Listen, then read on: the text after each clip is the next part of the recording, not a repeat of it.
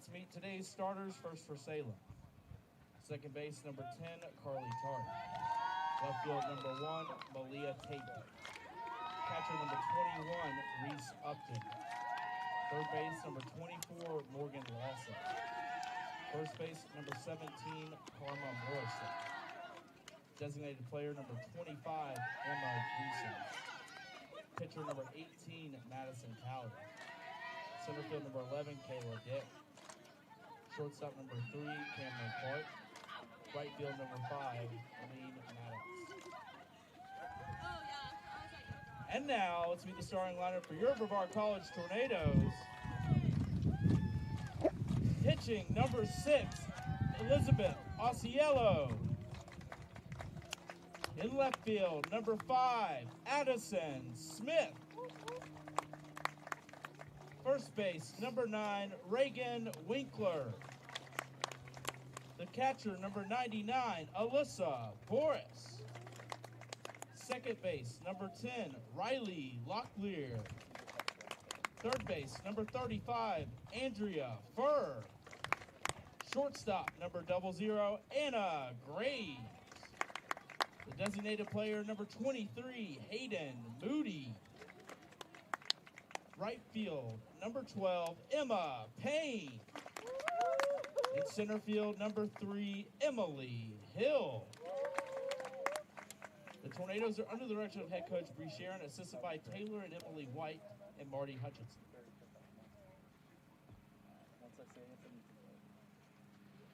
Our fans, at this time, we ask that you please rise and remove your hats as we stand and honor America with the playing of our national anthem.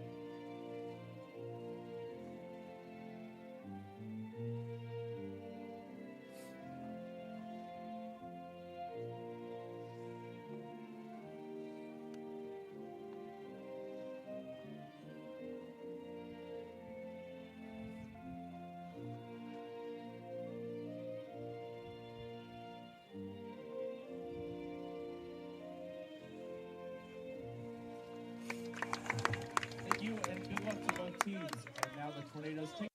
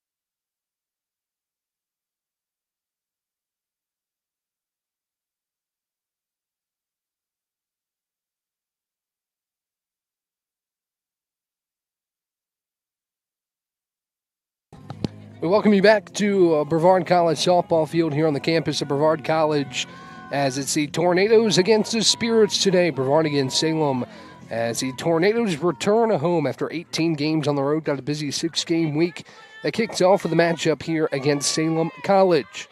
Tornadoes trying to break a 7-game losing streak today here against Salem after that lengthy road trip. Coming in 8-12, it'll be Carly Tart to lead things off. She takes a first pitch strike from Elizabeth Osiello, and we're underway. Tornadoes in the black uniforms with the blue pinstripes. Salem in the blue uniforms with the white pinstripes here this afternoon as Osceola twirls and delivers the next pitch. Tart slaps it back up the middle, a base hit.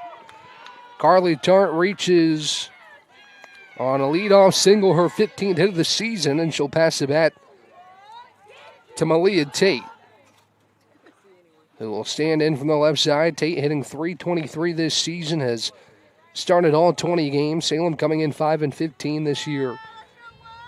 Took 2 against Johnson and Wales before dropping a doubleheader at Guilford.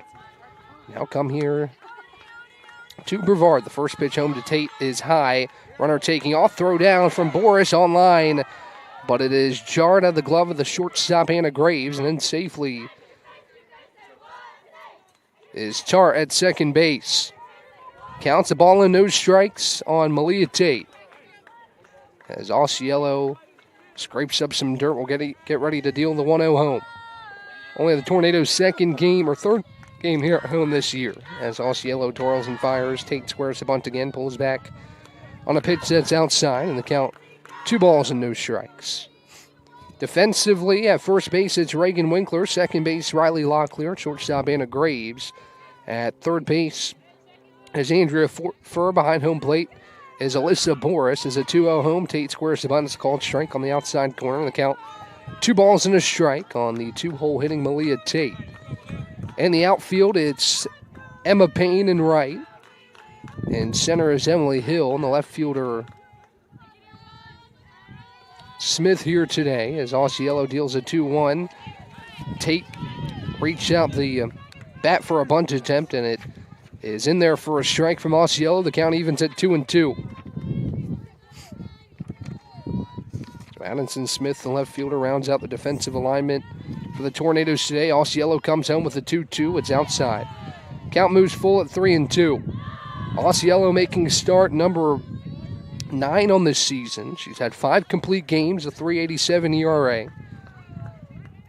3-5 win-loss record this season across 47 innings. So she deals the payoff to Tate. She pokes it foul the left side. Furr and Boris both gave it a look, but it goes on top of the Tornado dugout and foul. About 55 degrees here today, but the sun is shining. The wind blowing out towards dead center field here at Brevard College softball field. As Tate here in a 3-2 count, runner on second in Tart with nobody out here in the top of the first. Osceola twirls and delivers. Tate watches a called strike 3. Tate down on strikes for the first out of the inning, and Osceola gets her first punch out. As Salem will send Upton to the plate. Reese Upton will step in with a runner still in scoring position and 1 down. Upton, a .340 hitter this season, has started 19 of the 20 games so far this year. As Osceola twirls and delivers the first pitch home, a called strike, and it's 0-1. 53 at-bats, 18 hits for Reese Upton. 2 home runs and 12 RBI. For the sophomore, she watches the next pitch a little bit low and away as Tart was dancing around off second base. She's back in to the second base bag, still in scoring position here for Upton with 1 down. Beautiful day here in Brevard. Wispy clouds in the backdrop of Brevard College softball field. As Osceola deals a 1-1 downstairs, count moves 2-1. Tornadoes looking to get back on track. You can have that long road stretch, which the Tornadoes picked up 6 wins in that stretch after starting the season 2-0 with a doubleheader sweep over Johnson and Wales. The next pitch from Osceola, a called strike, and the count moves 2-2. 2 balls, 2 strikes, and an out for Reese Upton with Tart standing on second base. It's a conference opener for Salem after the Tornadoes faced Meredith over the weekend. The 2-2. Chopper back up the middle. Osceola knocks it down but can't get to it in time. It's an infield single for Reese Upton. Hard hit ball back up the middle. Osceola did a nice job to knock it down. Just couldn't get to it in time before Upton got to first. It moves Tart to third. And runners are on the corners with 1 down. In steps Morgan Lawson from the right side.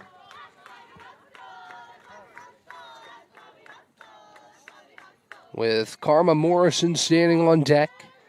Good opportunity for Salem here to strike first in the first. Runners on the corners with just one down. First pitch home, called strike to Morgan Lawson. The count is 0-1. Alyssa Boris calling the signals behind the dish today for the starter, Elizabeth Auciello. She toes the slab in the circle, looks home to Boris.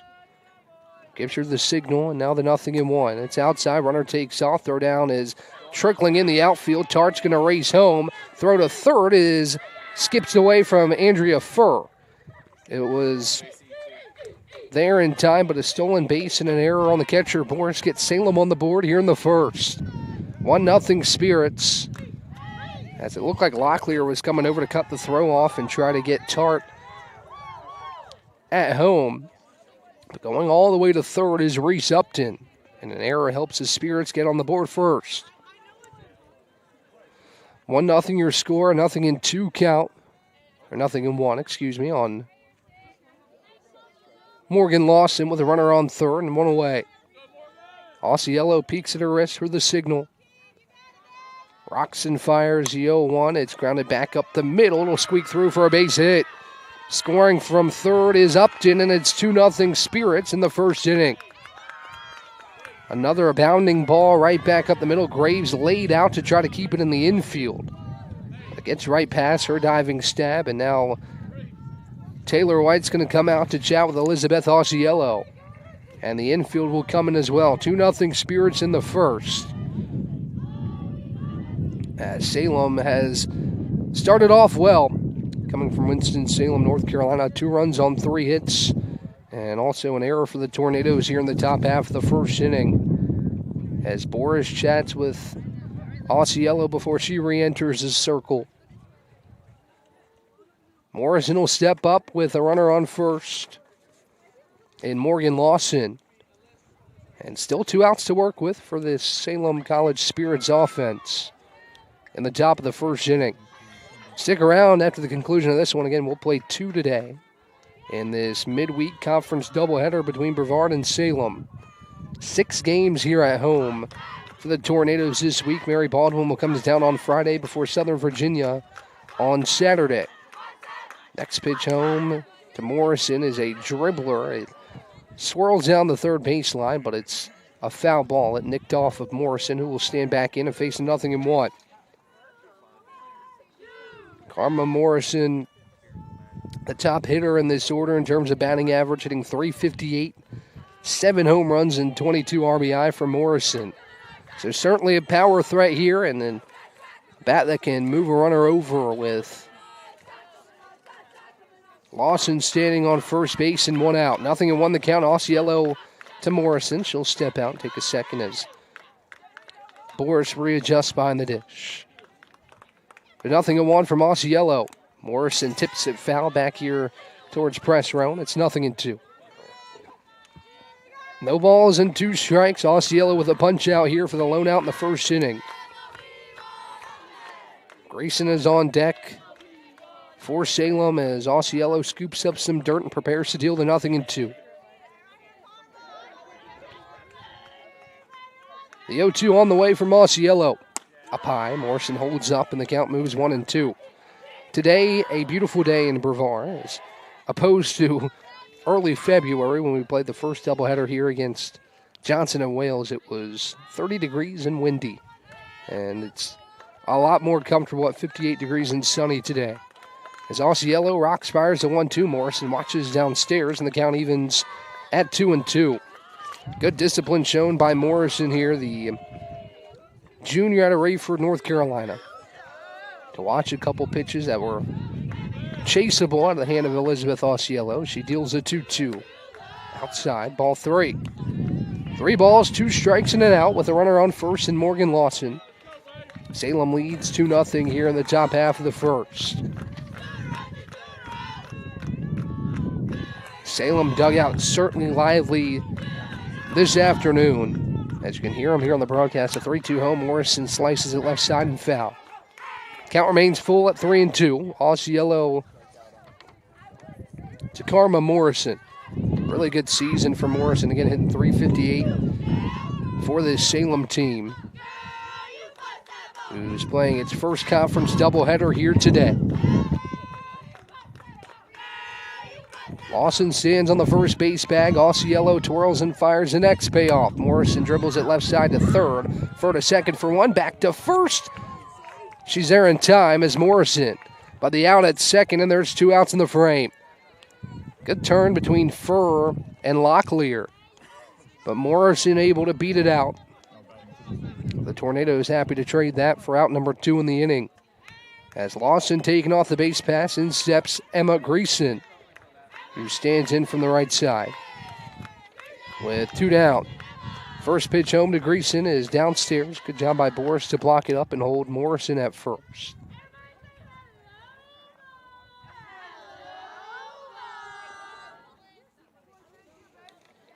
Greason awaits the 1-0 offering. And the Tornadoes, Elizabeth Auciello. She rocks and fires. It's popped up to the right side. Winkler gives it a look, and it goes out of play. Count evens at a ball and a strike.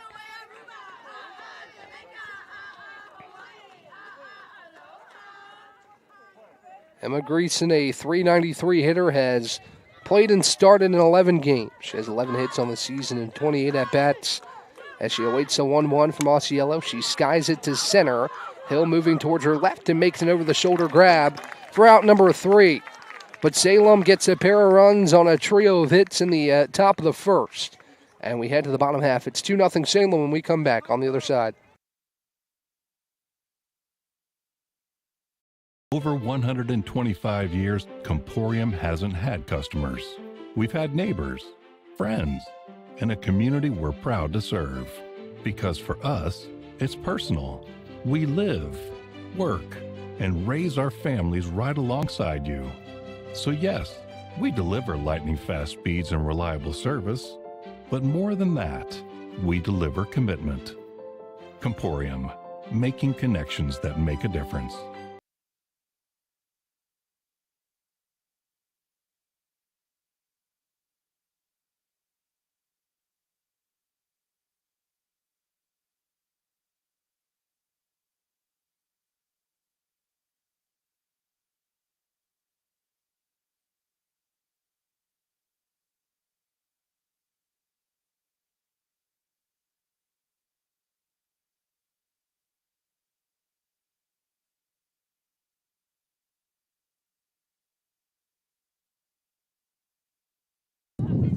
Back here for the bottom half of the first, the Tornadoes looking for an answer after Salem puts up a pair in the top half of the first. 2-0 Spirits. As we return to action, Madison Talley on the mound, or in the circle, excuse me. We've been calling a lot of baseball recently.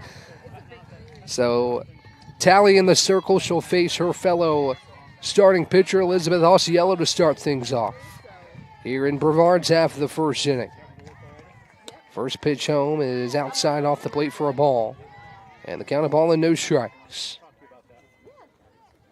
So Auciello worked her way out of the first, allowing just 2. Looks to start the home half of the inning off the right way. She takes 1-0 up and away, and the count is 2 balls and no strikes. 2 balls, no strikes, bases empty, nobody out here in the bottom half of the first inning. It's a pitch home, catches the outside corner, called strike, and it's 2-1. Defensively for Salem at first base, it's Morrison. Second base is Tart. Shortstop, Clark, and at third base, Lawson. As the next pitch home, Auciello dribbles right side. It's scooped up at second, dished over to first in time for out number 1. Nice play over there at second from Tart, as she scoops it over to Morrison at first base, and Auciello's retired for the first out of the bottom of the first. Here's Addison Smith to stand in. A .298 hitter on the season and her 18th start this year. It's her sophomore campaign out of Fuquay Arena, North Carolina.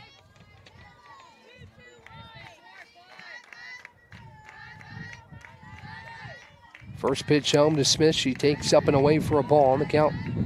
Ball and no strikes. Tally to Smith here with 1 out in the bottom of the first inning. The outfield for Salem left to right. Tatum left. Dick in center, Maddox in right. As the 1-0 pitch home from Talley, taken upstairs by Smith, and the count 2 balls and no strikes. Productive first inning for Salem. Brevard looking to answer back here in the bottom half. As Talley twirls and delivers. Upstairs again, ball 3. 3 balls and no strikes to Addison Smith. With Reagan Winkler awaiting on deck, she's had a really nice year so far, hitting .469 at the dish. As Smith in a hitter's count here. 3-0 count, the pitch home, right down the middle. Take all the way by Smith for a called strike. And the count moves 3-1. Talley trying to work her way back into this count after falling behind 3 balls and no strikes. Talley looks to the dugout, gets the call, peeks at her wrist, and fires the 3-1. Smith, a high fly ball out to shallow center. It's playable for Dick, and she makes the play for out number 2. Nice job by Talley to work her way back in that count. Fell behind 3-0, pumped in a strike, and then gets Smith to fly out to shallow center. And it's Reagan Winkler's turn. Again, a .469 hitter, second on the team in batting average. And she's tied for a team high in RBI with 15. First pitch on the way from Talley. Winkler watches a called strike. And it's 0-1. Bases empty here with 2 away. First 2 retired by Talley on some soft contact. 1 to second base. The other one in the outfield, but playable for Dick. The 0-1 pitch home from Talley is a hard grounder right side. It gets off the ankle of the second baseman and in the outfield. Off of Carly Tart, and Winkler's aboard with 2 down. It's going to be an error on the second baseman, Tart. And that will bring in Alyssa Boris with 2 away. Ty runs at the plate here in the first. Boris hitting .313. 5 RBI on the season for Alyssa as she awaits the first offering from Talley.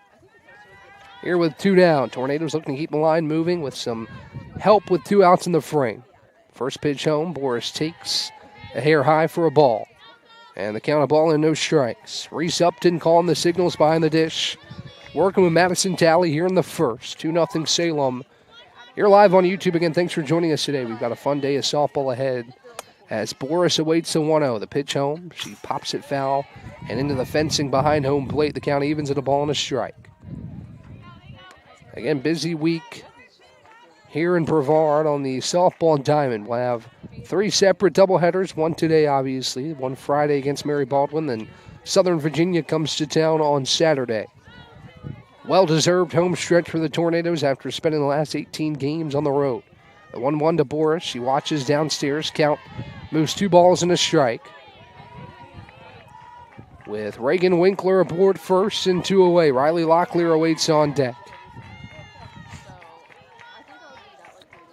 As Madison Talley trying to work through inning number 48 on the season. She deals a 2-1 to Boris, who takes a called strike on the upper outside corner, and the count evens at 2-2. 2 balls, 2 strikes, 2 outs. Tying runs at the plate here in the first, and Alyssa Boris, with Reagan Winkler standing on the first base back. Talley twirls, fires a 2-2. Boris watches downstairs, gets by Upton, and Winkler will trot to second to get in a scoring position. Really nice job by Boris, who thought about going after that in the 2-strike count, but thought better of it and stays alive. Also moves Winkler over to second on the wild pitch. 3 balls, 2 strikes, and 2 outs. Boris trying to convert here with a runner in scoring position. The 3-2 home. Boris lifts it into right. The right fielder on the run and makes a play for out number 3. Good play in the outfield there by Eileen Maddox, and she gets the final out of the first. After 1, Salem leads 2-0. We'll be back with the top of the second on the other side.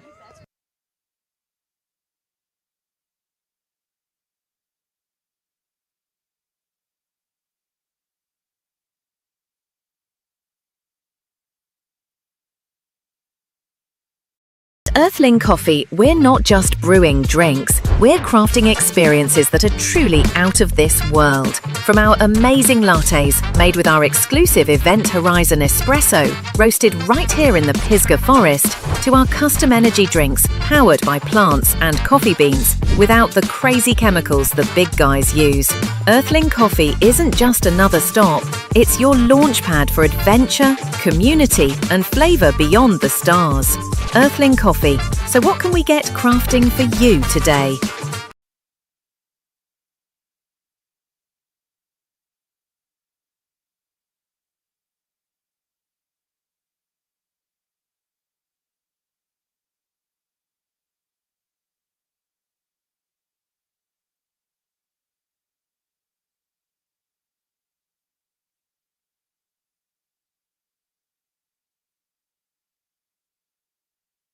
Back for the second inning, Salem with the lead after one, 2-0 on 3 hits. Both teams have an error. The lone Salem error kept the inning alive for the Tornadoes. Alyssa Boris got a good bat on it, but a good play in the outfield by Eileen Maddox. As Tally will lead things off after a productive first inning in the circle. And her fellow starting pitcher, Elizabeth Osceola. Tally right back towards the circle. Osceola knocked it down again. Graves scoops her throw to first. Not in time. And it's an infield single for Tally. As she stands on first with nobody out. Couple hard-hit balls back to the circle that Osceola's been able to knock down, but just 2 hot shots off the bats of the Salem College Spirits, who collect their 4th hit of the day. And it will bring Kayla Dick into the box. First pitch home to Kayla is a called strike. And it's 0-1. Salem looking to add on here in the second. As Kayla Dick stands in from the right-handed batter's box. The pitch home. Dick lays down a perfect bunt right in front of a home plate. Boris scoops and throws to first in time for the first out, but a productive out. Off the bat of Kayla Dick, a really pretty bunt that just died in front of home plate.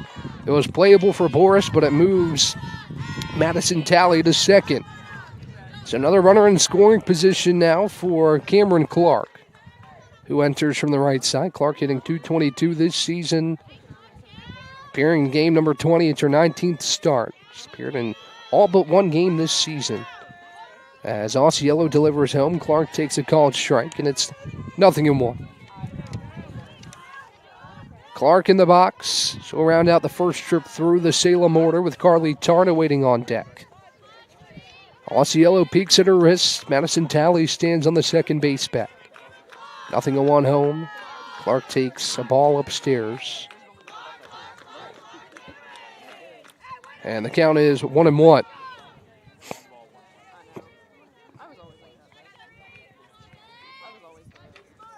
Osceola rocks, fires the 1-1 home to Clark, who fouls it right back towards us behind home plate, and the count moves 1-2. 1 ball, 2 strikes, 1 away. Osceola looking for punch out number 2 on the day.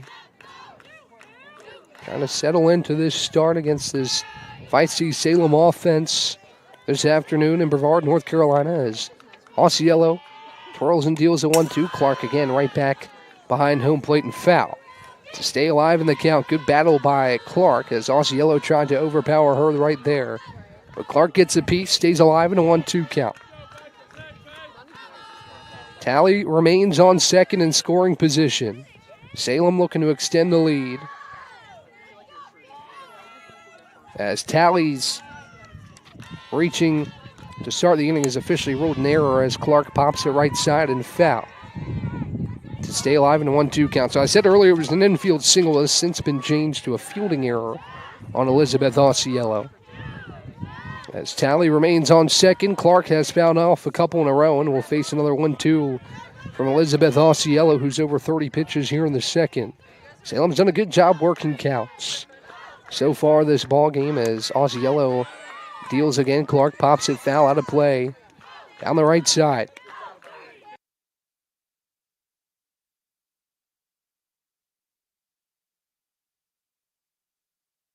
Seventh pitch of the at-bat, Osceola to Clark as Clark steps back in from the right side. Osceola looks home to Boris. Rocks and fires the next one, too. Clark skies it high right side, and once again will stay alive in a lengthy at-bat with Elizabeth Osceola. Really good fight here from Clark, the 9-hole hitting Cameron Clark. As she'll await pitch number 8 from Osceola. The next 1-2 home is outside, and the count evens at 2-2. 2 balls, 2 strikes, and an out with Madison Talley standing on second.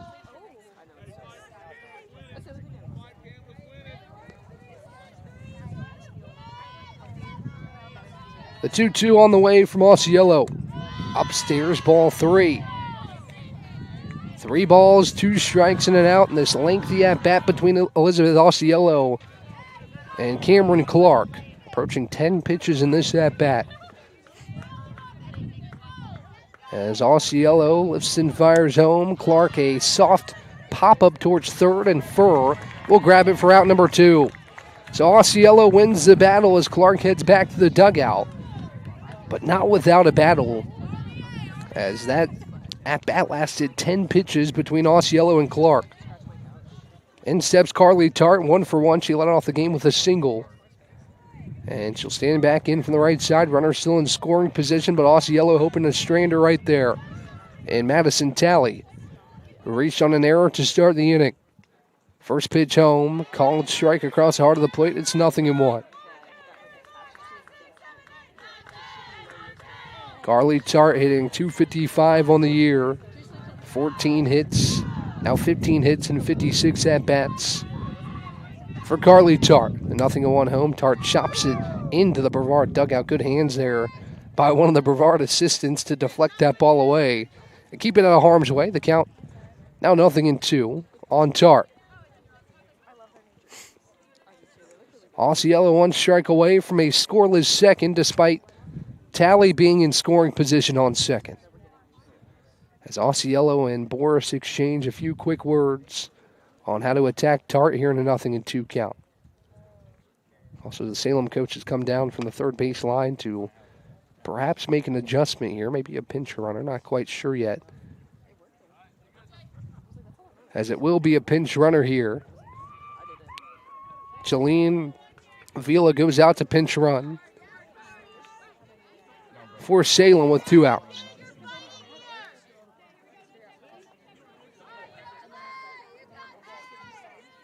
No balls, 2 strikes, and 2 outs. Avila into scoring position after she subs into pinch run for Madison Talley. The 0-2 home from Osceola is a hard shot left side for Scoops. Throws to first in time for out number 3. What a play from Andrea Furr on the hot corner to lay out and then make the throw in the nick of time to get Tart down the first baseline. And the Tornadoes get out of it in a scoreless second inning. We head to the bottom half. It's 2-0 Salem right here live on YouTube.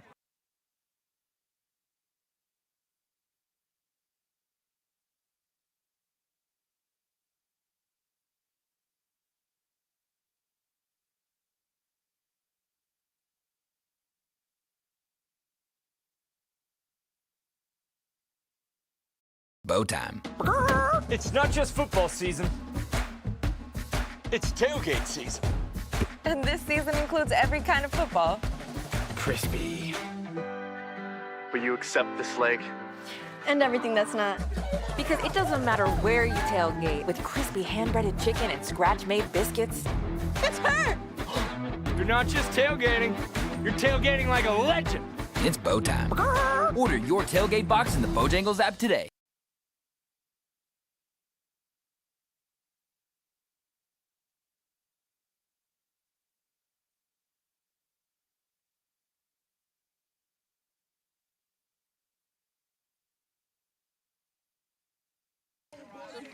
Riley Locklear leads off the home half of the second after Andrea Furr makes a wonderful play to keep Salem off the scoreboard. In the top half of the second, 2-0 your scores. We enter the bottom half with Locklear in. Furr is on deck. First pitch home is outside from Madison Talley. It's a ball and no strikes. Tornadoes had a runner aboard, runner in scoring position the first. Couldn't get her across and still searching for the first hit here in the second off of Madison Talley. The 1-0 on the way to Locklear. She takes at the top of the zone a called strike. And the count is a ball and a strike. Tally peeks at her wrist with Locklear awaiting from the right hand hitter batter's box. Pitch home, Locklear slices it towards right center. It's going to drop in the gap for extra bases. Locklear heads to second. It's bobbled in the outfield. She's going to go for third. The throw is not in time, and Locklear slides in with a triple.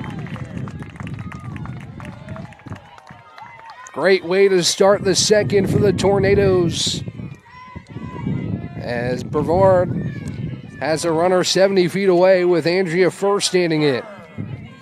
Furr has been nearly unstoppable this year, hitting .511, 23 hits in 45 at-bats, a home run that came against Johnson & Wales here at home, and 15 RBI to her name, tied for the team lead. And she awaits the first pitch. She takes it upstairs for a ball. It's a ball and no strikes. Big way to get the first hit of the ball game from Riley Locklear. Pumped it in the right center gap and trucked all the way to third base to set the table for Andrea Furr. The 1-0 on the way. Furr watches off the plate. Counts 2 balls and no strikes. Anna Graves awaits on deck for the Tornadoes here in the bottom half of the second. 2-0 Salem leads, but some momentum swinging the way of the Tornadoes. With Locklear's triple, now Furr up 2 balls and no strikes in the count. The 2-0 for a hard shot right side and through for a base hit. Locklear comes in to score easily, and the Tornadoes are within 1. Andrea Furr now the team high 16th RBI on the season. And the Tornadoes cut the deficit in half. Here's Anna Graves, 276 hitter on the year, with 8 hits and 29 at-bats. 4 RBI for Graves on the season. Remember the first time Brevard was at home, it was a defensive showcase from Anna Graves. In that doubleheader with Johnson & Wales, she squares the bunt this time, pulls back in the nick of time. Now a check down to first on Furr. Her and Tart collide. It's not in time to get Andrea Furr, who dives back in safely. Ball and no strikes on Anna Graves, trying to perhaps manufacture a runner into scoring position. Hayden Moody is on deck. As the next pitch home to Graves, she squares the bunt again, pulls back. Count moves 2 balls and no strikes. Hayden Moody had a dazzling opening weekend at the plate. Led to USA South Player of the Week, and we had her on Tornado Talk again. You can go catch all those episodes archived on our YouTube, so if you missed it, had a good chat with Hayden a couple weeks ago. As the 2-0 home to Anna Graves, she pokes the bunt left side, gets off the glove of Lawson, and Graves is in time at first. Now Furr trying to go to third. She's caught in a rundown. Back to second, not in time to get Furr as she dives back in safely. A bunt single for Anna Graves. Lawson tried to lay out and catch that bunt in the air. Couldn't do so. It deflected off her glove and allowed the speedy Anna Graves to get down to first. So now first and second for Hayden Moody as the Salem defense all converges to chat in the circle with Madison Talley. Here with runners on first and second and nobody out. The tying run in scoring position for the Tornadoes. Good idea from Lawson, because she probably would have got a double play out of that if she was able to glove it in the air. But just couldn't get there in time, and allows Graves to reach first. Furr moves to second despite a quick rundown. She wisely got back to second base in time, and now Moody will stand in from the right side. Hitting .308 with 10 RBI on the year. As she awaits the first offering from Madison Talley. Lawson and Morrison in on the corners as Moody tries to poke a bunt, but it goes foul. So the corners playing in here with runners on first and second. Brevard perhaps trying to manufacture something with some small ball here. Moody down 0-1 in the count. Hayden Moody in that opening weekend hit over 600 at the plate. Looks to pick up where she left off here at home. Furr on second, Graves on first, nobody out. The 0-1 to Moody is a called strike on the inside corner. And she's down 0-2 in the count. Emma Payne awaits on deck for this Tornado offense, trying to tie or take the lead here in the second. Got 3 outs to work with, 2 runners aboard. Here in the bottom of the second. 0-2. Moody pops it foul behind the dish. And the count remains no balls and 2 strikes. So Tornadoes led it off with a triple from Locklear here to start the second. Andrea Furr's RBI single, then Anna Graves' bunt single as Moody chops the next pitch up the middle, scooped up there to first in time for out number 1, but the runners move over 70 feet to second and third as Graves heads to second, Furr to third, a productive first out off the bat of Hayden Moody, as now Emma Payne will stand in with 2 in scoring position. Tying run, 1 bag away, the go-ahead run on second and Anna Graves, as Payne stands in from the right side to face off with Talley. First pitch home. Payne watches downstairs for a ball. It's a ball and no strikes. 2 runners in scoring position. Brevard has had an answer here in the second and certainly looking for more to try to tie or take the lead here in the bottom of the second. Payne takes top of the zone, a called strike. Count evens at 1-1. As the wind is, wouldn't say gusting, but it's been consistent here today, carrying out to dead center field. So that could play to the benefit of the hitters for both the Tornadoes and the Spirits here in this conference doubleheader. A 1-1 home from Talley. Taken up and away, ball 2. Not a bad spot there from Talley, but a better eye from Emma Payne to lay off. And the count moves 2 balls and a strike.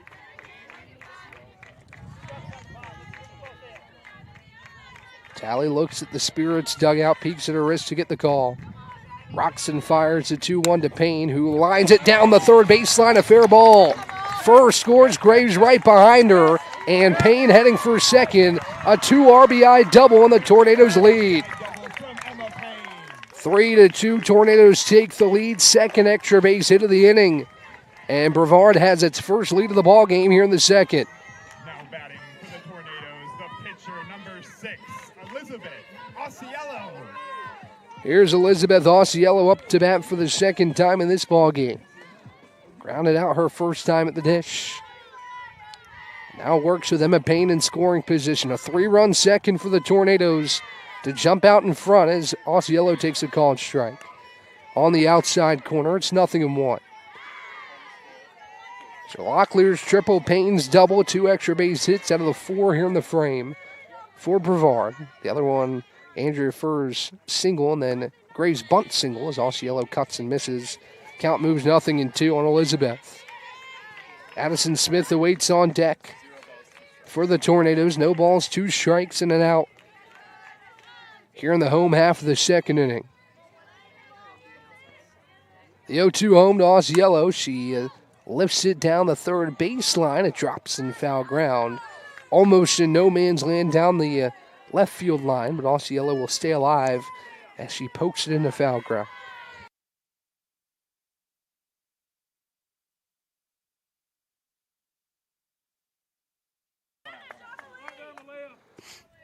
Count remains 0-2 on Osceola. Payne stands on second after the go-ahead 2 RBI double. The 0-2 off the plate. Not a bad spot there again in an 0-2 count from Madison Talley to try and get the chase from Osceola, but she holds up and the count moves a ball in 2 strikes. The 1-2 on the way. Osceola pops it foul over the Tornado dugout and out of play. Count remains 1-2.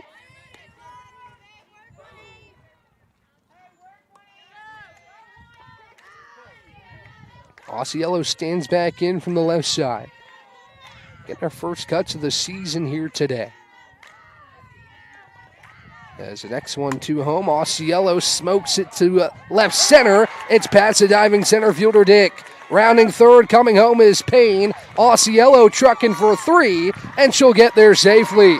A stand-up RBI triple, the second 3-bagger of the inning for the Tornadoes. It's 4-2. Third extra base hit, second triple, and Osceola puts the Tornadoes up by 2. Now batting for the Tornadoes, the left fielder, number 5, Addison Smith. So a big inning for Brevard and still plenty of opportunity to build on it with Addison Smith standing in.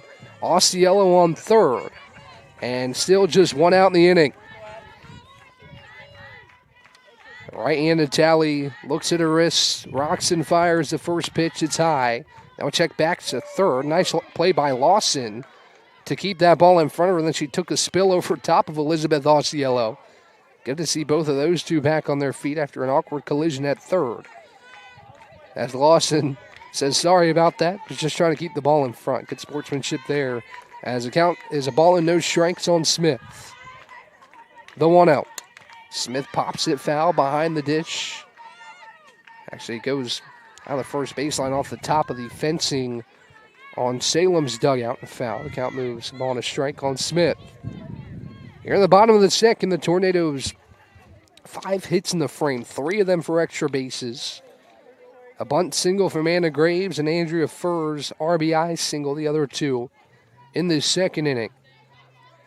As Brevard flips the table here in the second inning after Salem took an early 2-0 lead in the first. It's been all Brevard here in the second after a scoreless frame in the circle from Elizabeth Osceola, and she converts with an RBI triple.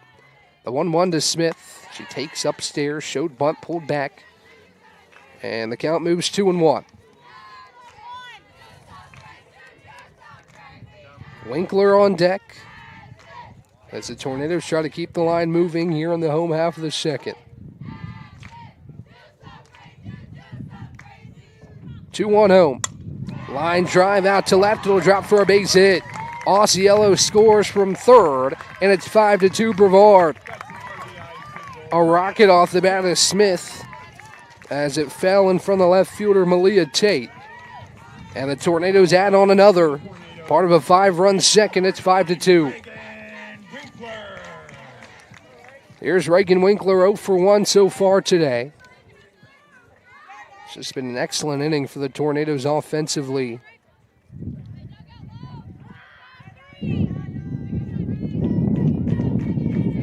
As Tally looks home, twirls and fires. Winkler back up the middle off the hand of Tally towards short. Throw to first, offline, and it gets away. Smith all the way to third, and she'll stop right there. Winkler heads to second. It's a single and a throwing error that makes it second and third with 1 out. Coming out of the dugout is head coach Ryan Carricker to chat with his pitcher, Madison Tally, as the Tornadoes have generated a crooked number and still opportunities to add on. 5 runs on 7 hits here in the second inning. As Winkler tallies hit number 7 for the Tornadoes on the infield single and the throw from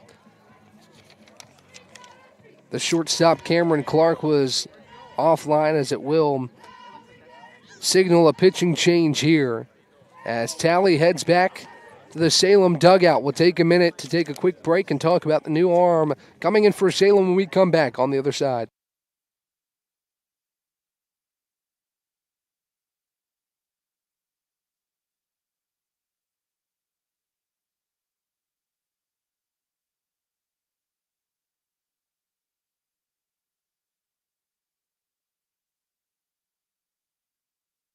Over 125 years, Comporium hasn't had customers. We've had neighbors, friends, and a community we're proud to serve. Because for us, it's personal. We live, work, and raise our families right alongside you. So yes, we deliver lightning-fast speeds and reliable service, but more than that, we deliver commitment. Comporium, making connections that make a difference.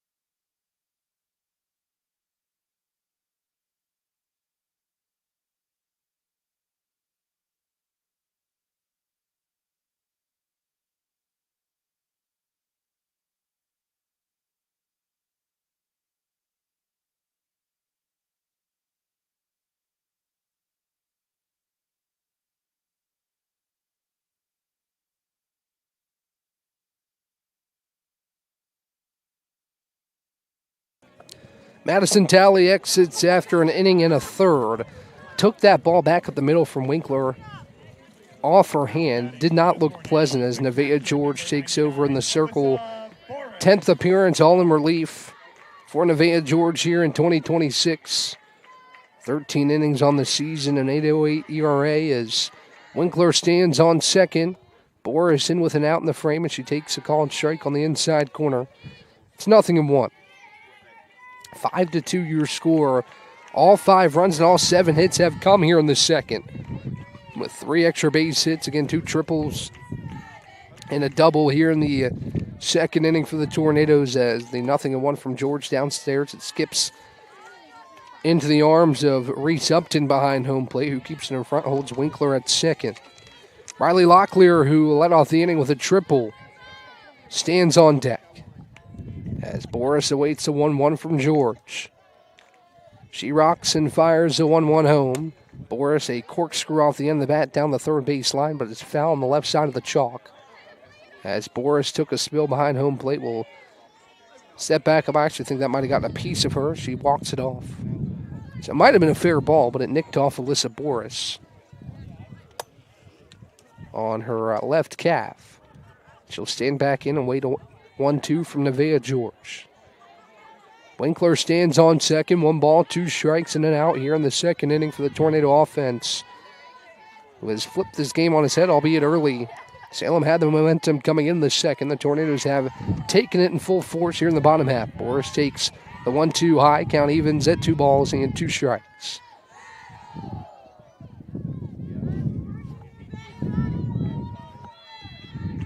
George twirls the ball in her right hand.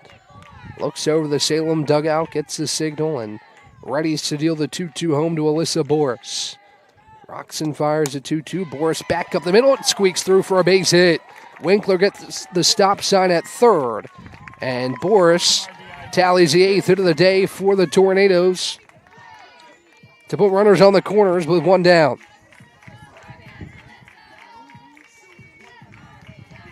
Six to 2 Tornadoes as another run comes in to score.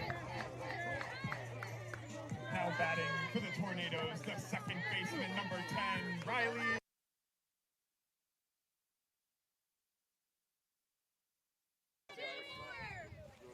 So Riley Locklear, who led off the inning with a triple, awaits the first offering from George. The pitch home, downstairs. Counts a ball and no strikes.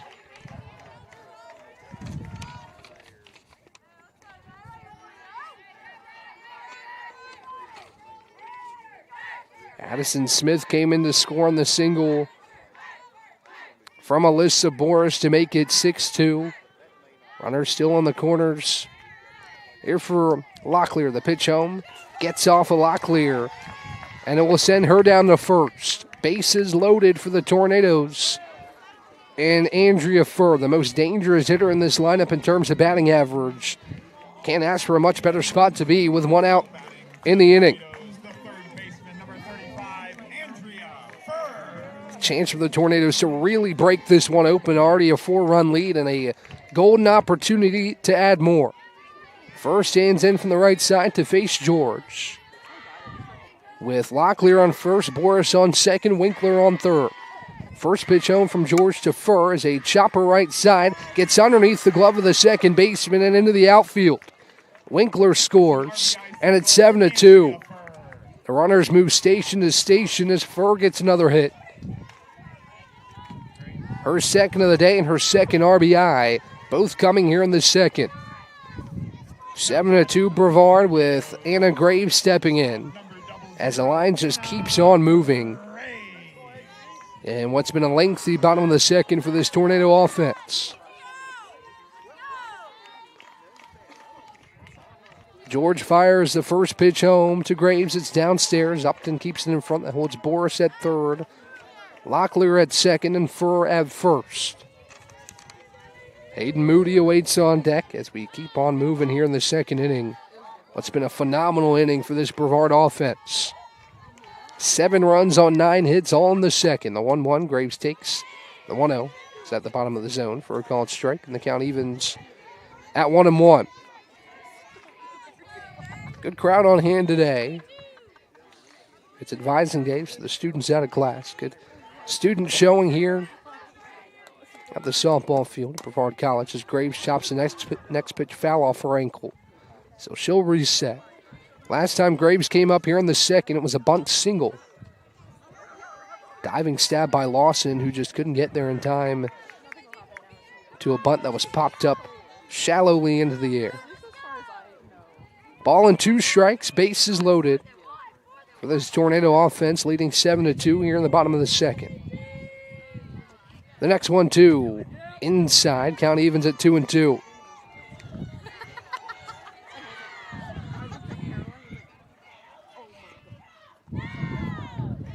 Graves stands back in to face the 2-2 offering from George. As she twirls the ball in her right hand. Rocks and fires the 2-2 home. Graves a swing and a miss, strike 3. Big punch out from George for the second out as she gets her first strikeout of the game. And more importantly, gets the second out of the inning for the Spirits. Here's Hayden Moody.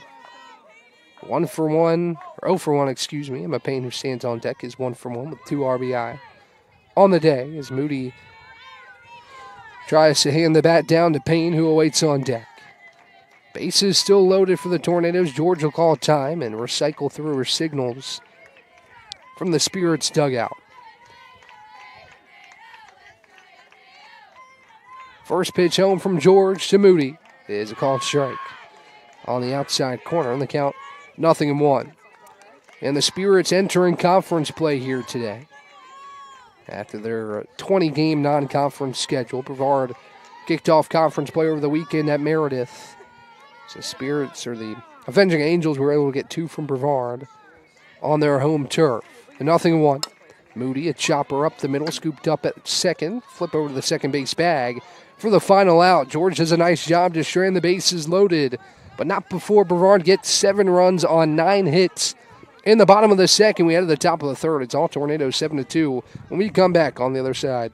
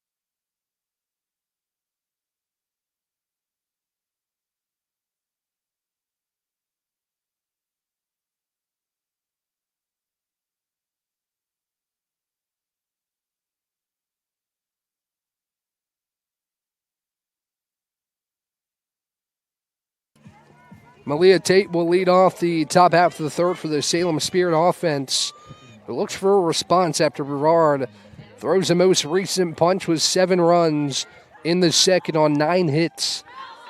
As Tate stands in from the left side with Reese Upton awaiting on deck. Osceola back in the circle, leans and fires the first pitch home to Tate. It's outside for a ball. And the count of ball and no strikes. Osceola with some run support, some of which she generated herself. With a hit there in the second. Deals a 1-0 home. Tate pokes a bunt foul behind home plate. And the count evens at a ball and a strike. It's Tate, Upton, Lawson, due up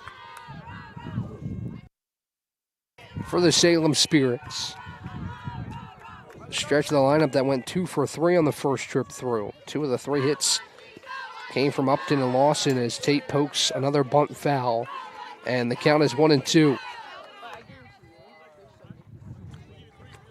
1 ball, 2 strikes, bases empty, nobody out for the Salem offense, who trails 7-2. Here in the top half of the third inning.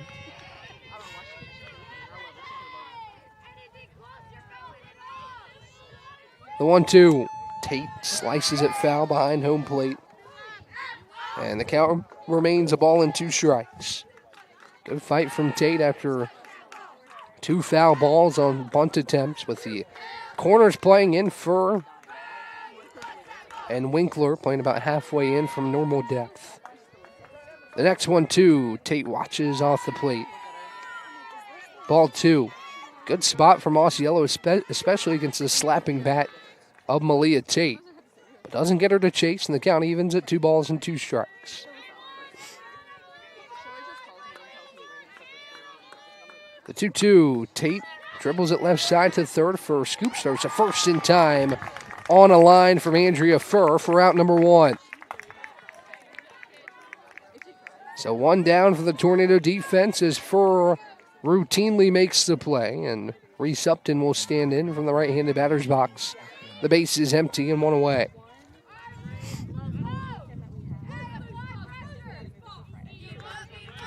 Lefty-righty matchup here between the left-handed Elizabeth Osceola and the right-handed Reese Upton.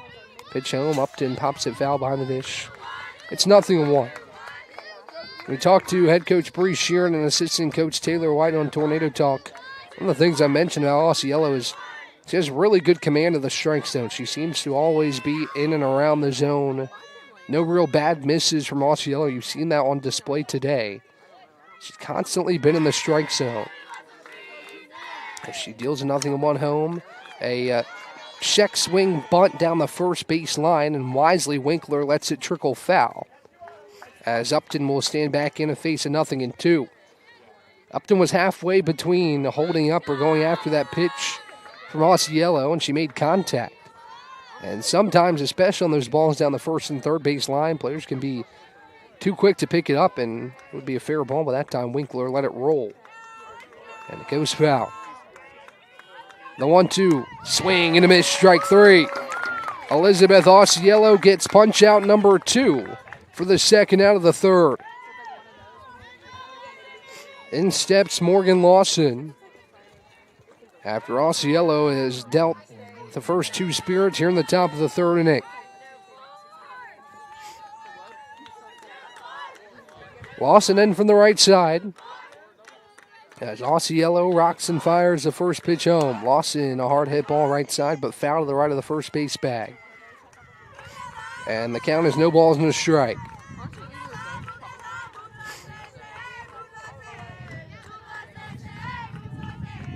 No balls, 1 strike, 2 away, base is empty as Osceola looks for her second consecutive scoreless frame, trying to take care of the Spirits in order here in the third. Comfortable lead for Osceola as a pitcher, and you can see the confidence in the circle how that lead helps a little bit as time is called behind the dish. And Lawson will step out. Time was called because a disc from the disc golf course had entered the field of play. So Emily Hill takes it and plops it over the fence for the disc golf players playing behind the field here today. Nice day for outdoor activities, a comfortable 58 degrees and sunny. The 0-1 from Osceola, hard to hit ball to the left side, foul. And the count is 0-2.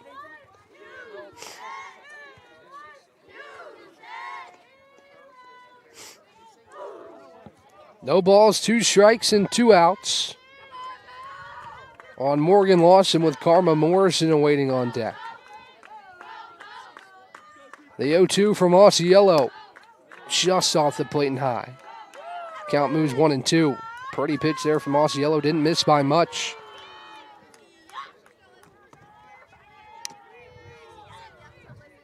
As the count moves, a ball and 2 strikes. The 1-2 on the way. Looped off the end of the bat. Winkler over her shoulder makes a snow cone grab for out number 3. Pretty play as she was playing in. Winkler able to scoop it up out of the air for out number 3. We head to the home half of the third. It's 7-2 Tornadoes when we come back on the other side.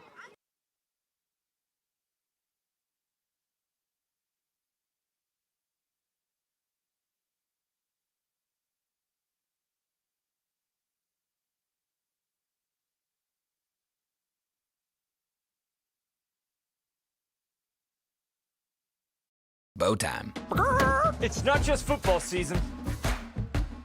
It's tailgate season. And this season includes every kind of football. Crispy. Will you accept this leg? And everything that's not. Because it doesn't matter where you tailgate, with crispy hand-breaded chicken and scratch-made biscuits. It's her! You're not just tailgating. You're tailgating like a legend. It's bow time. Order your tailgate box in the Bojangles app today.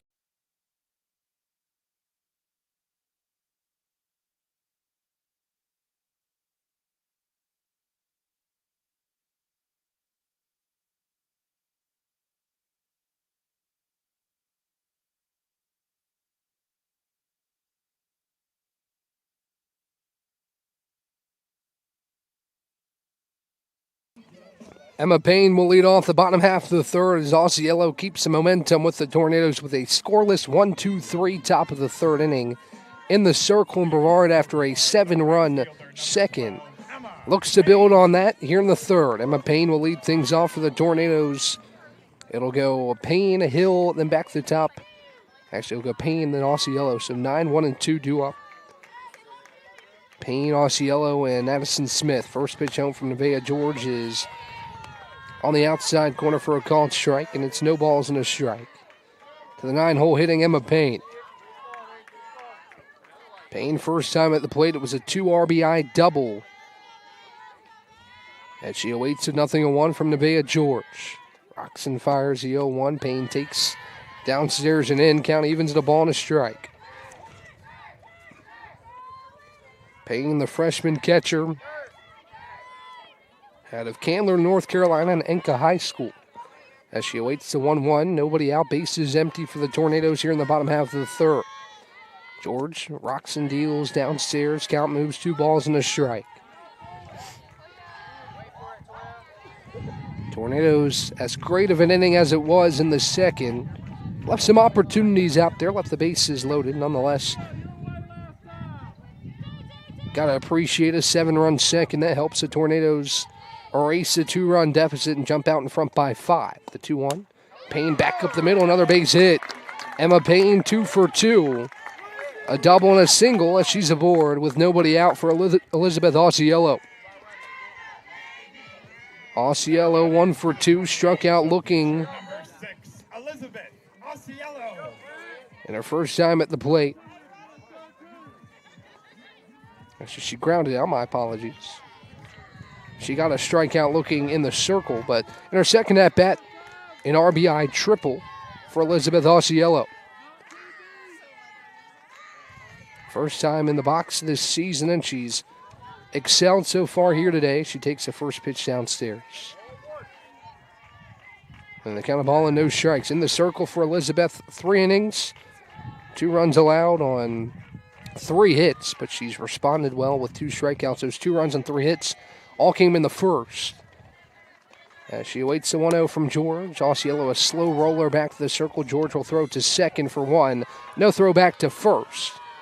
As George gets the lead runner, Payne taken off the base pass, and Osceola aboard on a fielder's choice. In steps Addison Smith with 1 down and a runner on first. Wise play from George to take care of that lead runner. Knew you didn't have much opportunity to turn it up the middle. But taking that lead runner off the base pass, the right decision there. As Smith stands in from the right side, 1 for 2 today. First pitch home from George on the way. Smith takes a called strike, and it's 0-1.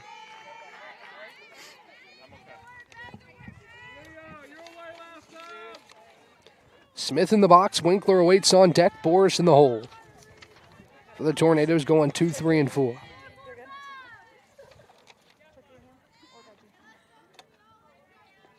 As George rocks and fires, Smith showing bunt, pulls back, and dribbles 1 foul behind the dish. Count is 0-2. 7-2 your score here in the bottom of the third. Tornadoes have been led by 2 hits from Andrea Furr, 2 from Emma Payne. Smith, Winkler, Boris, Locklear, Graves all recording hits as well. Only 1 player in the lineup is without a hit so far today as George misses outside for a ball.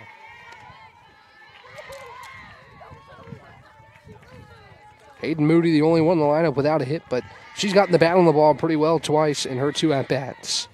Just hasn't been able to find a patch of grass yet. Expect that to change with how talented Hayden Moody is in the batter's box. As Smith awaits a 1-2, still showing bunt.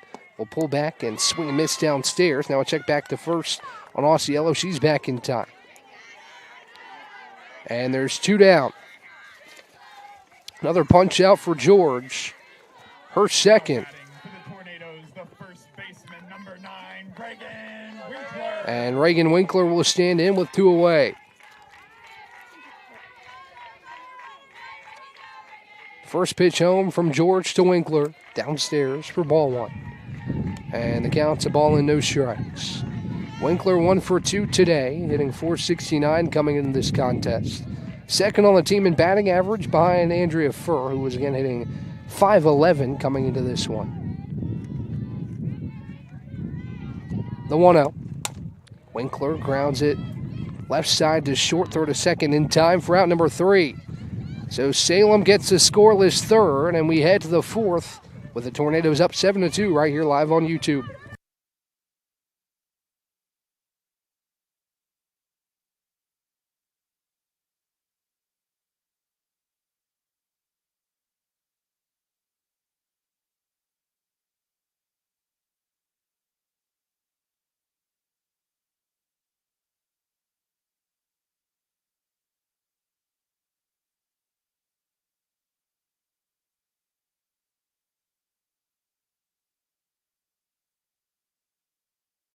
Earthling Coffee, we're not just brewing drinks, we're crafting experiences that are truly out of this world. From our amazing lattes, made with our exclusive Event Horizon espresso, roasted right here in the Pisgah Forest, to our custom energy drinks, powered by plants and coffee beans, without the crazy chemicals the big guys use.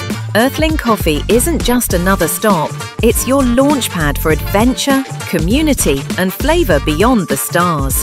Earthling Coffee. So what can we get crafting for you today?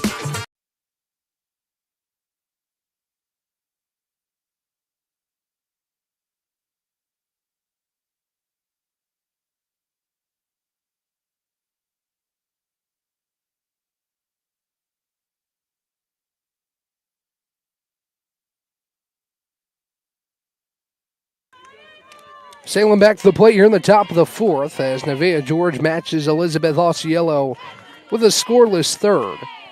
And we head to the 4th, 7-2. Tornadoes, 7 runs on 10 hits. For the Tornadoes, 2 runs on 3 hits for Salem. All the hits, aside from 1 for Brevard, have come in an inning each. Salem with 3 hits in the first, Brevard with 9 of its 10 hits in the second. As Osceola delivers a first pitch home to Karma Morrison, she takes a strike. And it's no balls and a strike on Morrison. There we go. Morrison, Greason, and George. Here in the 4th as Morrison grounds one left side and foul. And the count quickly 0-2.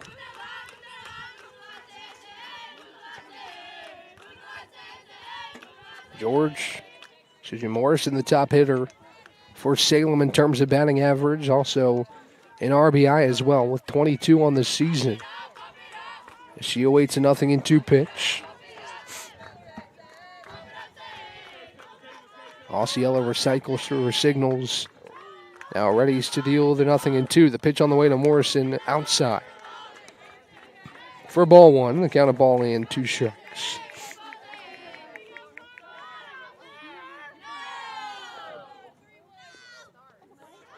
Osceola toes the slab, looks home, deals the 1-2. Morrison thought about it, but holds up on a pitch that stays high in the count, 2-2.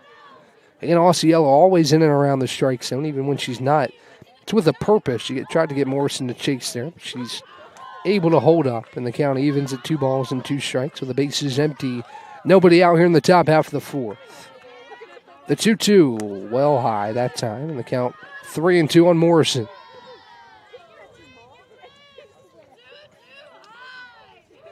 Three balls, 2 strikes as Morrison has worked the count full from being behind 0-2. The payoff on the way from Osceola. Morrison pops it high behind home plate, back towards us. And right over my head, actually. Good awareness from our crew behind home plate to get out of the way of that softball. That goes foul. And the count remains 3-2 on Karma Morrison. Greason awaits on deck with Nevaeh George in the hole for Salem. The next 3-2 on the way from Osceola. Swing and a miss. It's dropped by Boris, but she'll throw down to first in time. The third strikeout for Elizabeth Osceola, and there's one away. It's a good job for Morrison to work back into that count, but Osceola eventually wins the battle. And she'll face Greason here with the bases empty and one away.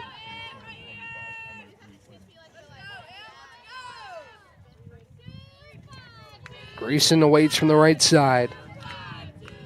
First pitch home from Elizabeth is popped high. It will go towards the lip of the outfield grass and fall behind Anna Graves for a base hit. It was a tough play for Graves, kind of in no man's land.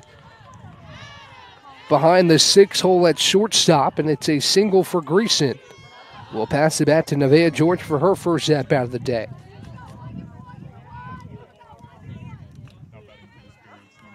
It's that age-old adage, you put the ball in play, good things happen. Greason didn't get too much on it, but she was able to poke it softly in the outfield grass for the fourth hit of the day for Salem. First hit since the first inning as George takes outside for ball one. George, a .214 hitter in 2026. As she waits the offering from Osceola. The pitch home. George swings and misses.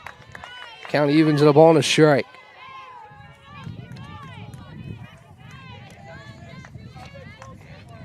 One ball, one strike to George with a runner on first and Greason after her one-out single. The 1-1 from Osceola. Popped foul behind home plate in the count. One ball in, two strikes.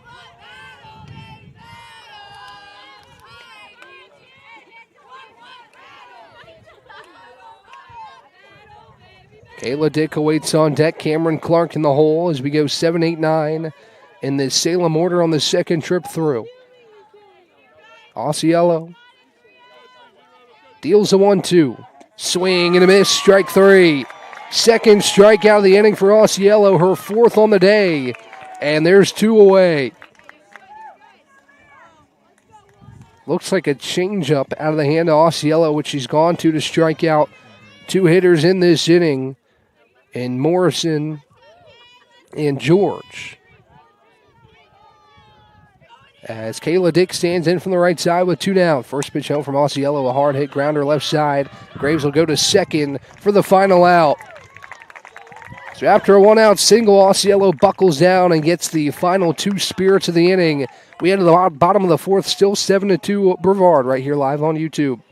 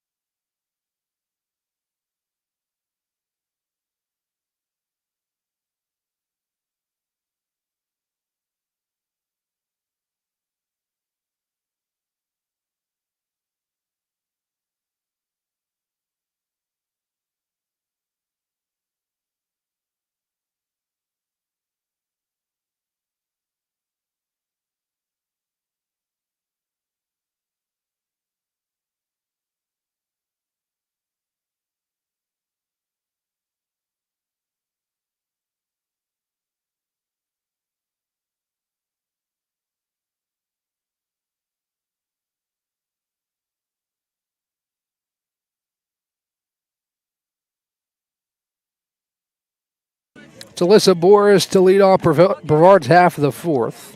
With a 7-2 lead, Ryan Wilkes with you here live on YouTube.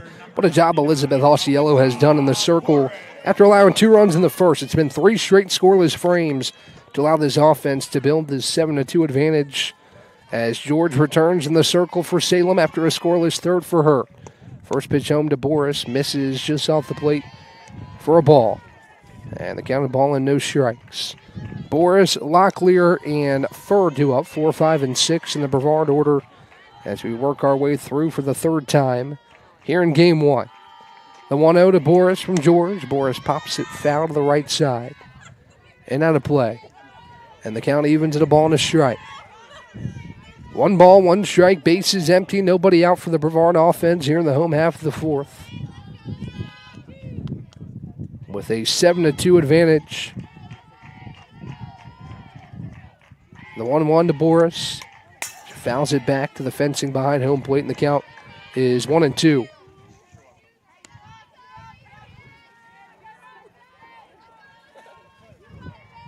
One ball and 2 strikes to Alyssa Boris. As George twirls the ball in her right hand, gets the call behind home plate and deals the 1-2 to Boris, who grounds it left side to third. Scoop throw to first in time for the first out of the inning. Good play at the hot corner by Morgan there for Lawson at third base for out number 1. Now batting for the Tornadoes, the second baseman, number 10, Riley Locklear. Riley Locklear into the right-handed batter's box, 1 for 1 today. Also was hit by a pitcher second time at the plate. As George deals the first pitch home, Locklear watches downstairs for ball 1. Locklear's lone hit of the day was that triple to lead off that 7-run second. Was a good tone setter for what turned out to be a great inning for this offense. As she awaits a 1-0 pitch here from Nevaeh George. George deals downstairs again, ball 2. 2 balls, no strikes, bases empty, 1 away. As Locklear readjusts and prepares for a 2-0. Andrea first standing on deck. The 2-0 on the way from George is a called strike at the bottom of the zone, and the count moves 2 balls and a strike.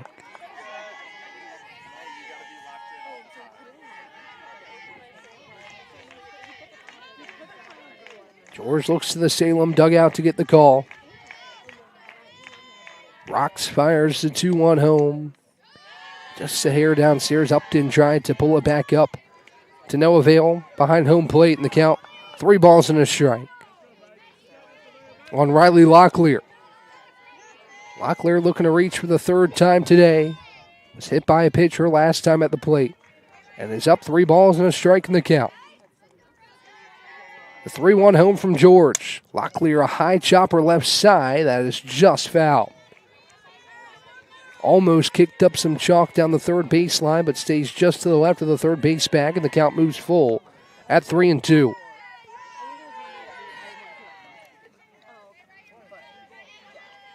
Three balls, 2 strikes, and an out for this Brevard offense, who's been held scoreless since the second. As a 3-2 on the way from George inside, ball 4. Good at bat from Riley Locklear, who will reach for the third time. And she's aboard for Andrea Furr.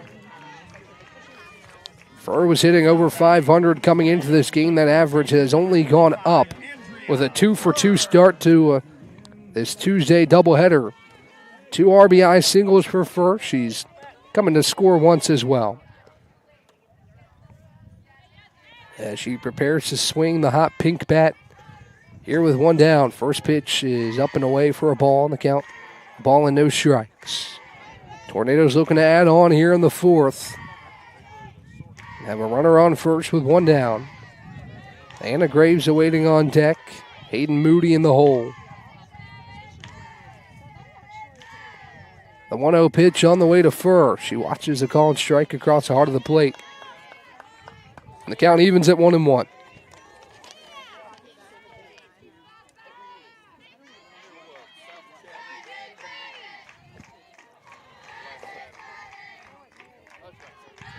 The 1-1 pitch on the way from George. Furr watches downstairs. Nice job by Upton to keep it in front. That holds Locklear at first. And the count moves 2-1. Furr, the junior third baseman out of Richfield, North Carolina, and Greystone Day School. He's had a great year offensively so far for the Tornadoes. As she waits a 2-1, George deals it. Furr slices it to left center. It drops for extra bases. Locklear racing to third. She'll get the green light to come around third and head home with no throw. It's an RBI double for Andrea Furr. Her third RBI of the day, and the Tornadoes back on the board. It's 8-2.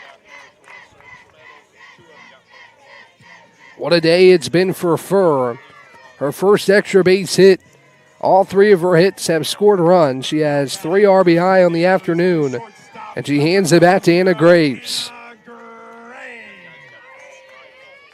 Graves in from the right side to face George. Here with 1 out in the inning and a runner in scoring position. First pitch home from George. Graves, watches the called strike.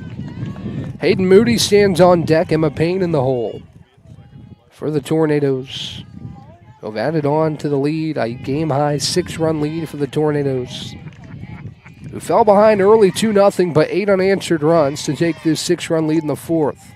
Graves watches downstairs as Upton keeps it in front. Graves puts the stop sign to Furr at second. And the count is a ball and a strike.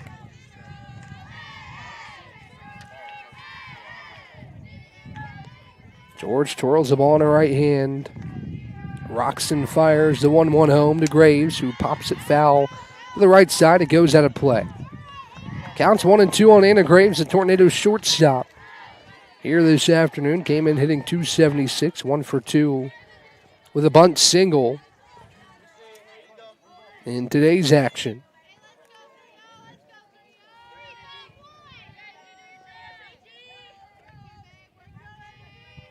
The 1-2 from George. Upstairs, count evens at 2 balls and 2 strikes. First stands on second after the RBI double. Tornadoes have scored for the first time since the second inning. We're held scoreless in the third. Not too long of a scoring drought, but George had a good third inning in the circle, but the Tornadoes able to get to her so far here in the 4th inning. A 2-2. Graves shoots it in the right center gap. It'll drop again for extra bases. Furr around third, she'll score. Here comes Graves, trucking around second, and she'll stop at third with an RBI triple. 9-2 Tornadoes as Graves has her second hit of the day. And the Tornadoes add on with a 9-2 advantage here in the bottom of the 4th. Hayden Moody up to the dish, 0 for 2 so far, but she's put the bat to the ball twice and made some hard contact. Look to punch one through. If she's able to get a hit, it'll be every Tornado in the lineup to record a hit here in Game 1. As Salem's coach comes out of the dugout, and Ryan Carricker to discuss a change here.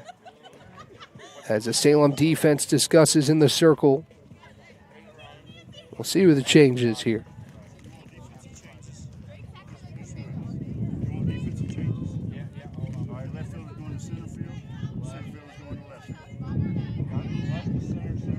As it looks like Malia Tate will go to center field and switching spots with Kayla Dick. So just a quick swap with Tate heading to center and Dick will head to left.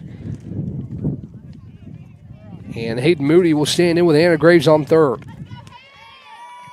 2 runs here in the 4th. Tornadoes looking for more with just 1 out here in the 4th inning. First pitch home from George is high for a ball. And the count of ball and no strikes. Moody in the box. Payne is on deck. Then we'll go back to the top with Elizabeth Osiello. As George looks at her wrist, gets the signal. Will rock and fire the 1-0 home. Moody takes a called strike on the outer edge, and the count evens at 1-1. A ball and a strike with 1 out here in the 4th. Tornadoes have added 2 in the frame, but have been primarily powered by that 7-run second inning to erase that early 2-run deficit and swing the game in the Tornadoes' favor. The 1-1 to Moody. Takes a strike at the bottom of the zone, and the count moves a ball on 2 strikes. Moody down a ball and 2 strikes in the count. Working with Graves on third after the 1-out RBI triple. George with 2 strikeouts today, looking for her third and a 1-2 count. She rocks and fires. Moody, a dribbler right side to second, scoop third to first in time, but Graves will score. And the Tornadoes lead 10-2.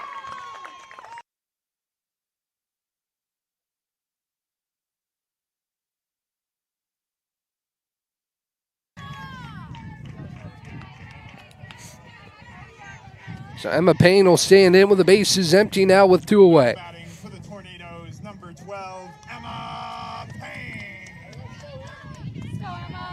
10-2 your score, 3 runs here in the fourth with Payne standing in from the right side. Time is called by George. She'll step off. As Reese Upton signals to Nevaeh George here with 2 down in the fourth. George rocks and fires. Payne takes a called strike. It's 0-1. Emma Payne, also a member of the Brevard College volleyball program as she enters her first season here with the Tornadoes. A 0-1 offering from George. Payne grounds it up the middle and through for a base hit. Emma Payne 3 for 3 with 2 RBI on the day, and she reaches with 2 outs for Elizabeth Osceola. Now batting for the Tornadoes, the pitcher, number 6, Elizabeth Osceola. So Osceola in from the left side with 2 away. Payne stands on first here in the bottom of the fourth inning. The Tornadoes up by 8.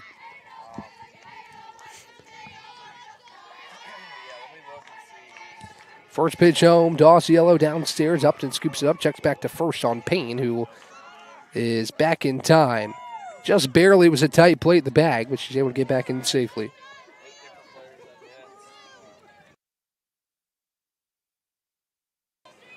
Tornadoes will need 3 outs defensively in the top half of the fifth.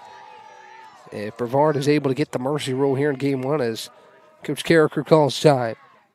I think we'll have a discussion with the first base umpire here about that check back to first. Or maybe another change here potentially.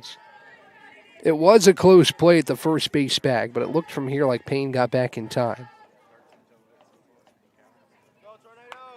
As Carricker and the first base umpire continue to discuss here.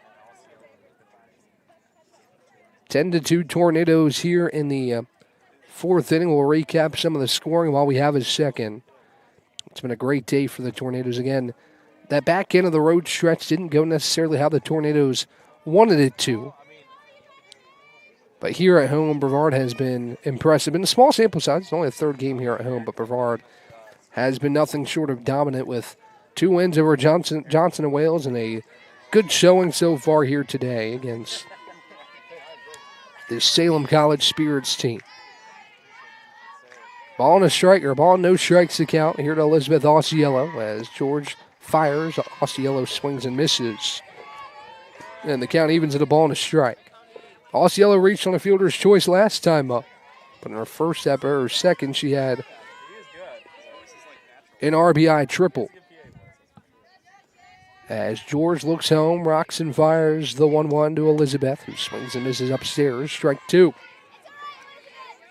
1 ball, 2 strikes, 2 outs as Osceola perhaps tries to get herself a little bit more run support for the fifth, in which the Tornadoes will need 3 outs to close this one out in the top half of the fifth inning.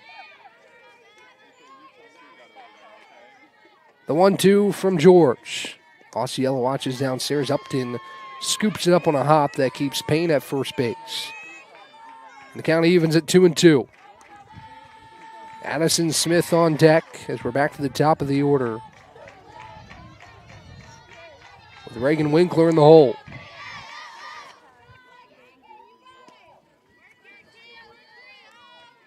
The 2-2 to Osceola. Grounds it up the middle off the glove of George, but the shortstop scoops it up on a hop and tags second herself. Wise play by Cameron Clark, who got it off the ricochet.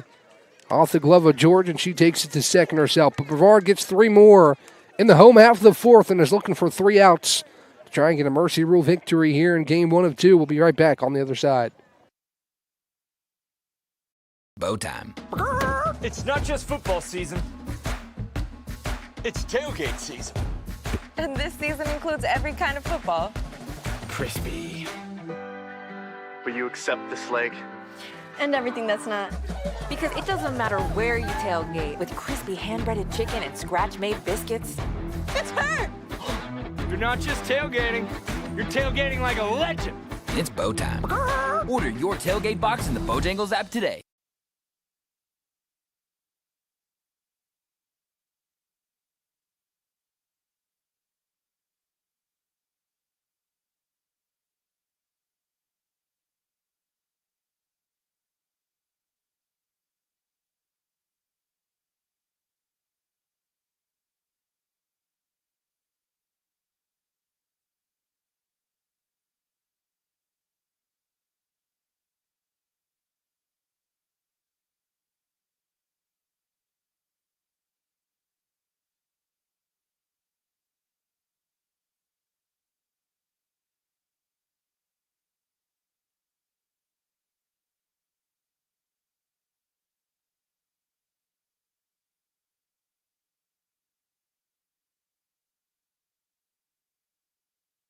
Amy McLam will pinch hit to kick off this top half of the fifth, in which Salem is looking for at least a run here to keep this game alive in the top of the fifth inning.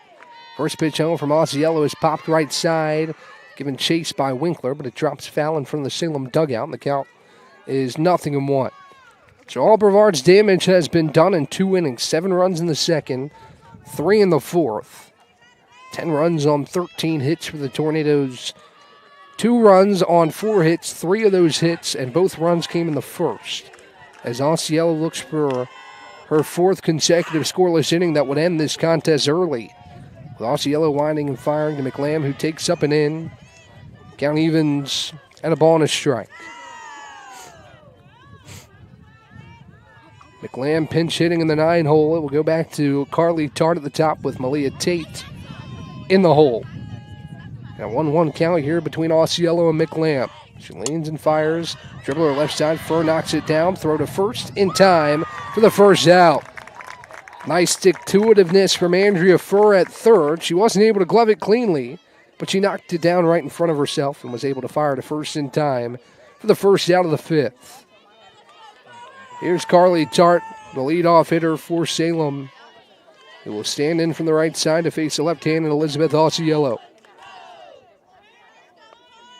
Elizabeth peeks at her wrist, rocks and fires the first pitch home. It's inside for a ball. If Osceola is able to hold on here in this one, it just seems like that'll be the case. It'll be her 6th complete game and her 4th win of the 2026 season, the 1-0. Tart pokes it back towards the circle. Osceola scoops easily, dishes underhand to first, and that's the second out. Osceola hanging on. It's maybe not the right way to put it. She's been excellent today.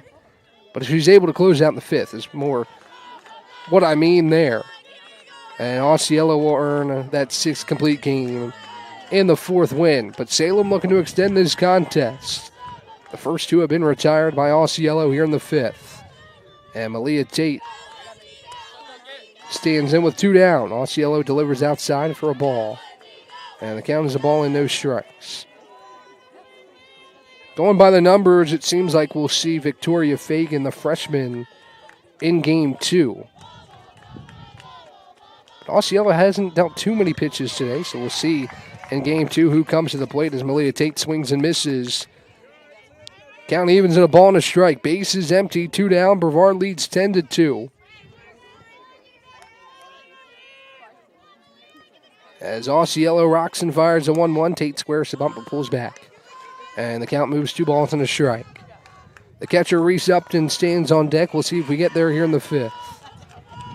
As Tate up in a 2-1 count here against Osceola. The corners in Fur and Winkler playing in. As a pitch home from Osceola, a grounder right side towards second. Locklear can't handle it, and Tate will reach first with an error. So Tate keeps it alive for Salem and hands the bat to Reese Upton. Again, Salem needs just 1 to force a 6th inning, or bottom of the 5th. Which Brevard would perhaps be able to walk it off in run rule fashion. For now, the Spirits remain alive, with Tate standing on first and Upton in the right-handed batter's box. First pitch home from Osceola to Upton. She squares the bunt, pulls back, but it's a called strike nonetheless. And the count is 0-1. Again, stick around. Only about 30 minutes in between games 1 and 2. Stay here on the same stream, so no need to go anywhere. But go grab yourself a beverage, a refreshment, whatever you may need to stick with us throughout the entirety of game 2. A 0-1 from Osceola. Sliced down the first base line. Almost caught by the first base umpire in foul ground. As the count moves 0-2, Tate heads back to first. And the count, no balls and 2 strikes on Reese Upton. Upton 1 for 2, and a pair of at-bats here in this ball game. Behind 0-2 in this count with Osceola trying to close it out in run rule fashion for the Tornadoes. A 0-2, check swing up high, throw down to second, the tag. Graves just missed her at second. Tight play. Great slide by Malia Tate to avoid the tag from Graves on a great throw behind the dish from Melissa Boris. And Tate able to dance around the tag. As the count moves the ball in 2 strikes on Upton. Osceola rocks fires the 1-2, it's high. And the count evens at 2 balls and 2 strikes. Deuces wild on the scoreboard, 2 balls, 2 strikes, 2 outs. Here in the top half of the 5th. Osceola readies on the slab, twirls and deals a 2-2. Swing and a miss. Strike 3. 5th strikeout to end it. Elizabeth Osceola gets her 6th complete game and the 4th win for her on the season. And that's how game 1 comes to a close. Brevard wins in 5 innings. Despite falling behind 2-0 early, 10 unanswered runs, 7 of which came in the second, added on 3 in the 4th to close this one out early. And we'll get ready for game 2. Brevard and Salem coming up in the finale of this doubleheader. Salem looks for the split. Brevard looks to sweep when we come back on the other side.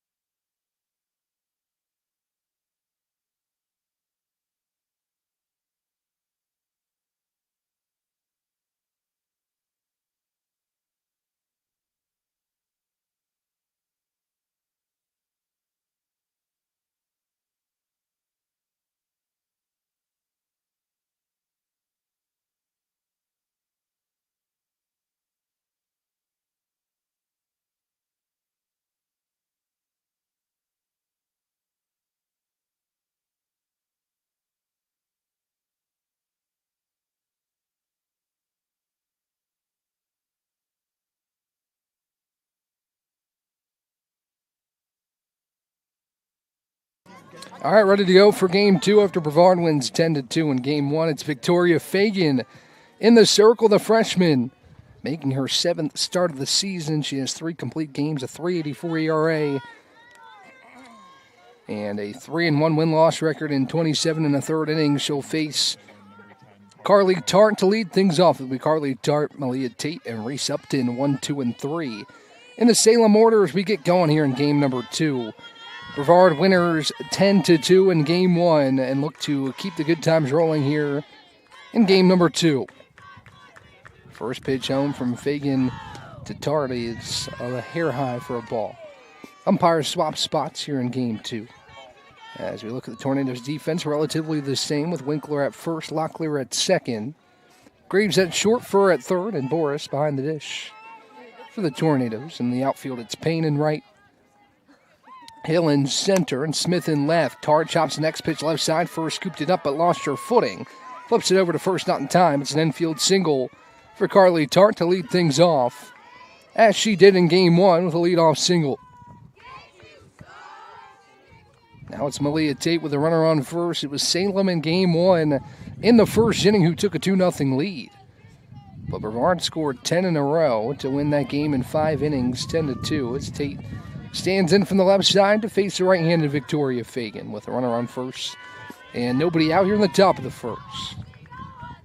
As Fagan twirls and delivers, Tate squares to bunt, pulls back on a pitch that's high and outside. And the count of ball and no strikes. Again, welcome back here for game 2. Ryan Wilkes with you here live on YouTube.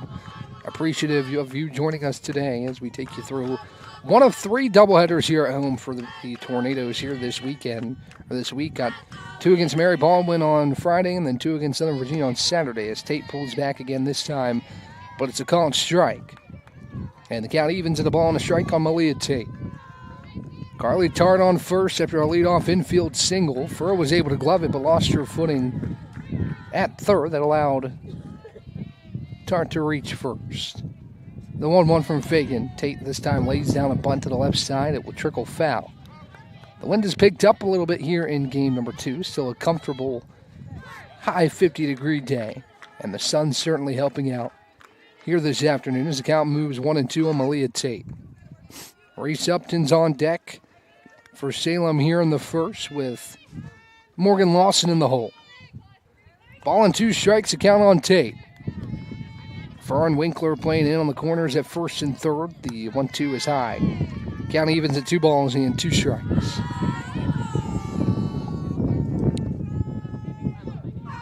Two balls, 2 strikes, runner on first, nobody out here in the top half of the first inning. And the final game of this doubleheader between Brevard and Salem, the Tornadoes break a 7-game losing streak with that game 1 win as Fagan twirls and fires a 2-2. Tate takes a hair high. Boris held it there for a moment, but to no avail from the home plate umpire. The count moves full at 3-2. Tate has worked herself back from being down in the count.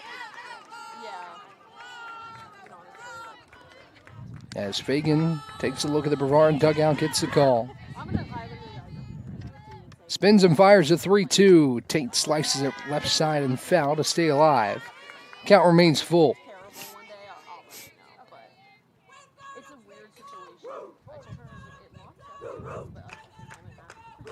Tate back in the left-handed batter's box. Here in a full count with the freshman Victoria Fagan. Fagan spins and fires the next 3-2. Tate watches outside, ball 4. A good at-bat from Malia Tate moves Carly Tart over to second, and Tate aboard first for Reese Upton. So some traffic here in the first as Salem looks to strike first again here in the first inning, with Upton stepping up from the right-handed side. To face Fagan here, runners on first and second, nobody out.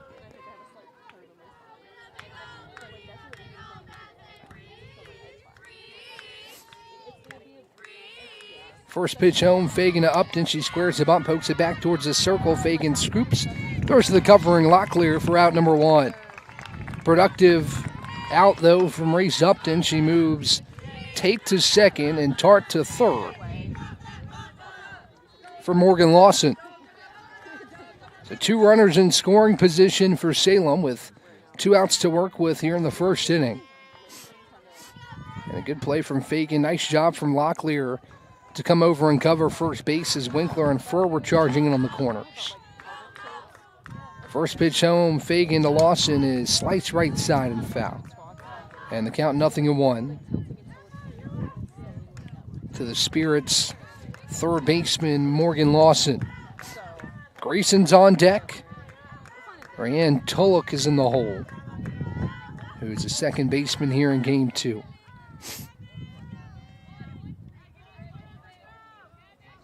No balls and a strike. Fagan to Lawson. Spins and fires. Outside, good block by Boris that holds Tart at third base. Count evens at a ball and a strike.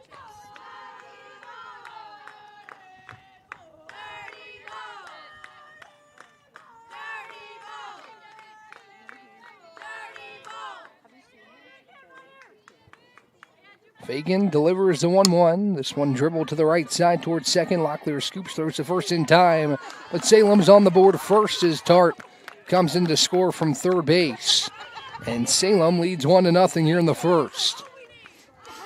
Brevard was able to respond in a big way in game 1. Finds themselves behind again here in game 2 in the first inning. But Osceola was able to settle into that start. We'll see if Fagan, the freshman, can do it here in game 2. As she'll face Greason with a runner on 3rd and 2 away. First pitch home from Fagan is lined towards third. First scoops on a hop, throw to first. Picked out by Reagan Winkler for out number 3. So Fagan limits the damage to 1 despite some traffic on the base pass. And we head to the bottom half. 1-0 Salem when we return right here live on YouTube.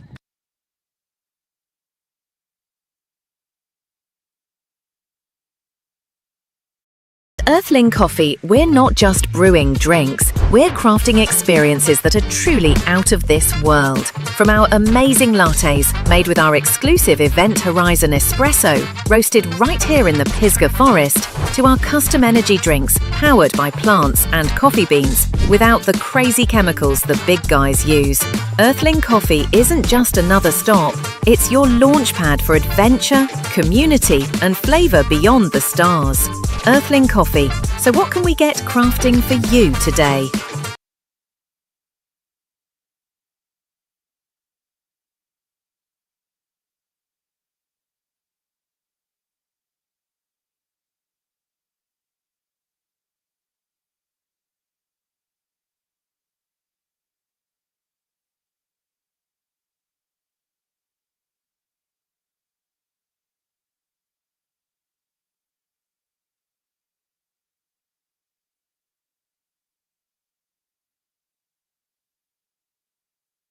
Chloe Bailey Bonomo in the circle for Salem here in game 2.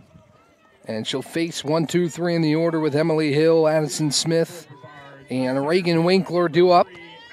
Hill was in the flex in game 1 with Elizabeth Osceola swinging in the first game as Hill gets her first cuts of the day against the freshman Chloe Bailey Bonomo. 1-0 Salem as we enter the home half of the first. As Bailey Bonomo delivers high and away for a ball, and the count, a ball and no strikes. Tornadoes were able to erase an early deficit in game 1. Find themselves behind early, but again, good job by Fagan to limit the damage to just 1 run there in the first. Next pitch to Hill, downstairs it skips into the catcher Reese Upton, and the count 2 balls and no strikes. Defensively here in game 2, Griffin Pierce, the first baseman, with Ryan Tulloch at second.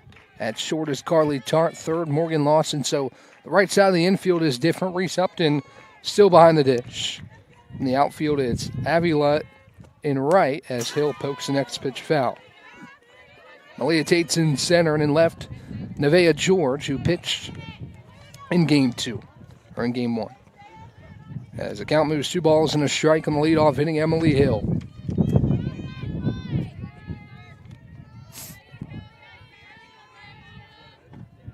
The 2-1 to Emily on the way. Outside in the opposite batter's box, ball 3. Hill finds herself up 3 balls and a strike in the count to lead off the home half of the first inning as Chloe Bailey Bonomo looks to work her way back into this count.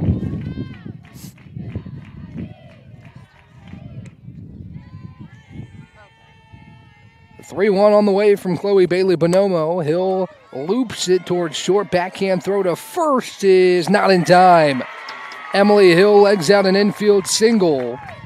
It was a good play by Tart, who fielded on a backhand and launched off her back foot to first. But not in time to get the speedy Emily Hill. She's aboard with an infield single to start things off for the Tornadoes. Here's Addison Smith from the right side. With Hill on first and nobody out. Bailey Bonomo leans, rocks and fires the first pitch. Smith pokes a bunt right off home plate and foul. And the count is 0-1.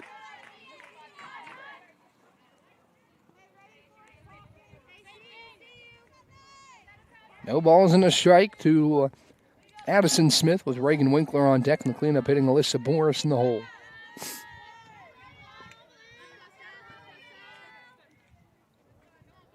The 0-1 on the way from Chloe Bailey Bonomo. Smith squares the bunt again, pokes one down the third base line, and it rolls foul. As Smith will likely swing the bat here in a 0-2 count. Hill heads back to first after her infield single.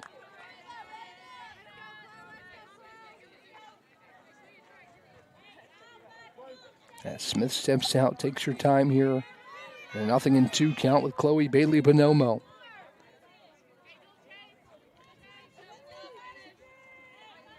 Bailey Bonomo rocks, fires, a 0-2. This one grounded towards third and through for a base hit. Lawson laid out, couldn't get on the hot shot from Addison Smith. And back-to-back hits for the Tornadoes at first and second with nobody out for Addison Smith. Good piece of hitting for Smith to punch it past the third baseman Lawson, who's playing in front of the third base bat. As Winkler stands in. Hitting .469 on the season, she'll face Chloe Bailey Bonomo. With runners on first and second, nobody out. Salem still in front, Brevard with some traffic here in the home half of the first. First pitch home from Chloe Bailey Bonomo is a bunt back towards the circle. Winkler charging down the first baseline with no throw. A bunt single from Reagan Winkler, a pretty bunt in between third base and the circle. Chloe Bailey Bonomo did not have a throw to the bag, and the bases are loaded for Alyssa Boris. Now batting for the Tornadoes, the catcher, number 99, Alyssa. We've seen some effective small ball today from both sides, and Brevard the benefactor that time. As Winkler reaches on first, Smith is on second, Hill is on third. With the bases juiced, nobody out for Boris. First pitch on the way from Chloe Bailey Bonomo is taken low and off the plate for ball one. Not a bad framing job there from Reese Upton, who tried to pull it up. It's just off the plate. It's ball and no strikes on Alyssa Boris. The 1-0 on the way. Downstairs, ball two. 2 balls, no strikes, nobody out. Bases loaded, nowhere to put Alyssa Boris here with nobody out in the bottom of the first inning.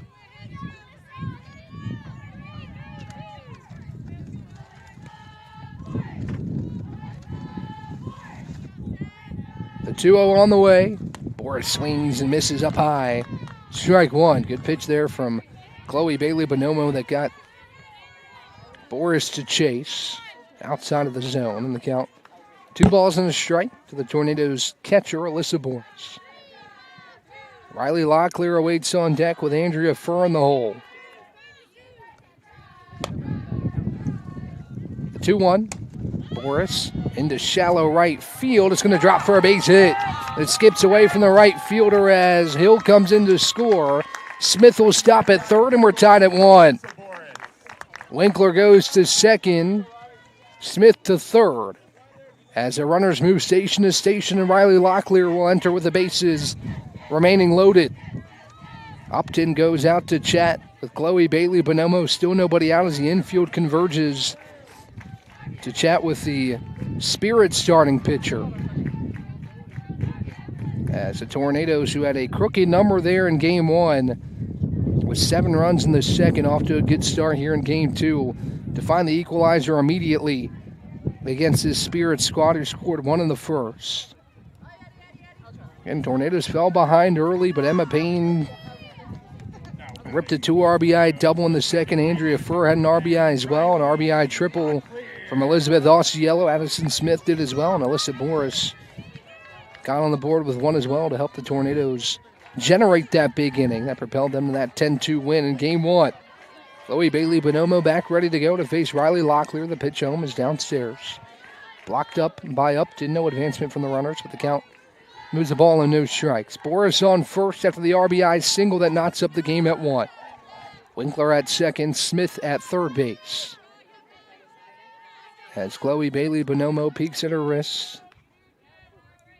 Roxon fires the 1-0 home to Locklear, who watches a called strike across the heart of the plate, and the count evens at a ball and a strike. Again, for you Brevard College softball fans, we have quite the week ahead for you guys. Watching at home, Mary Baldwin on Friday, Southern Virginia on Saturday. As the Tornadoes look to build some momentum here at home. Good start here in game 2 with 4 consecutive hits as Locklear takes high for ball 2. Hill started off with a single.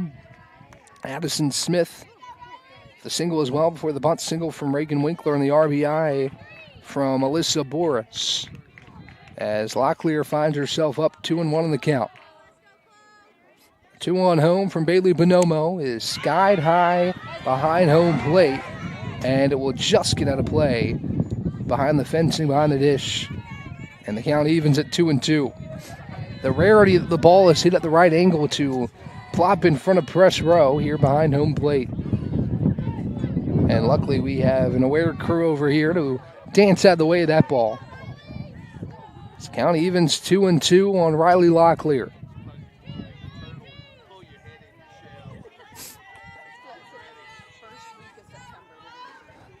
Bailey Bonomo rocks and deals a 2-2 to Locklear, who punches it right side and through for a base hit. Smith comes in to score, rounding third as Winkler. The throw home is cut off, and it's 3-1 Tornadoes on a 2 RBI single from Riley Locklear. Boris moves to second. The runners on second and third come in to score, and it's 5 consecutive hits for the Tornadoes to take a 3-1 lead in the first.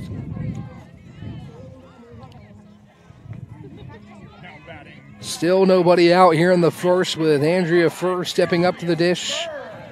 Had herself a wonderful game 1, another multi-hit performance for Furr, who's batting well over 500 on the season. As Bailey Bonomo looks home, Roxon fires the first pitch to Furr, who takes downstairs for a ball. The count of ball and no strikes. 3 runs on 5 hits already in the first inning, all on singles. 5 straight singles for the Tornadoes to start things off. Here in game 2, Anna Graves awaits on deck with Hayden Moody in the hole. The 1-0 skied off the bat of Furr into shallow left center, and it's going to drop again for a base hit. Boris racing for third, and the force out is there at the bag for the first out. Boris is waiting to see if that one was going to drop. She got a late jump. It's going to go down as a fielder's choice, so not a single, as Boris is retired at third base. Did find the outfield as Furr is aboard at first base. Locklear trades places with Alyssa Boris, and there's one away. So Anna Graves stands in. Runner still on first and second, one away. For the 7-hole hitting Anna Graves. First pitch home from Bailey Bonomo. It's a called strike on the lower inside corner, and it's 0-1. Graves in the box, Moody's on deck, Emma Payne is in the hole. As we get close to batting around here in the first, we'll see if the Tornadoes can keep the line moving to get to that point. As a 0-1 on the way to Graves, she skies it down the right field line, and it's going to drop foul. Diving attempt from the right fielder, Jelena Avila in right field, but she couldn't get there in time. And the count moves 0-2 on Anna Graves. Bailey Bonomo trying to settle in and limit the damage to 3 here in the first.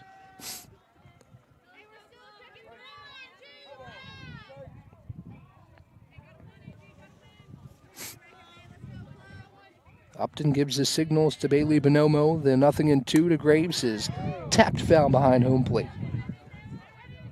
And the count remains 0-2. Good fight from Graves to punch that one foul. She steps back in from the right side.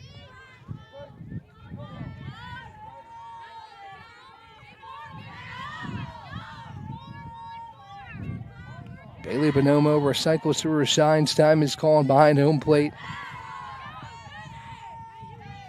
As Graves stands back in, no balls, 2 strikes and an out. Runners on first and second in Furr and Locklear. The 0-2. Graves watches high. Upton pump fakes to first with no throw to check on Furr. The count 1-2 on Anna Graves. Graves, a sophomore utility player, has been primarily used as shortstop throughout this season. She's done a brilliant job defensively and also at the plate, hitting .276 as she watches the next pitch high and away. Locklear thought about going to third, but Upton was able to keep it in front. So Locklear heads back to second. Furr on first. Count evens at 2 balls and 2 strikes.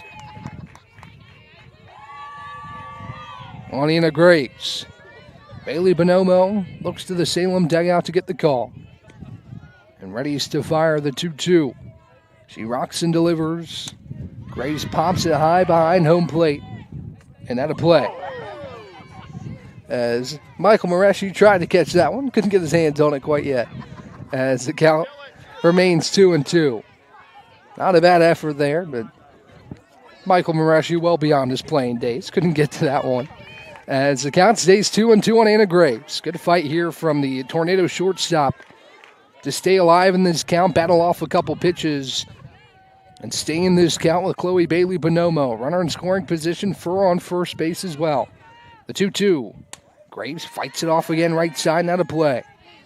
Really good crowd on attendance here today. As I mentioned earlier, a pleasantly warm day.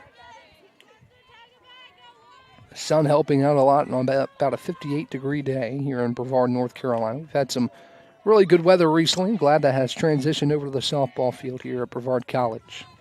As Graves preps for another 2-2 from Bailey Bonomo. She rocks and fires. Graves pumps it foul behind home plate yet again to stay alive in this count. Really good fight from Anna Graves in the batter's box with Hayden Moody awaiting on deck. Emma Payne in the hole for the Tornadoes, working on a 3-run first inning after trailing 1-0 coming in the bottom half of the first. The next 2-2 from Bailey Bonomo. Graves fights it foul again. Anna Graves battling in the box. As she readies for the 10th pitch of this at-bat with Chloe Bailey Bonomo.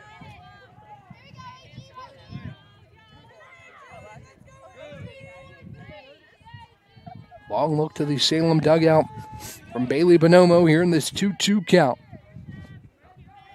The 10th pitch of the at-bat on the way from Chloe Bailey Bonomo. Graves swings and misses up high, strike 3. Bailey Bonomo wins the battle with Anna Graves, and there's 2 away. She went to the rise ball there and got it over top of the bat of Anna Graves. As Hayden Moody stands in with still 2 runners aboard. Locklear on second, Furr on first base. First pitch of the at-bat to Hayden Moody is off the plate for a ball.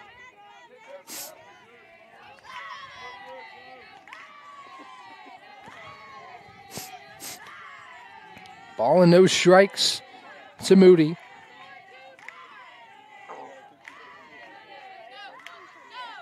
As Bailey Bonomo looks home to her catcher, Reese Upton, rocks and fires a 1-0. Moody watches downstairs. Count moves 2 balls and no strikes.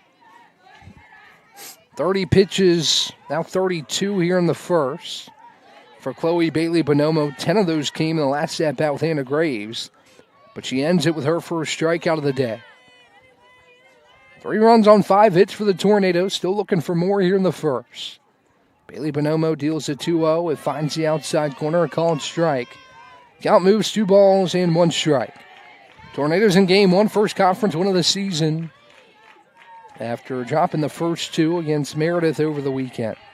But a good response here at home and have 4 more opportunities after today against 2 other conference foes coming to town. Moody taps the next pitch twice. It goes off the front side of her bat, and on the backswing, she taps it again, foul. And the count evens at 2-2. Deuces wild on the scoreboard, 2 balls, 2 strikes, and 2 outs. As Bailey Bonomo tries to work out of this and keep it a 3-1 ball game. Brevard still threatening, but a 2-strike count here to Hayden Moody. Bailey Bonomo rocks and deals a 2-2 home. Good eye by Moody upstairs. Ball 3. Emma Payne, who had a really nice game 1, awaits on deck. Payne was 3 for 3 with 2 RBI in game 1. Moody looking for her first hit of the day, the 3-2. Moody pokes it foul, and the count remains full at 3 balls and 2 strikes.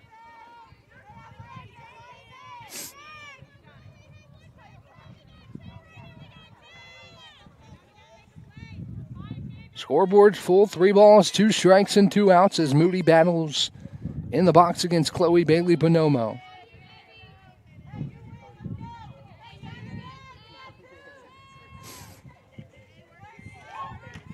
Moody stands back in. The home plate umpire gets readjusted. Ready for this payoff pitch from Chloe Bailey Bonomo. She looks at her wrist, gets the call from the Salem dugout. Leans and fires a 3-2. Moody dribbles it left side. It's off the hand of the shorts. Actually, it hit Riley Locklear. Couldn't see, was barred by the home plate umpire, but it gets Locklear on the shoe, and that will be out number 3. We head to the second. Brevard gets 3 to take the lead. It's 3-1 after an inning when we come back on the other side.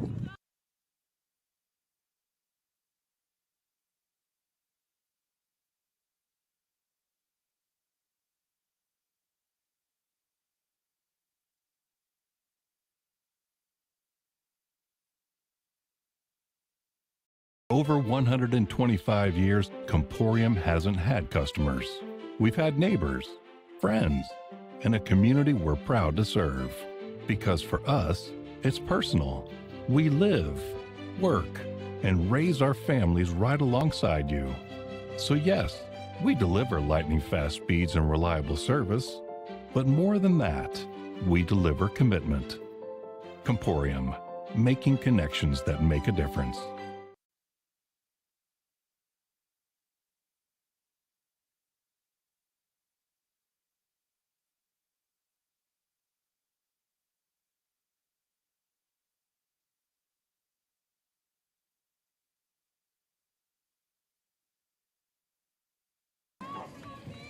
Back here for the top of the second, Ryan Tulloch leads off the frame for Salem in the batter's box. It's 3-1 Tornadoes as we enter the second.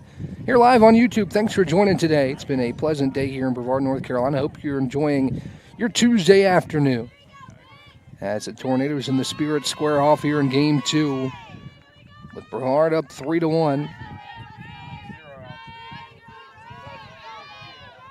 As Fagan back in the circle. Rocks and fires the first pitch home to Tulloch. That's up and in for a ball. So Tulloch leads off the frame. Griffin Pierce is on deck. And then Nevaeh George in the hole. As we go 6, 7, and 8 in the order for Salem on the first trip through. The 1-0 from Fagan on the way. Called strike across the heart of the plate. For strike 1. Fagan got her first win of her Brevard College career the last time we were here at home, which was quite a while ago, in early February, or late February. Nonetheless, Tornadoes spent the better part of the last month on the road. Next pitch is tapped foul to the right side. The count 1-2. 1 ball, 2 strikes. Base is empty, nobody out for the Salem offense. Griffin Pierce awaiting on deck.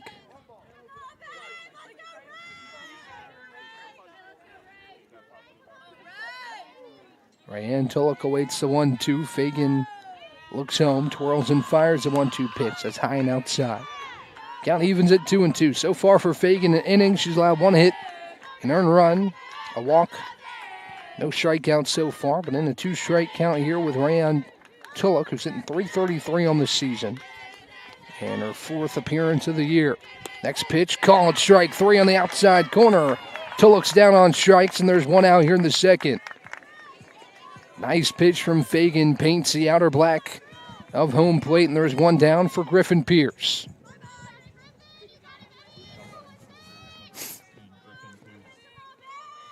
Pierce stands in from the right side. Fagan gets the call from the Tornado dugout. Oxen fires the first pitch to Pierce, who clubs it down the left field line. Laying out is Hill. She can't grab it. Actually, Smith down the left field line almost got there, but it nicks off her glove for a 1-out single. Second hit of the ball game for Salem, both of which have been relatively softly hit balls out to the outfield. And that time, Smith just couldn't quite get there. Good effort and left from Addison Smith. Now the tying run at the dish, and Nevaeh George with Griffin Pierce aboard first. First pitch home from Fagan, swinging a miss downstairs. Seems like it might have been foul tipped in the glove of Boris. Nonetheless, strike one, no balls and a strike. Top of the second, 3-1 your score. The Tornadoes overcoming another early deficit to take the lead early here in game 2. 0-1. George takes off the plate and outside. Count evens to the ball and a strike.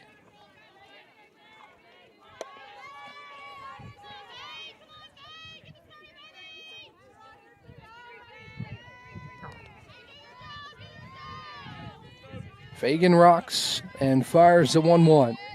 George skies this one over the Salem dugout and out of play. And the count 1-2.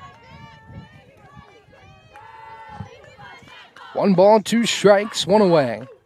After Fagan registered her first punch out against Rayanne Tulloch and the first hitter of the inning for Salem. The 1-2 on the way from Fagan. Downstairs, good block by Boris. That holds Pierce at first base, and the count evens at 2-2.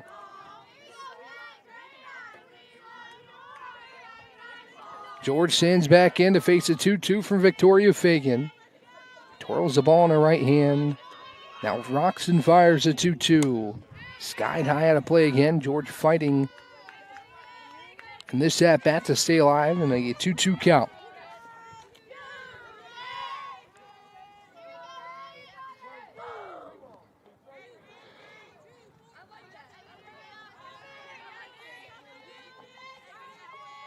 Fagan leans and delivers a 2-2. George watches it upstairs. Ball 3. Count moves full. Scoreboard reads 3-2-1. 3 balls, 2 strikes, and an out. Here in the top of the second. Seen some good at-bats from both sides in this ball game. George just another one of those to work the count full. Fagan deals the payoff. George watches a called strike 3. Fagan goes inside. George freezes up on the 3-2 offering. And there's 2 away.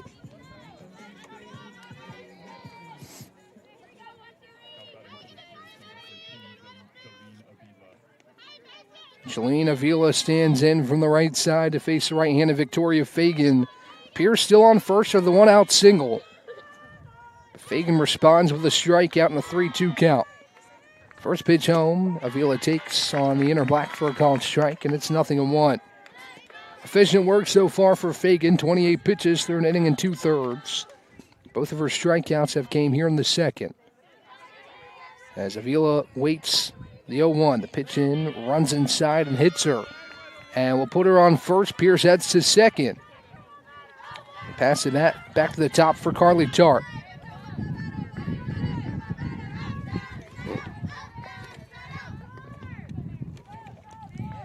So Tart led off the game with a single, as she did in game 1. She stands in for the second time with a tying run aboard, and Pierce on second. Pierce can cut the lead, or the deficit in half for the Spirits if she's able to come in and score here with 2 away. First pitch home from Fagan to Tart. She takes downstairs for a ball on the count. A ball and no strikes. Avila on first after being hit by the pitch, and Pierce stands on second. Fagan trying to work out of the second and deal a scoreless frame and get this offense back to work. The 1-0, just a hair high. Count evens in a ball and a strike.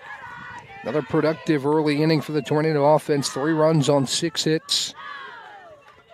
6 singles for the Tornadoes.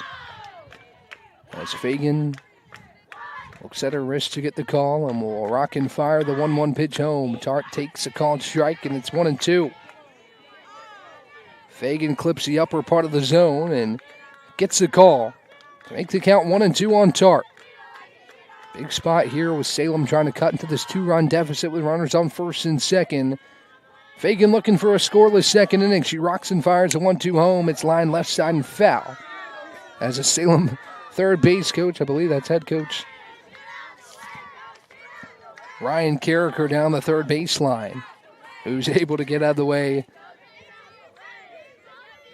just barely. He got nicked by it, but he avoided most of the harm there on a hard hit ball from Tart. Stands back in and readies to face the next 1-2 from Victoria Fagan. Victoria leans and delivers a 1-2 downstairs. Good block by Boris and a good eye from Tart. Actually, the count is 3-2 on Tart. So another full count here and a chance to potentially load the bases. Reduce some damage here with 2 outs in the inning. Malia Tate awaits on deck. Fagan deals the 3-2. Line left side foul over top of the batting cage. Not a play. Count remains full on the leadoff hitting Carly Tart. Again, some good at-bats in this ball game. George had a good at-bat just moments ago. That did end in a strikeout, but Salem seeing some pitches and fighting some off. As Tart awaits the next 3-2, the pitch home is looped into center field. Back on it is Hill, who will put it away for out number 3. Fagan strands runners on first and second and works through another 3-2 count for a scoreless second inning. We head to the bottom half. 3-1 Tornadoes right here live on YouTube.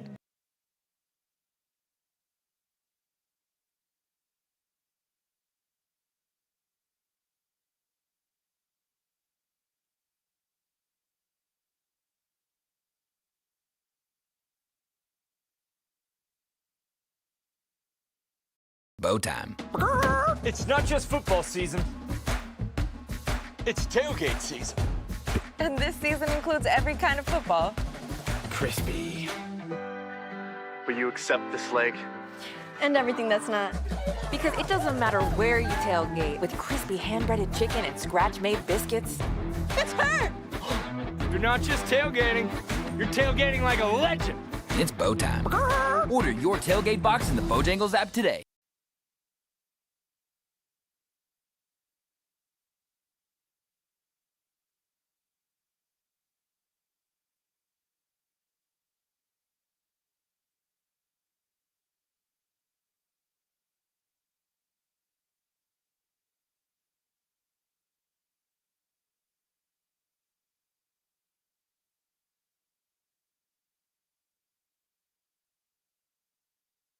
Back here for the bottom of the second, Brevard leads 3-1 as Emma Payne will lead off the home half of the second. Nice job by Victoria Fagan. Some pesky at-bats there from Salem, but Fagan able to work out of it with a scoreless second as Hill will lead it off in the 9-hole. We'll go 9-1-2 in the Tornado order, with Payne stepping in a 3-for-3 game one for the freshman Emma Payne. First pitch home from Chloe Bailey Bonomo is a ball downstairs. Count a ball and no strikes.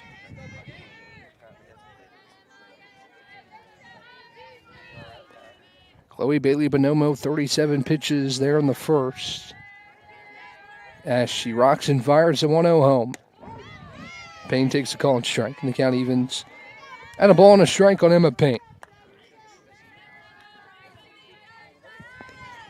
6 hits for Brevard there in the first, 5 of which came consecutively.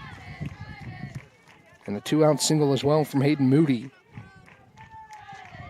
As Bailey Bonomo deals a 1-1, Payne, a dribbler out towards short. It knocks off the glove of the shortstop and into center field.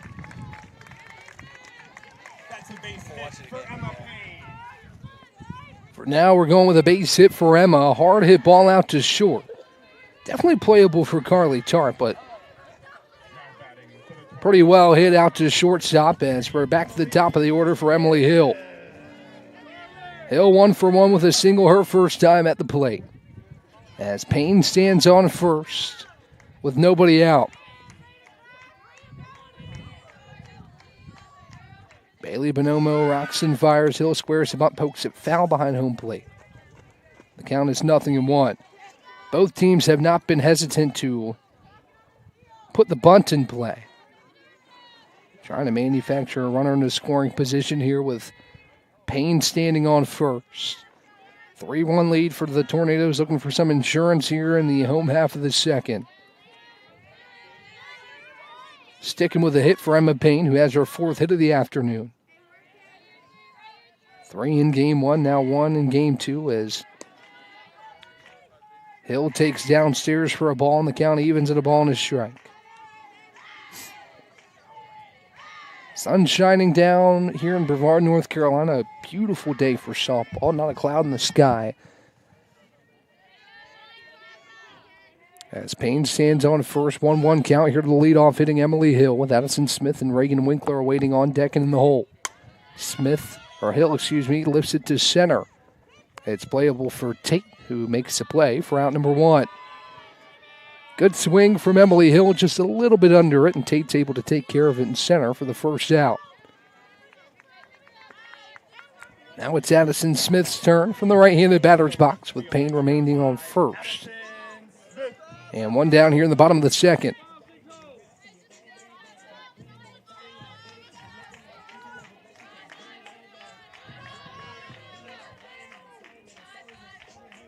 Bailey Bonomo looks at her wrists. Working here with catcher Reese Upton here with one away. The first pitch home. Grounded left side and foul. Underneath the foot of third base coach Emily White. Says, I'm not stepping in front of that. It's a rocket off the bat of Smith to the left side. So 0-1 the count. Chloe Bailey Bonomo dealing to Addison Smith. Smith, a good season at this point, hitting just a couple of ticks under 300 coming into today's action. 0-1 pitch from Bailey Bonomo. Swing and a miss up high. Strike 2. Deceptive rise ball there from Chloe Bailey Bonomo that got Smith to chase a hair outside of the zone. The count quickly 0-2 on the Tornadoes left fielder Addison Smith.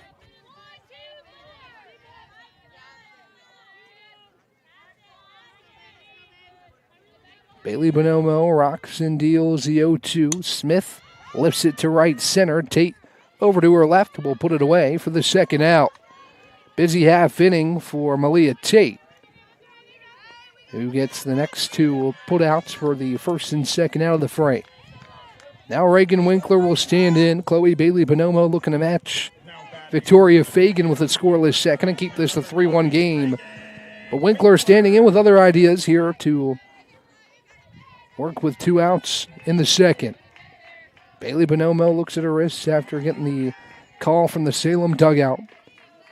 She rocks and delivers the first pitch home, downstairs and outside. Upton comes out of her stance to keep that one in front. Now the count of ball and no strikes from the Tornadoes' first baseman, Reagan Winkler, hitting a scorching hot .469 coming into this midweek conference doubleheader. Second on the team behind only Andrea Furr, who's hitting over 500 on the year. The 1-0.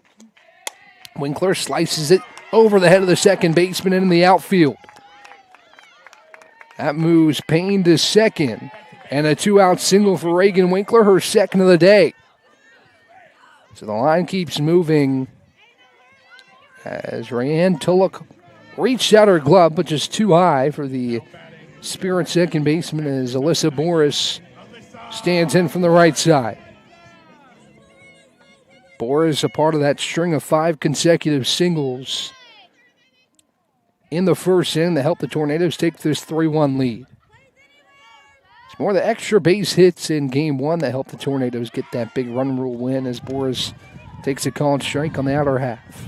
Winkler on first, Payne on second as Brevard looks to pad this 2-run lead here in the second inning.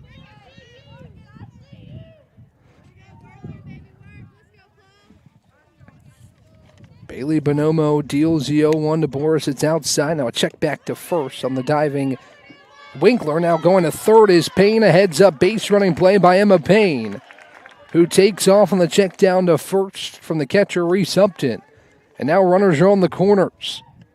Not a bad idea to check back on Winkler, who's going to walk it off a little bit. A little bit of an awkward dive back to first. As Winkler heads back the first base bag. So now first and third with 2 outs for Alyssa Boris in a 1-1 count with Chloe Bailey Bonomo. Bailey Bonomo rocks and fires the 1-1. Boris lifts it out to right. Right fielder over on it, and will put it away for the 3rd out. Nice play out there and right. The wind affecting that one a little bit, but Avila is able to make the play. And the scoreless second for both sides takes us to the 3rd. It's 3-1 Tornadoes right here live on YouTube.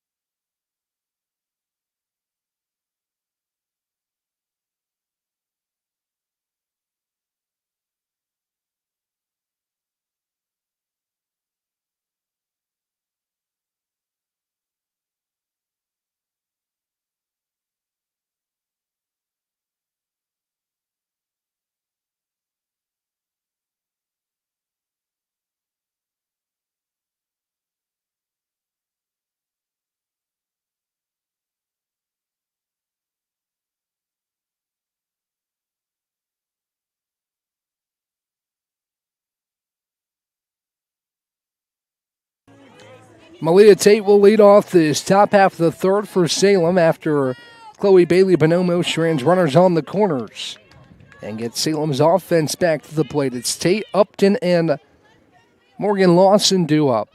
2, 3, and 4 in the Spirits order to face off with Victoria Fagan, with the Tornadoes leading 3-1 entering the 3rd inning. Thanks for joining us right here on YouTube. Glad we can bring you all this coverage free of charge. It's our pleasure as Fagan delivers a first pitch to Tate. She takes a first pitch strike. Again, both Winkler and Furr playing in on Malia Tate.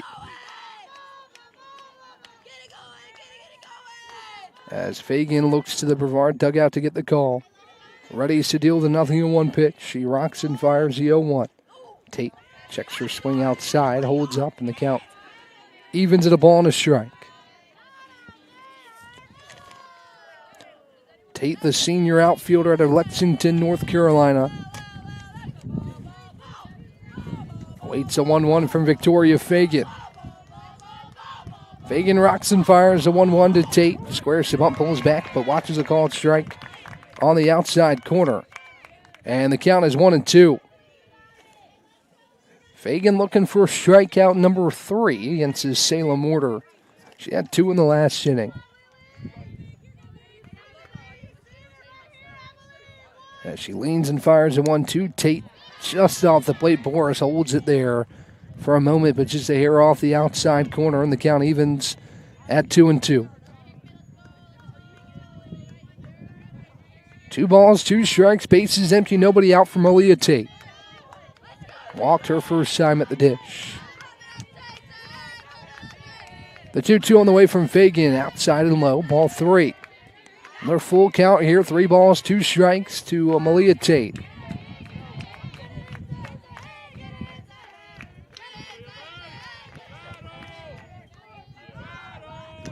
Fagan ready to deal the payoff. Roxon delivers the 3-2. Tate watches high, ball 4. Good at bat from Malia Tate. Worked her way back from being down 1-2 on the count, and she's walked twice here in game 2, and she's aboard first for Reese Upton. Here comes Taylor White to chat with her freshman pitcher, Victoria Fagan. As we preview what's ahead for this week, I mentioned 2 more doubleheaders coming up here at home for the Tornadoes after spending the better part of a month again on the road, 18 consecutive games away from home. After opening the season here against Johnson & Wales in late February, the Tornadoes went to Myrtle Beach for a spring break trip and made multiple other trips throughout this middle part of the season. They'll welcome in Mary Baldwin and Southern Virginia at the back end of this week on Friday and Saturday. Looking forward to bringing all that to you here, again, right here on YouTube, where you can come for all the Tornadoes home events. As Tate stands on first, and Reese Upton enters. Fagan delivers high for a ball. Got a ball and no strikes. Tying run at the dish for Salem here in the third.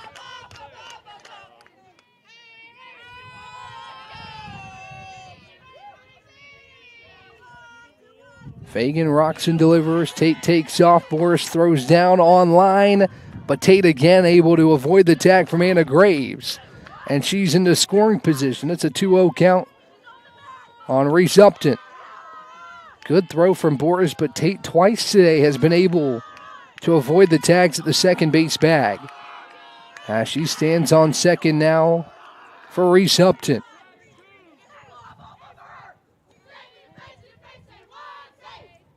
Two balls and no strikes to count. Nobody out as Fagan delivers high. Ball 3.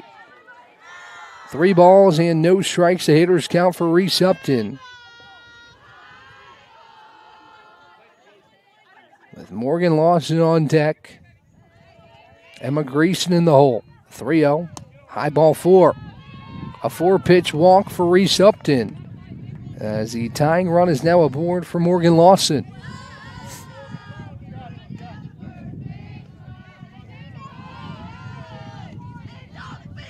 So Tate and Upton have both walked twice in this one. Actually, Upton's walked once. She had a sacrifice ground out her first time at the dish. As the first pitch to Lawson is downstairs. Now Tate was thinking about taking off for third. Boris threw down to third base, but Tate wisely gets back to second. As it counts a ball and no strikes on Lawson. Fagan trying to find her footing here in the third inning after back-to-back walks to start the frame. She winds and throws the 1-0. It's high, ball 2. 6 straight balls from the freshman as Boris will head out to chat with Victoria Fagan. Boris, veteran presence on this team. Here in her junior season at Huger, South Carolina. She talks her freshman pitcher through it here in the third. Back-to-back walks in the 2-0 count for Morgan Lawson. As Boris gives Fagan a fist bump and will head back behind the dish to catch a 2-0 from the freshman Fagan. Fagan hailing from Jefferson, Georgia and Jefferson City High School. As she delivers a 2-0 home. This one grounded left side to short. Graves scoops first to second for 1. No throw back to first. The Tornadoes do get the first out. That's whatever Boris said to Fagan worked. Tornadoes take Reese Upton off the base pass as Lawson heads to first. Tate to third. As it looks like there's going to be a change here. Victoria Fagan hands the ball to assistant coach Taylor White. And the Tornadoes will turn to a new arm. We'll talk about that new arm when we come back on the other side.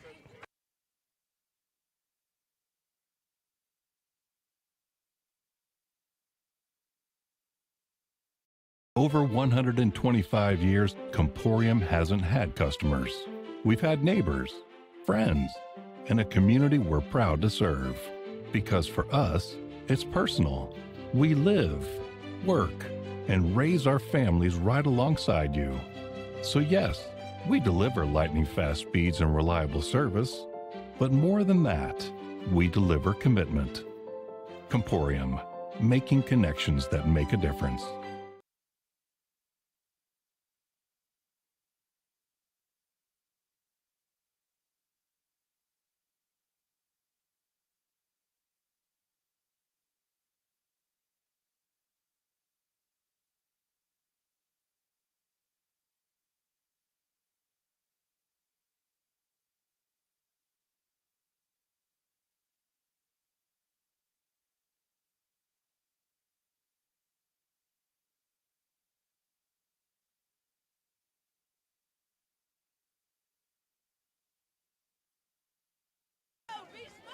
Emily Husband enters to pitch.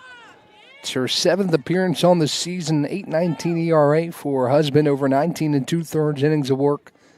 She will face Greason here with runners on the corners and one away.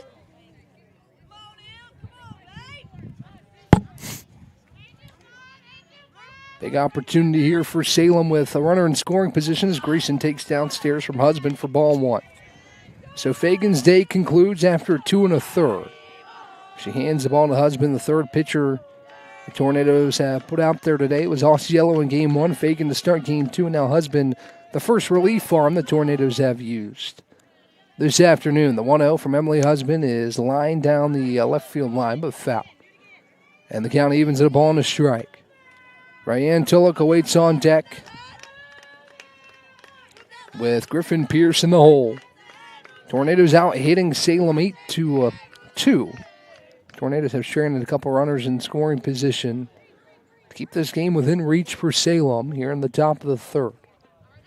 The 1-1 from Husband. Greason skies it high. It'll stay in the infield. Playable for Husband, but it drops. And it's an infield fly rule, but Tate's going to come in and score. So a bit of a wacky play as they call Greason out on the infield fly. Now the umpires will discuss this one as Husband wasn't able to get to it, as now they're going to say the infield fly will stand. But Tate able to come in and score to make it 3-2 as the 3 umpires converge to discuss. As a home plate umpire and a Salem first base coach share a laugh.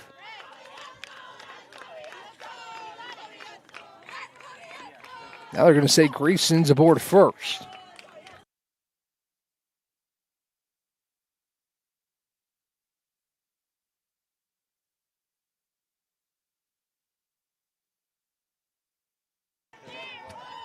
So it's an error on Husband. The infield fly will not stand. So Greason's aboard first, and it's 3-2. With runners on first and second for Rayanne Tulloch. So the tying run in scoring position for Salem. First pitch is lined to right center. It's going to drop in the gap for extra bases. Rounding third, coming home is Lawson. Greason will round third and come home. And Tulloch heading to third. She slides in with a 2 RBI triple. Salem in front, 4-3, with 1 out here in the top of the 3rd. Great piece of hitting from Tulloch. Was thinking extra bases right out of the box.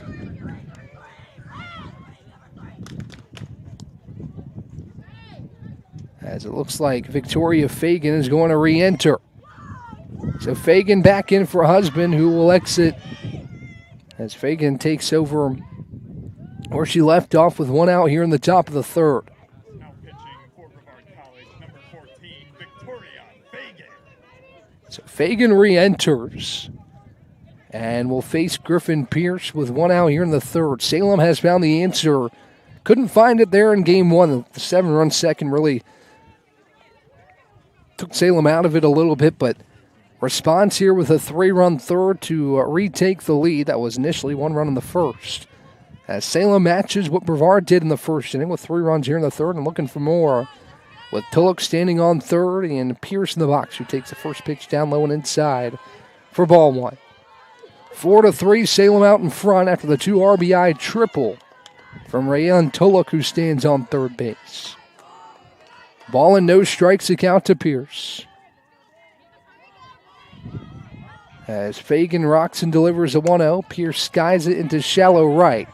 Payne in on it, makes a grab, runner tagging from 3rd. The throw home is on line, but not in time to get the tagging Tulloch, who goes 3rd to home. And it's a 2-run lead for Salem, 5-3.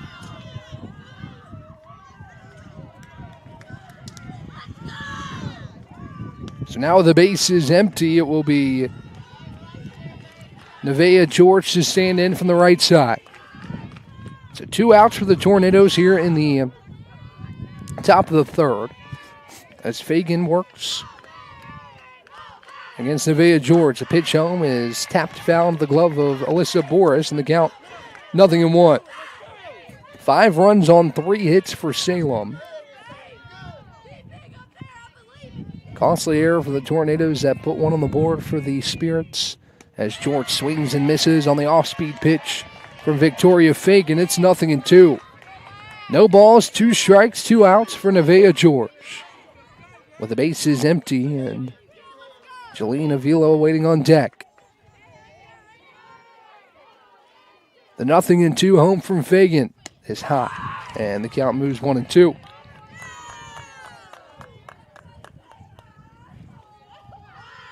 One ball, 2 strikes, and 2 outs for the Brevard defense, trying to limit the damage to 4 here in the third. Keep it within striking distance as we head to the bottom half. The 1-2. George pokes it foul the right side. And out of play. Count remains 1-2 on Nevaeh George.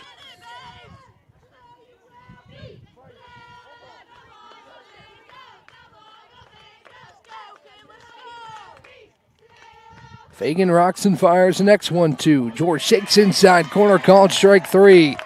Fagan goes right back to where she got her the first time and registers her 3rd strikeout to end the inning.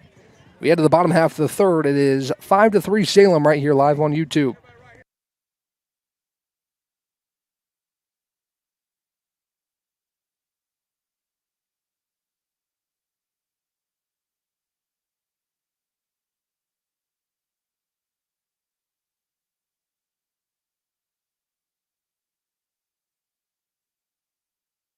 Earthling Coffee, we're not just brewing drinks, we're crafting experiences that are truly out of this world. From our amazing lattes, made with our exclusive Event Horizon Espresso, roasted right here in the Pisgah Forest, to our custom energy drinks, powered by plants and coffee beans, without the crazy chemicals the big guys use. Earthling Coffee isn't just another stop, it's your launchpad for adventure, community, and flavour beyond the stars. Earthling Coffee. So what can we get crafting for you today?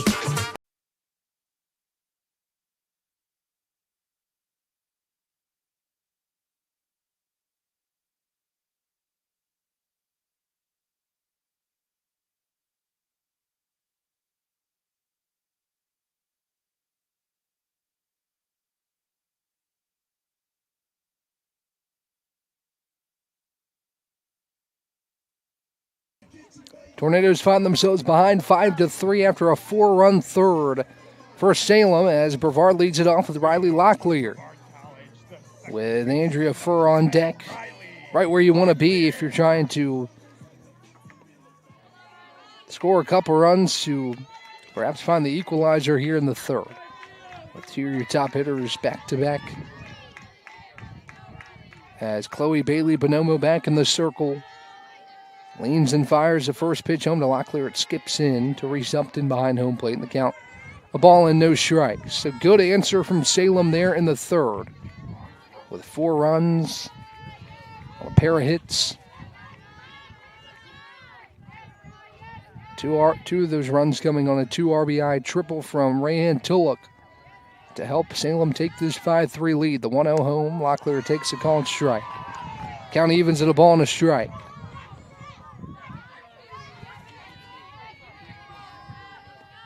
It's Locklear, Furr, and Graves due up for the Tornadoes as we go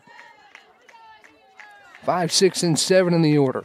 The 1-1, Locklear lines into the left center. It's going to drop for a base hit. It gets by the center fielder and against the wall. Locklear rounding second, heading for third. She's in there with a sliding triple. Riley Locklear gets it by the center fielder, Malia Tate, and races all the way to third base. Good start for the Tornadoes here in the home half of the third inning. Number 35, Andrea Furr. Andrea Furr will stand in now for Brevard with a runner on third. And nobody out.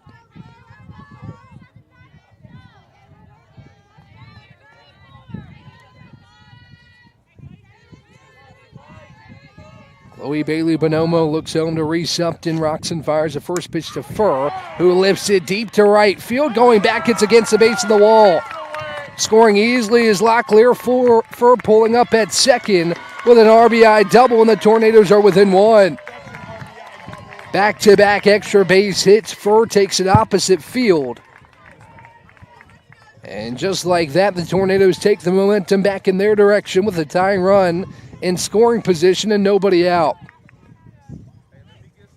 The infield converges to chat with Chloe Bailey Bonomo before she faces Anna Graves with a tying run in scoring position. Good answer from Brevard with the triple from Locklear. Furr scores her another extra base hit for Brevard. As Andrea Furr stays hot, she's had an excellent day today. She's been excellent all season. We talked about her multiple times. She went 3 for 3 in game 1. She's 1 for 2 here in game 2. So a 4 for 5 afternoon for Furr. As that 5'11" average only ticks up further as the Tornadoes will pinch run for Furr here with an important run there on second. As Caitlin Eaton heads out to second base, Furr heads back to the dugout, met by a round of applause, deservedly so after that RBI double to get Brevard back within one.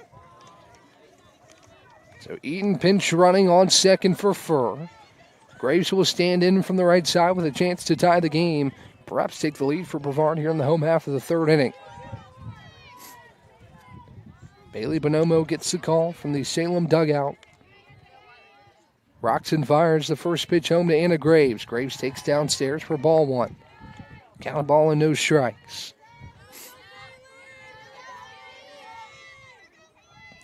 Caitlin Eaton stands on second, pinch running for Andrea Furr. Graves up a ball and no strikes in this count with nobody down in the third inning. The 1-0 home. Graves grounds it left side, and it gets off the glove of the shortstop, trickles into shallow left. It's a base hit for Anna Graves. Eaton heads to third. A good effort at short by Carly Tart. As Graves heads to first, runners now on the corners for Hayden Moody. Tying run a bag away for the Tornadoes. A triple, a double, and a single to start things off here in the home half of the third. If Hayden Moody can find a way to leave the yard, we'll call it a team cycle here in the third inning. Not necessarily looking to do that, just looking to find the equalizer here in the third for the Tornadoes. Good opportunity to do so with runners on the corners and nobody out. Bailey Bonomo rocks and fires the first pitch to Moody. It's high. Now Eaton caught off the third base bag as the runner took off from heading to second in Graves, and now a pump fake back to second. Graves caught in a rundown. Eaton was tagged out. Throw back to second, and Graves able to get underneath the tag. And a sigh of relief from the Tornadoes as Graves took off to second to try and steal the second base bag. Upton with a very convincing pump fake to second, and Eaton caught off third base. She's tagged out for the first out of the third. Now time is called to discuss something. Coach Bree Sheeran is out of the Tornado dugout as Eaton took a spill when she was tagged by Upton trying to come home. As all three umpires converge to discuss this situation. A bit of a wacky play results in the first out defensively for Salem as Eaton bit on the pump fake to second from Upton. It was tagged out at home, and the out will stand. I think the argument might have been that Upton was blocking Eaton down the third baseline, but the appeal doesn't go the Tornadoes' way. So Graves on second in scoring position, but Eaton taking off third base. And Graves maneuvers out of the rundown to avoid an unconventional double play. The 1-0 on the way to Moody. She takes up high. And the count moves 2 balls and no strikes. Emma Payne, who has been fantastic today, 4 for 4 across the 2 games, is on deck with the top of the order, and Emily Hill in the hole. For Brevard here in the bottom half of the third. 2 balls and no strikes on Moody. The pitch home catches the upper outside corner for a called strike. And it's 2-1. 5-4 your score. Brevard gets within 1 after Riley Locklear's leadoff triple and Andrea Furr's RBI double. 3 hits in the frame, all coming consecutively for the Tornadoes here in the third. Pitch home to Moody is downstairs. Count moves 3 balls and a strike. Hayden Moody 1 for 1 today here in game 2. As she's ahead in the count, 3 balls and a strike. Chloe Bailey-Bonomo looks to the Salem dugout to get the call. Graves stands on second. Representing the tying run, Moody takes the call and strike. And the count moves full. 3 balls, 2 strikes, and an out for Hayden Moody. With the tying run in Graves in scoring position on second.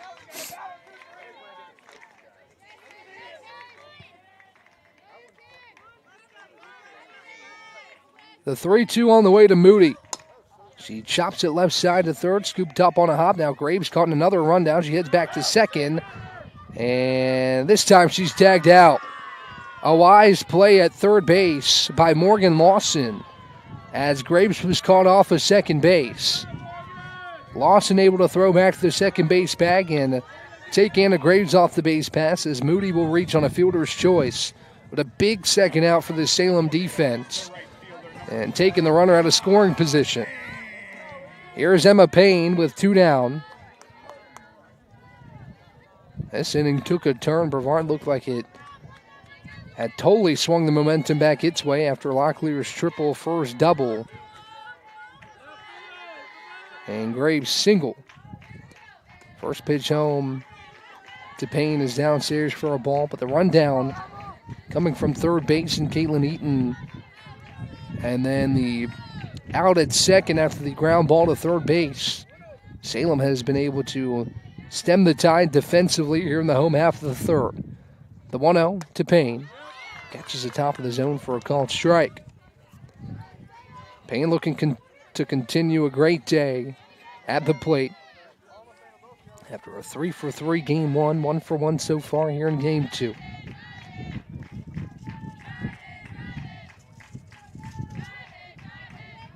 The 1-1 on the way from Bailey-Bonomo is grounded left side to third. Lawson scoops starts the first in time, out number 3. So despite a trio of hits consecutively, Brevard held to just 1 to get within 1, but Salem makes some plays on the defensive side to keep Brevard from tying the game despite having the tying run and scoring position twice in the inning. We head to the fourth. It's 5-4 Salem right here live on YouTube.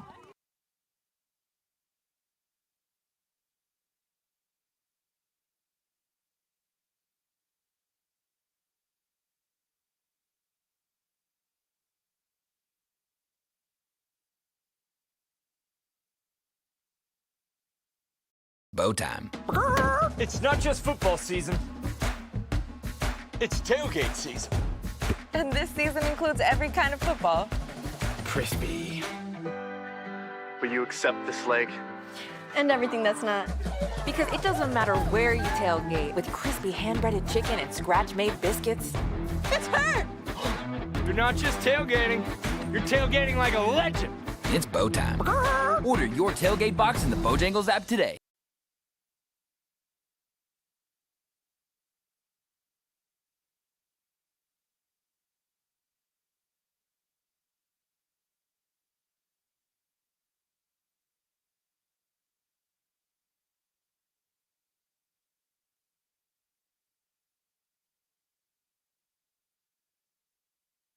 Jolene Avila will lead off the top half of the fourth for Salem. As somehow Salem found a way to keep Brevard from tying the game in the bottom of the third, and that's credit to them defensively. Made some really nice plays to keep the Tornadoes from tying the ball game. Some heads-up plays. As Avila will lead off the top of the fourth. In the 9-hole before we head back to the top for Carly Tart and Malia Tate. Fagan back in the circle. Took a brief intermission in her start, but she re-enters the circle back in the third as she pumps in a first pitch strike to Jolene Avila, and it's a 0-1 count. Bases empty, nobody out for Avila to lead off the top of the fourth inning.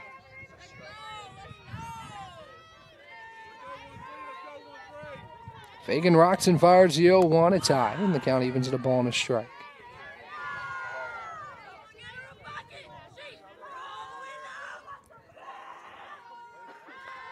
Fagan looks at the Tornado dugout to get the call.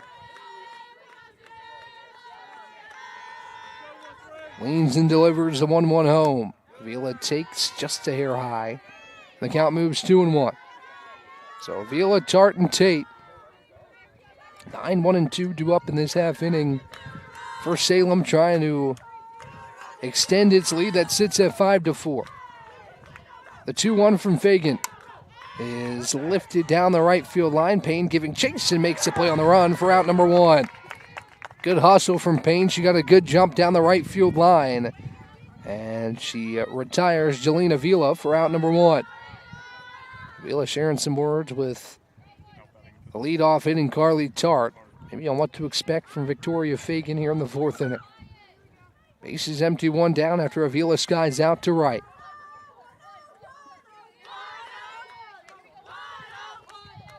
First pitch on the way, Fagan to Tart is lifted in a shallow right center. It's going to drop for a base hit.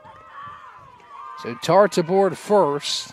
Obviously listen to whatever advice Jolene Avila gave to her, and she stands on first with 1 away for Malia Tate.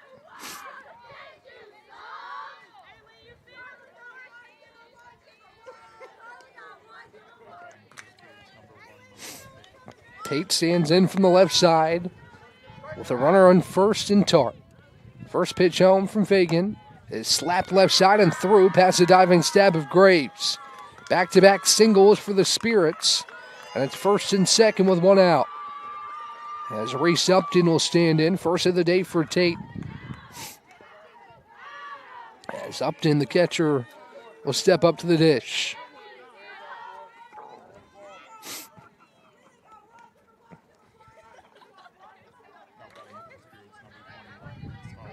Upton will hit from the right-handed side to face the right-handed Fagan.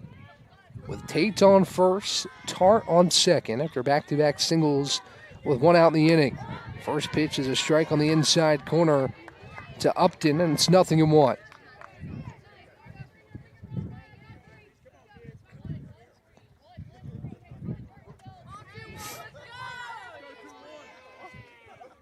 Fagan loses her footing a little bit on the rubber. She'll have to reestablish her footing to deal the 0-1 pitch home to Upton.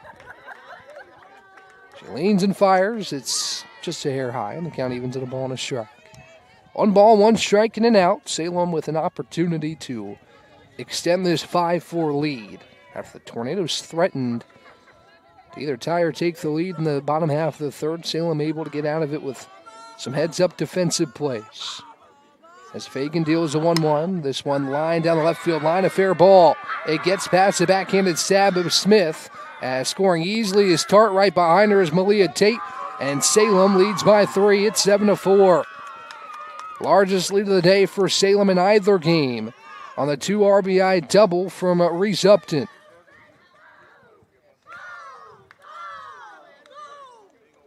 So Upton trades places with Tart on second. And now Morgan Lawson will stand in with 1 away.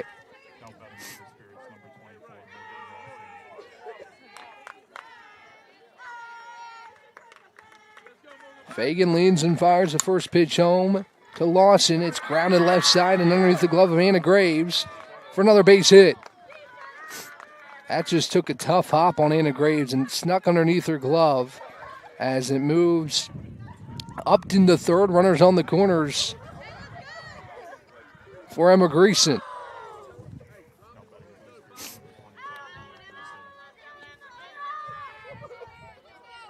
So Lawson on first. Runner on third and Upton after her 2 RBI double. First pitch home is downstairs and inside for a ball. Salem's 7th hit of the day comes off the bat of Lawson. As the Spirits try to add to this 3-run lead in the 4th. The 1-0 on the way from Fagan. Taken on the upper inside corner, a called strike. Count evens at 1-1. Ryan Tulloch is on deck. She gave the Spirits the lead back in the 3rd. As a 1-1 home from Fagan is low now. Boris tried to throw back to third. It gets away. It allows the runner from third to come in and score. And the Spirits lead 8-4. Boris tried to check back to third, and the ball just simply slipped out of her hand down the third baseline. And Lawson heads all the way to third. She was trying to steal second. And then once she saw the ball get away from Boris, she headed all the way to third. And it's 8-4 Spirits as Upton comes in to score. Next pitch on the way from Fagan is high. Counting evens at 2-2. Ever since the Tornadoes had that 3-1 lead, Salem has scored 7 of the last 8 runs to take a 4-run advantage here in the fourth. The 2-2. Chop left side, foul off the bat of Greason. Down the third baseline, the count remains 2 balls and 2 strikes.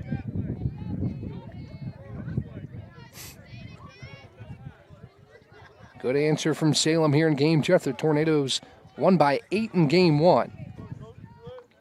It's been a surge from the Spirits here in the middle innings. 4 in the third, 3 in the fourth. After leading 1-0 early. The next 2-2 from Fagan.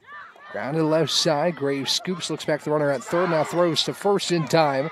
Now caught in a rundown is Lawson. Throw back to third. She slapped the tag on. Did Fur, but underneath of it was Lawson, who gets back in time to third base. Wise play by Graves. She gave Lawson a decent look at third base and decided to go to first for out number 2, and almost an inning-ending double play. But Lawson stays put at third. The lead remains 8-4, with Rayanne Tulloch standing in the right-hand side.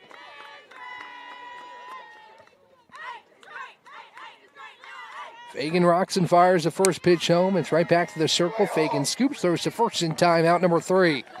But the Spirits get 3 to add on to what was a 5-4 lead. It's 8-4 after 3.5. We'll come back for the bottom of the fourth when we return on the other side.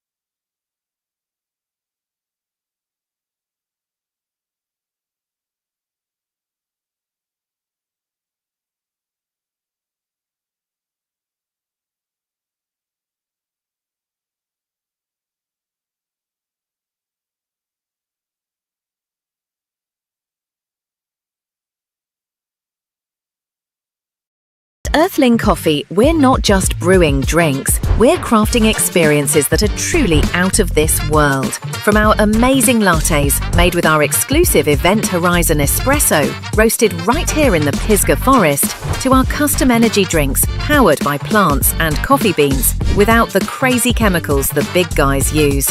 Earthling Coffee isn't just another stop, it's your launch pad for adventure, community. The fourth, we got a pinch hitter lead things off. For the Tornadoes, it's Kaylee Panacione.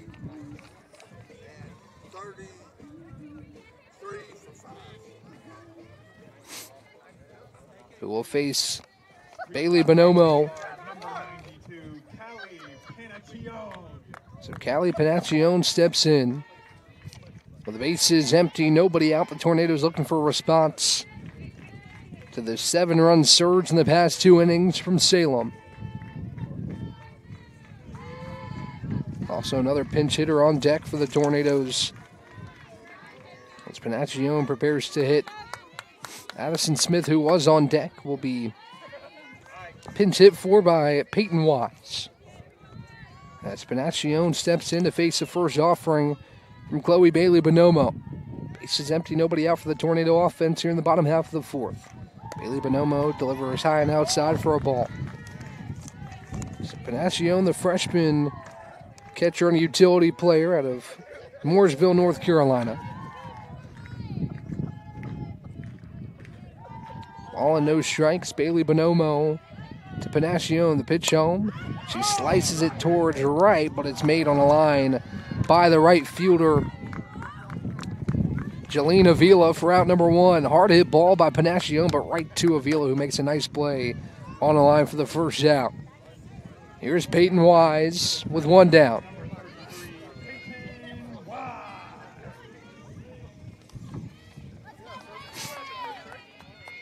Bailey Bonomo toes the slab and readies to fire the first pitch home. The pinch hitting Peyton Wise, who leans and deals the first pitch home. It's a called strike on the outside corner, and the count is 0-1.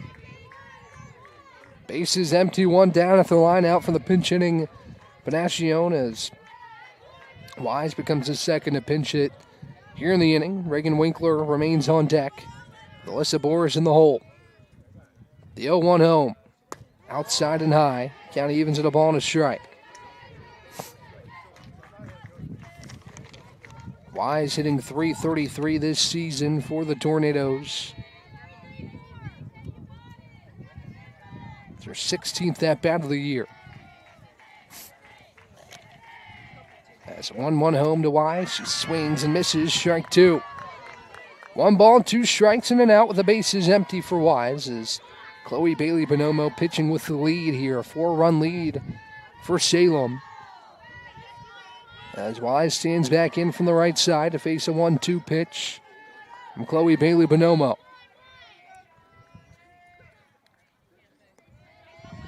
Bailey Bonomo rocks and fires the 1-2. Wise lifts it to deep center. The center fielder Tate underneath it, and 2 hard hit balls here in the frame for the Tornadoes, taken care of by the outfield of Salem, as Tate makes the play for out number 2. Now batting for the Tornadoes, the first baseman, number 9, Reagan Winkler. Here's Reagan Winkler with the bases empty and 2 down, trying to keep the frame alive for the Tornadoes offense with Alyssa Boris standing on deck. All the momentum on the side of the Spirits right now. Winkler trying to change that to keep this 4th inning alive. First pitch slapped back up the middle, right on cue. She does just that and gives the Tornadoes a 2-out base runner on first. That's a base hit for Reagan Winkler. She'll pass the bat towards Alyssa Boris, and will hit with 2 down the frame. Now batting for the Tornadoes, the catcher, number 99, Alyssa Boris. Boris stands in from the right side as Chloe Bailey Bonomo toes the slab, looks home to Upton. As she rocks and fires the first pitch, Boris takes a called strike on the outside corner, and it's 0-1. No balls, 1 strike, 2 outs. Winkler with a 2-out single to keep the inning alive for the Tornadoes offense.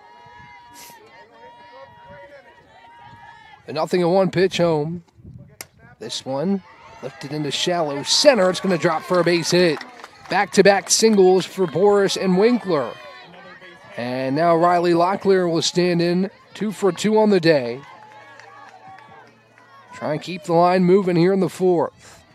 Now batting for the Tornadoes, the second baseman, number 10, Riley Locklear. Locklear steps in from the right-handed batter's box to face off with Chloe Bailey Bonomo as the Tornadoes tally hits number 12 and 13 in back-to-back at-bats.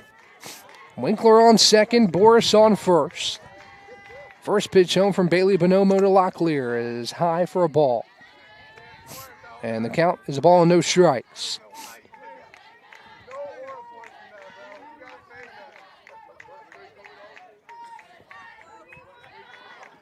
Bailey Bonomo looks to the Spirits dugout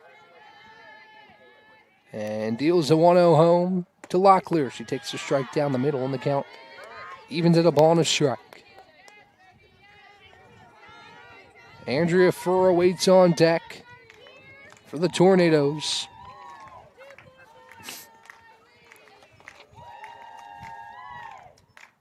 As Winkler and Boris aboard with 2 outs in the frame. The 1-1 to Locklear is skied into shallow right center, and it'll be caught by Avila for out number 3. So the Tornadoes strand a pair of 2-out singles, and we head to the 5th. Salem retains a 4-run lead. It's 8-4 after 4 when we come back on the other side.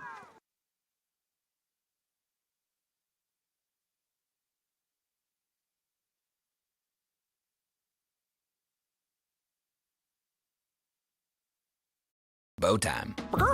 It's not just football season. It's tailgate season. And this season includes every kind of football. Crispy. Will you accept this leg?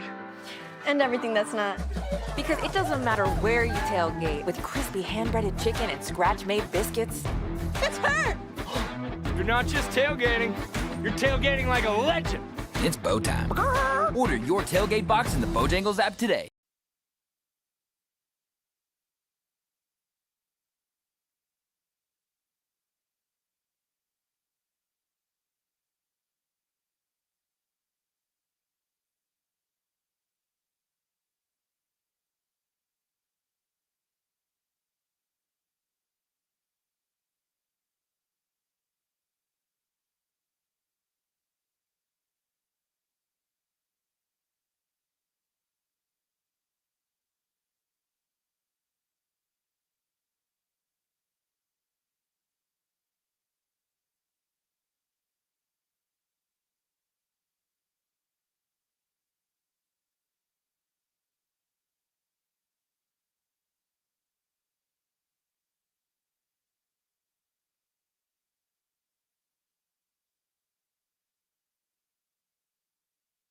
Megan Bent in to pitch for the Tornadoes, taking over for Victoria Fagan. Here in the top half of the fifth inning, Salem leads 8-4 right here live on YouTube as Bent will make her fourth appearance of the season. Or sixth, excuse me. It's her sixth appearance, 3 in relief, 3 starts for Bent, a 5.76 ERA across 17 innings as Griffin Pierce will hit with the bases empty and nobody out to start this top half of the fifth inning.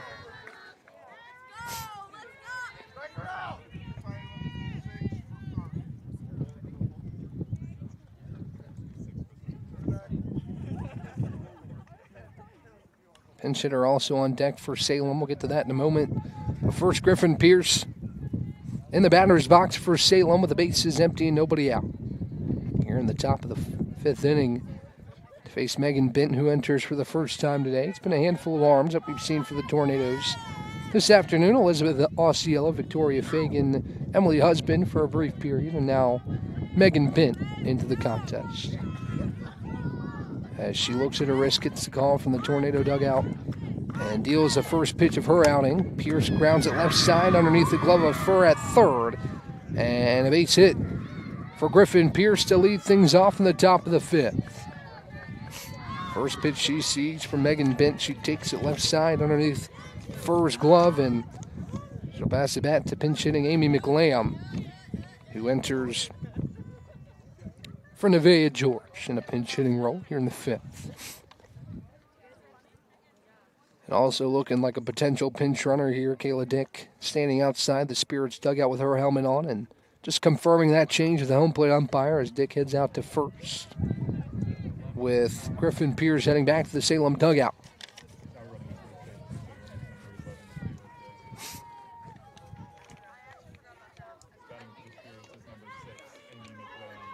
So McLam will step in from the right side to face Bent, with a runner on first and nobody out. Bent rocks and fires the first pitch home. A swing and a miss up high from Lamb. Strike one. So McLam in the box. On deck is Jelena Vila. And then back to the top for Carly Tart here in the fifth inning. 0-1 the count on McLam. As Bent rocks and fires, McLam squares the bunt, puts one down towards first. Winkler scoops, throws to the covering. Locklear in time for out number one, but a productive out once again from the Spirits, playing some small ball. It sends Dick to second. And she'll pass it back to Jelena Avila, who will hit from the right side with a runner in scoring position and one away.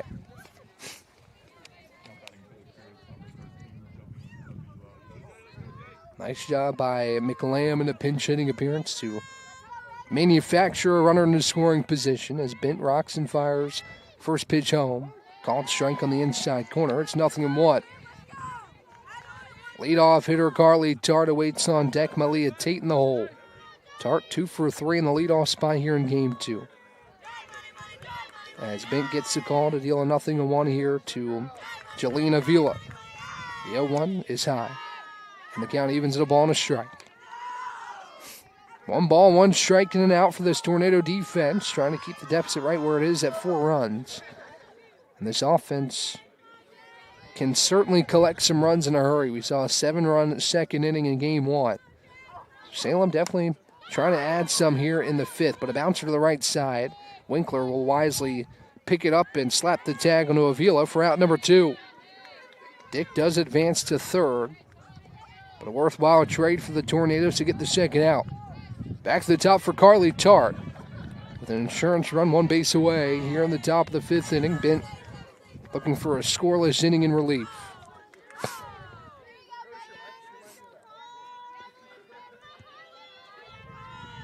Bent leans and fires the first pitch home to Tart, who watches a called strike on the outside corner. It's 0-1. Bent works quickly right back to the slab here in a 0-1 count with 2 down the 5th. Roxon deals the 0-1 home. This one lifted down the left field line, giving Jason foul ground, but it will drop out of play. And the count is 0-2. Smith was almost able to get there down the left field line, but no harm, no foul here in a 0-2 count. Bent 1 strike away from a scoreless 5th. But dealing with a runner on 3rd here with 2 down. The 0-2. Lifted into shallow right, charging in is Payne, but it'll be the second baseman, Locklear, who makes the play for out number 3. So the Tornadoes able to strand a leadoff single as we head to the home half of the 5th. 8-4 Salem. The lead remains for the Spirits, but the Tornadoes look to cut into it offensively when we come back on the other side.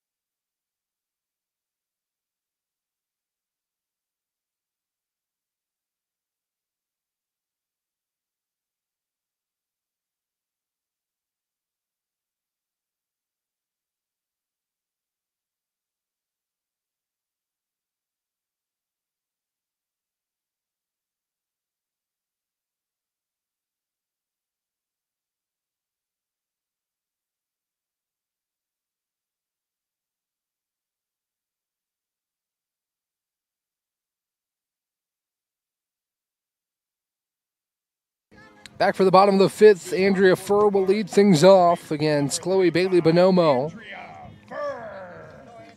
As Nevaeh George re-enters left field, she was pinch hit for by Amy McLam in the top half of the 5th inning. As Furr lead things off for the Tornadoes with Anna Graves on deck and Hayden Moody in the hole. 6, 7, 8 in the Tornado order. Trying to mount a bit of a comeback here in the bottom of the 5th. Bailey-Bonomo leads and deals the first pitch home to Furr, who takes off the plate for a ball. 1 for 2 here in game 2 for Andrea Furr, after going 3 for 3 in game 1. As Bailey-Bonomo looks to the Spirits dugout. Rock and deal the 1-0 home. Furr takes high and outside. Ball 2. 2 balls and no strikes on the Tornado third baseman, Andrea Furr, who has been a model of consistency for the Tornadoes this year in the batter's box. Comes in the day hitting .511. Again, that average has only gone up with the 4 of 5 of 6 day at the plate. The pitch home to Furr. She rockets it to center. It's going to be caught on the run by Malia Tate for out number 1. In the past 2 innings, the Tornadoes have hit some balls hard to the outfield. The Spirits outfield has done a nice job to not let the balls find patches of grass in that outfield, and there's one away for Anna Graves. Only the second time Furr has been retired today. As Graves will bat with the bases empty and one away here in the fifth. First pitch on the way from Bailey Bonomo is a called strike on the outside corner. And the count 0-1. Salem trying to lead with the split. Brevard in front of a good home crowd here on a Tuesday afternoon, trying to mount a 4-run comeback with a couple innings left to go. A 0-1 on the way from Bailey Bonomo. Graves pops it up high, right side. Pierce underneath it, but the second baseman came over and called her off in Tulloch, and it drops foul. Looked playable for Pierce, but Tulloch came over from the 4-hole and tried to make the play in foul ground. Pierce backed off, and it gives new life for Anna Graves here in a 0-2 count.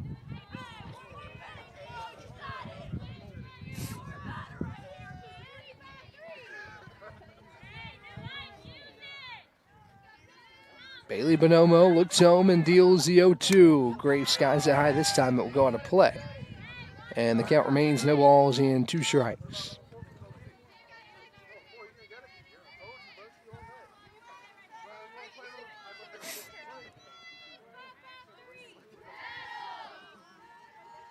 Bailey Bonomo preps to deal the 0-2 as she rocks and fires. Graves takes a hair high, ball 1. Good eye from Anna Graves. And a good spot from Bailey Bonomo in a 2-strike count. Try and get Graves to chase. She's a bit out of the zone, but she's able to hold up the count. A ball and 2 strikes. Bailey Bonomo serves up the 1-2 to Graves, who skies it high to left. George takes a couple steps in and will make the play for out number 2. So despite the missed opportunity in foul ground to retire Graves earlier in the count, Bailey Bonomo able to get her to sky out to shallow left. And now the base is empty with 2 outs for Hayden Moody.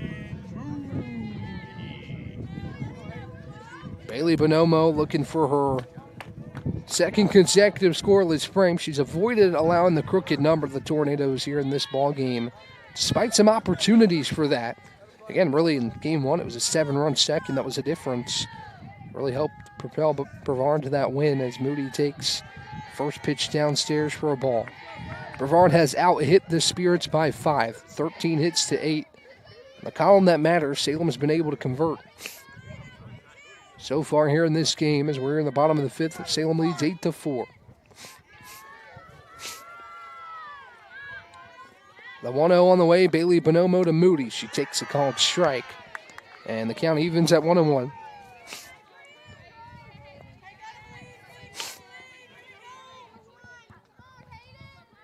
Payne awaits on deck with the top of the order in the hole. As Bailey Bonomo preps to deal 1-1 to Moody. Pitch on the way. Moody takes up and away. Count moves 2 balls and a strike. The Tornadoes were able to get a pair of hits with 2 outs in the 4th. Nothing came of it, but all you can do right now is keep the line moving. Tornadoes were able to do that relatively effectively in the 4th. 2-1 on the way, Bailey Bonomo to Moody. Moody slices it down the right field line, tailing foul. 2 balls, 2 strikes, and 2 outs for Hayden Moody, the 8-hole hitting designated player today. With the 9-hole hitting Emma Payne on deck, top of the order, Nellie Hill in the hole. Every hitter in this order has recorded a hit here in game 2. Boris and Locklear have multiple, as well as Winkler. The 3-for-3 afternoon here in the nightcap of the doubleheader. 2-2 on the way to Hayden Moody. Line to right, and Avila on one knee makes the grab for out number 3. Another hard hit ball, the outfield, and the Tornado offense perhaps a bit frustrated that some of these aren't dropping. But got to credit the Salem defense, who has made a handful of nice plays in the outfield as we head to the 6th. Remains 8-4 Salem when we come back on the other side.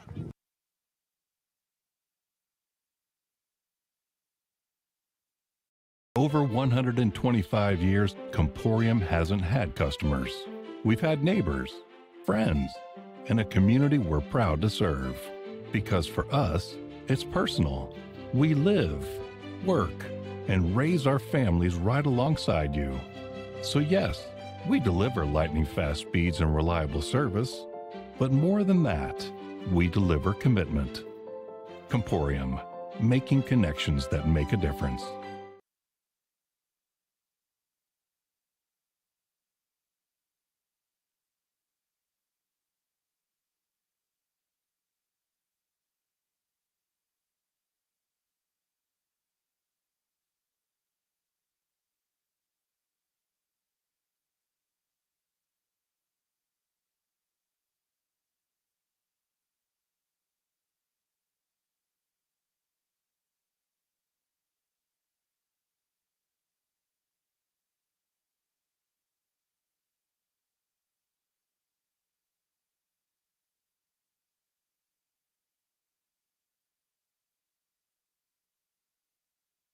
Malia Tate will hit to start the 6th inning and face Megan Bent as the Tornadoes just look to keep the deficit where it is with 6 outs left to work with. Behind 8-4. Salem hopes to add to that here in the top of the 6th. As Tate will lead it off, Reese Upton on deck.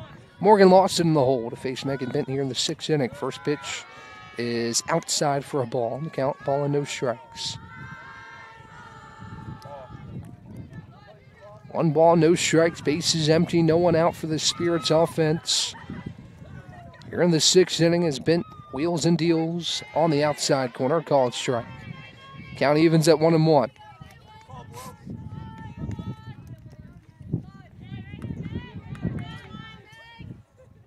Bent looks at her wrists, rocks, and fires the 1-1. Tate squares about and pulls back on a pitch that misses off the plate. Ball 2. Again, for you Brevard faithful listening, we'll be back on the air on Friday as Mary Baldwin comes to town for a pair of USA South matchups before a twin bill with Southern Virginia on Saturday. Tate check swings at a pitch that catches the outside corner. Called strike 2. 2 balls, 2 strikes. And nobody out for Malia Tate. Base is empty here in the top half of the 6th inning.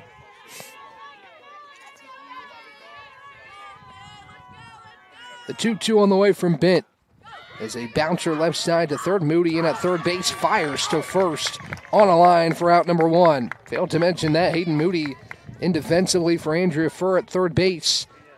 Man, that was a powerful throw from Hayden Moody to get the speedy Malia Tate for out number 1. I believe that's the only defensive change you have here in the 6th, and it is. With the rest of the defense remaining the same as Reese Upton stands in from the right-hand side. First pitch from Bent is high for a ball. And the count of ball and no strikes.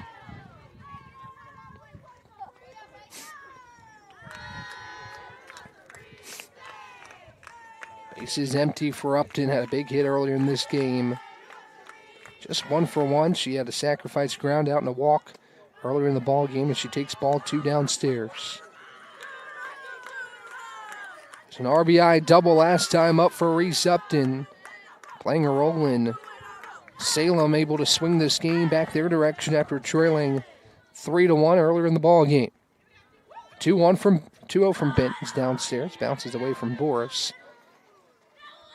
As Upton treks over to pick it up for Alyssa Boris. Good sportsmanship there from Reese Upton, who finds herself up 3 balls and no strikes in this count.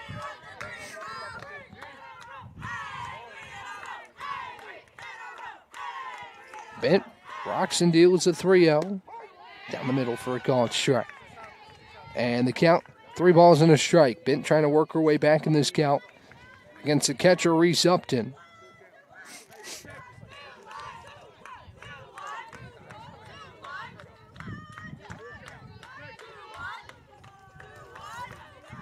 Three balls and a strike, the count to Upton here with 1 out in the frame as she takes a called strike 2 when the count moves full.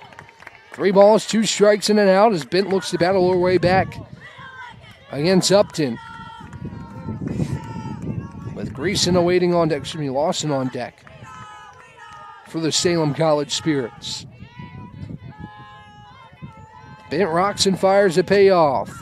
Upton lifts it down the left field line and will drop for a base hit. Good piece of hitting from Upton. Got just enough to deposit that one in left field. And she's aboard with one out for Lawson. 9th hit of the day for Salem. Who again hasn't had the hits that the Tornadoes have, but have been just a bit more efficient to build this 8-4 lead. Again, 4 runs on 13 hits, a pretty large disparity there for the Tornadoes in the run and hit column. It's been due to some wise defensive plays from the Spirits as Lawson takes the first pitch strike from Bent. It's 0-1.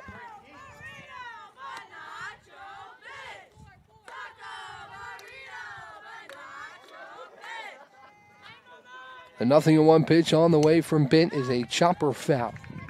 And the count is 0-2. No balls, 2 strikes in and out with a runner on first. Boris, a quick chat with Megan Bent and some signals to her infield. Aaron, a 0-2 count as she heads back behind home plate.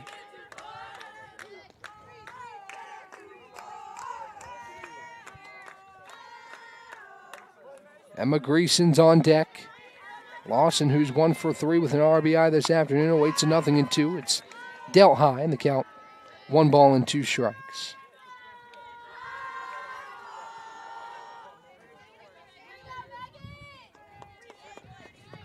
Bent readies to fire the 1-2. She gets the signal and works with Alyssa Boris here in a 1-2 count. The offering home for Megan Bent. Downstairs and inside, and the count evens at 2-2.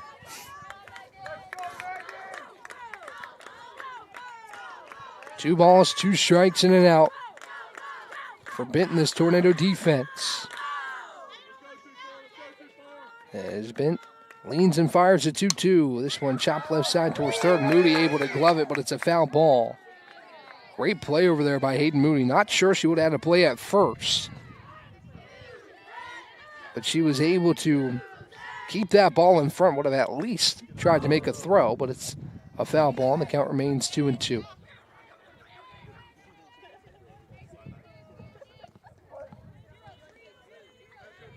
Lawson stands back in from the right side to face another 2-2 from Megan Bent. The 2-2 is lined towards third and foul once again, as Lawson a little bit ahead of it. Gotten a good feel of the Tornadoes pitching today, of the pitchers that have appeared this season. Seen 3 of the 6, or 4 of the 6. The only 2 that haven't pitched today are Claire Starkey and Catherine Welch, who both made appearances this year. But a good picture of the Tornado pitching staff this afternoon. The 2-2, Lawson pokes it over the head of Graves into left center, a base hit. Rounding third and coming home is Upton as the ball still up against the wall. It will send Lawson to third with an RBI triple. Salem adds on to the lead, makes it 9-4 here in the 6th. And the bat goes down the line to Greason with another run standing on third base.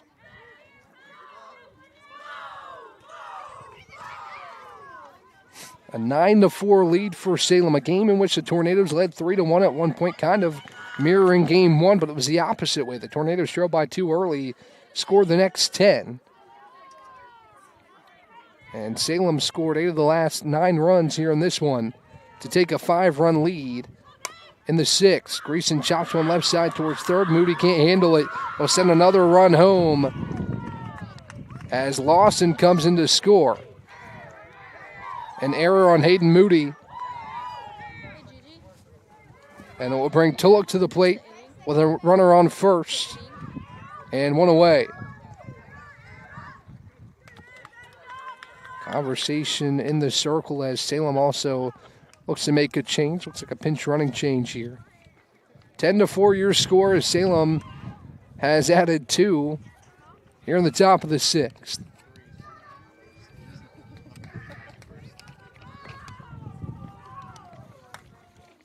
Tulloch will stand in as a pinch runner. Cameron Clark heads to first to take over for Greason at the first base bag. And Tulloch will stand in 1 for 3 as the second baseman here in game 2. Had a big hit earlier today It was a 2 RBI triple for Tulloch, who awaits the first pitch from Bent. Watches a called strike. It's 0-1. Spirits have done a nice job padding this lead. 4-run lead coming in the inning, and 2 runs so far here in the 6th. As Bent ready to fire a 0-1. She rocks and delivers a pitch home. It's high. As Clark dances around off first, heads back to the first base pad. Count evens at a ball and a strike on Rayanne Tulloch. With Griffin Pierce awaiting on deck, Nevaeh George in the hole for this Spirits offense. As Bent rocks and fires the 1-1. It's high again as Boris gloves it and again peeks over to first, and the speedy Clark, who goes nowhere. The count. 2 balls and a strike. On the right hand hitting Rayanne Tulloch. Bent recycles through her sides. Now will toe the slab and ready to fire the 2-1 pitch home. She leans and deals a 2-1. It's sky high to the outfield. Charging in is Addison Smith, who will make the play on the run for out number 2. Good play by Smith on a towering fly ball out to left. As Tulloch's taken care of, and now Griffin Pierce will hit with 2 down.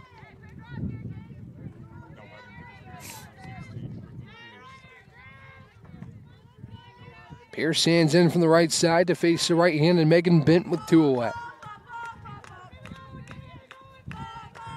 Bent rocks and fires the first pitch. It's taken a hair up and in for ball 1. Ball and no strikes. Runner on first with 2 outs. Cameron Clark pinch running for Emma Greason on first. A little bit more speed out there on the base paths for the Spirits.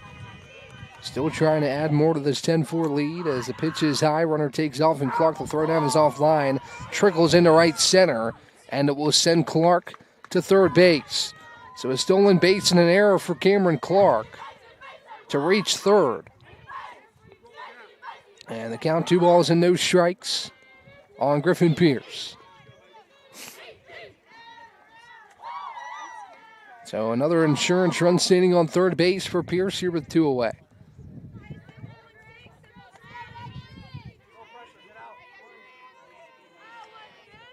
As Bent rocks and delivers a 2-0, Pierce takes a call and strike on the inner half, and the count 2-1.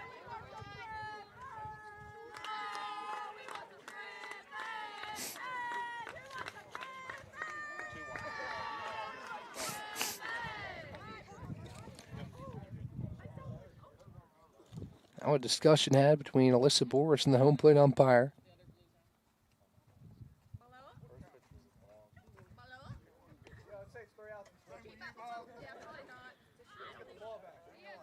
So 2-1 the count. The discussion was just about what the count was, and it is 2 balls and a strike.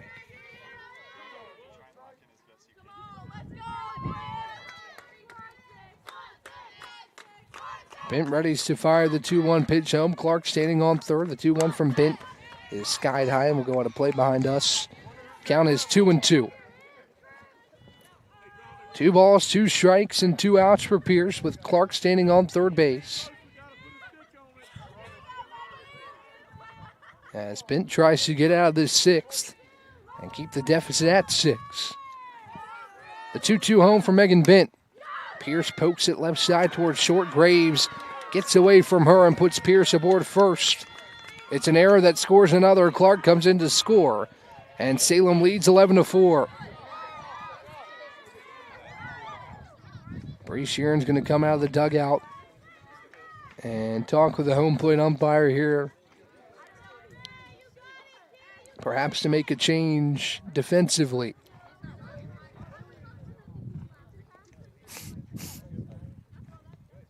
As the umpire gets his book out.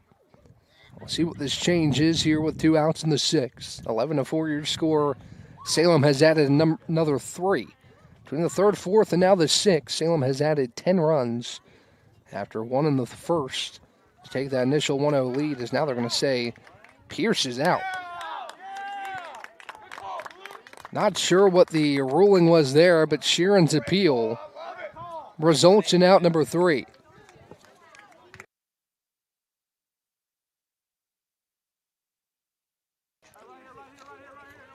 So the call was that lineup-wise, Salem's head coach never re-entered Griffin Pierce, who was pinch run for earlier in the ballgame. So that's why Griffin Pierce is calling out. Coach Sheeran came out to talk to the home plate umpire, and that's the ruling. So it looks like that run that came across on the error will not count, as it remains 10-4. We head to the bottom of the sixth. Brevard looking for a surge late, 6 outs left to work with when we come back on the other side.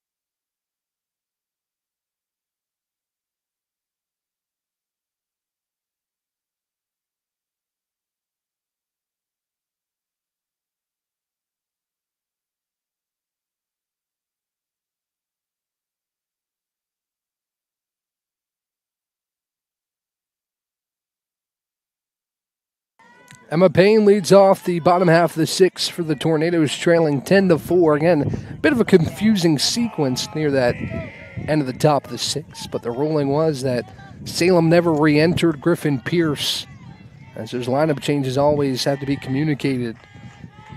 That takes a run off the board for Salem. We'll see if Brevard can turn that into something here in the bottom of the sixth. 10-4 your score. Bases empty, nobody out for Emma Payne. First pitch home is off the plate and outside for a ball. So it is Payne, Hill, and Smith due up 9-1-2 for the Tornado offense. Looking to generate something here late against this Salem team that has taken the momentum and hasn't given it back up after that surge they had to take the lead. Let's see, 1-0 is pumped in for a strike. 1 ball and 1 strike to Emma Payne. She awaits the offering from Salem's arm, Chloe Bailey Bonomo. Pitch home. Payne pokes it right side. It will go foul. And the count moves 1-2. So Bailey Bonomo has bent but hasn't broken this start, has 5 innings under her belt, has allowed 13 hits but only 4 earned runs as a strikeout, and has also not dealt any free passes. She's up 1-2 on the count here on Emma Payne. The top of the order awaiting on deck. The 1-2 on the way from Bailey Bonomo. Payne lines it left side towards short, but it's grabbed by the shortstop, Carly Tart, for out number 1. Nice play by Tart, who went down to 2 knees to take care of that one. A rocket off the bat. Now batting for the Tornadoes, the center fielder, number 3, Emily. For Emma Payne, but she's retired for the first out of the 6th. Back to the top for Emily Hill, who works here with the bases empty and 1 away. First pitch home from Bailey Bonomo. Hill takes a called strike on the outside corner. It's 0-1. Smith on deck, Winkler in the hole. And it's really been the defense that has helped Salem retain this lead. Another nice defensive play there from Tart as this one is poked foul to the right side. It's 0-2. No balls, 2 strikes, and an out for Emily Hill. As Bailey Bonomo toes the slab, the right-handed arm has gone the distance so far for Salem, and looking for the final 5 outs to split this doubleheader here in Brevard. Hill takes a call at strike 3. Second strikeout for Chloe Bailey Bonomo, who's approaching 100 pitches on the afternoon. That was pitch number 98 for Chloe Bailey Bonomo, and she finds out number 2 in the form of a strikeout, as Addison Smith will stand in with the bases empty and 2 down.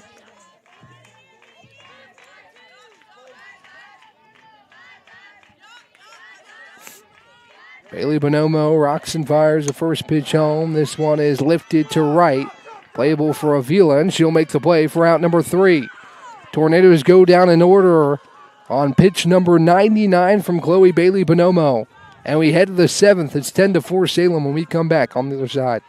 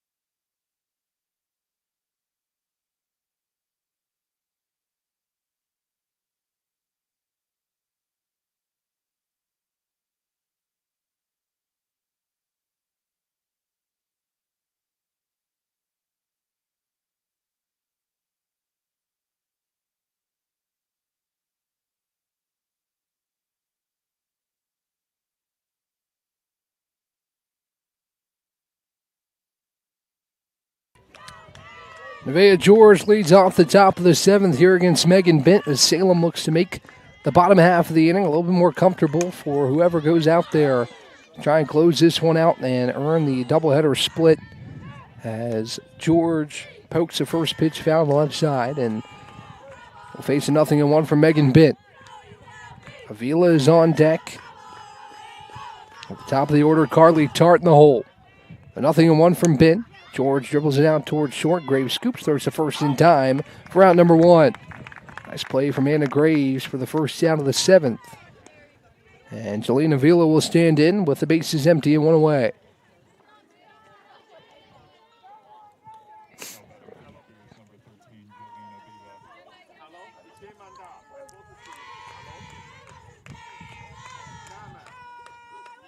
Avila into the batter's box from the right-hand side.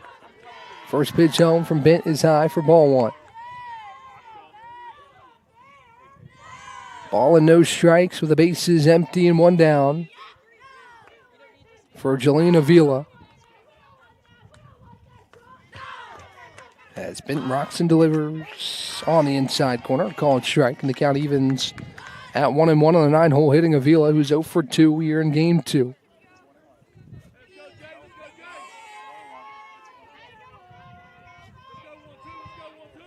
The 1-1 home from Bent. Avila grounds it left side, past a diving stab of Graves, and into left field for a 1-out base hit. 11th hit of game 2 for the Salem Spirits, and it's back to the top for Carly Tart.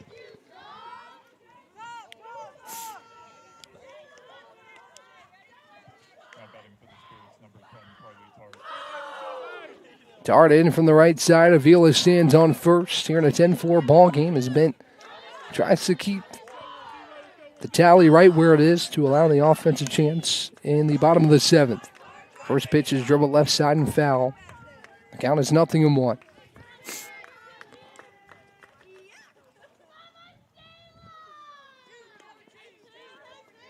No balls and a strike as Bent re-engages with the slab and preps to deal the 0-1 pitch home. She leans and fires high, and the count evens at a ball and a strike. Avila on first after the 1-out single. Tart in the box. Malia Tate on deck for the Spirits offense, who has responded in game 2 after only 2 runs in the first game with 10 runs on 11 hits. It's a 1-1 home, skied high. Looks playable for Alyssa Boris, who makes the grab for out number 2. Nice play and foul ground for Boris. as Malia Tate will stand in now from the left side. The catcher, Reese Upton, with half her catching gear, waits on deck as Tate looks to keep this frame alive for Salem.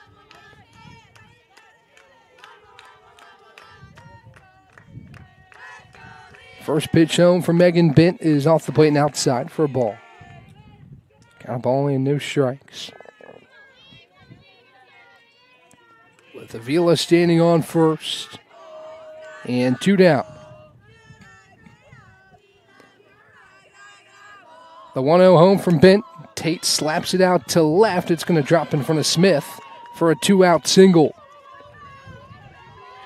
Smith wisely pulled up on that one. Don't think she was going to be able to get there, and you'd rather just let it drop and have it get by you and maybe result in another run for Salem. So no harm, no foul as it is. Runners on first and second with 2 outs. As Upton will hit here with 2 away.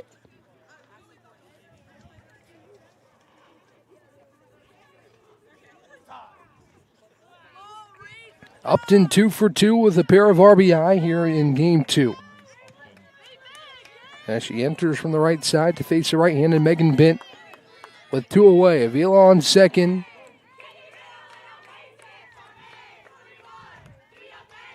With Malia Tate on first. First pitch is a hair inside from Bent. The count of ball and no strikes to Reese Upton.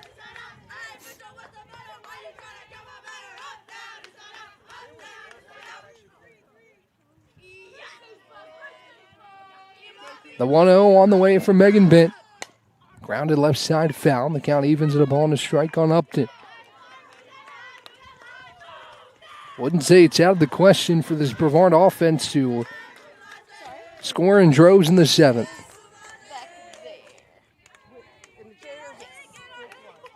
But Salem with a comfortable 6-run lead as it is and a chance to potentially add more with a runner on second and first as well with 2 outs in the top half of the 7th inning. The 1-1 on the way from Bent. Skied high off her bat towards the right side, not a play.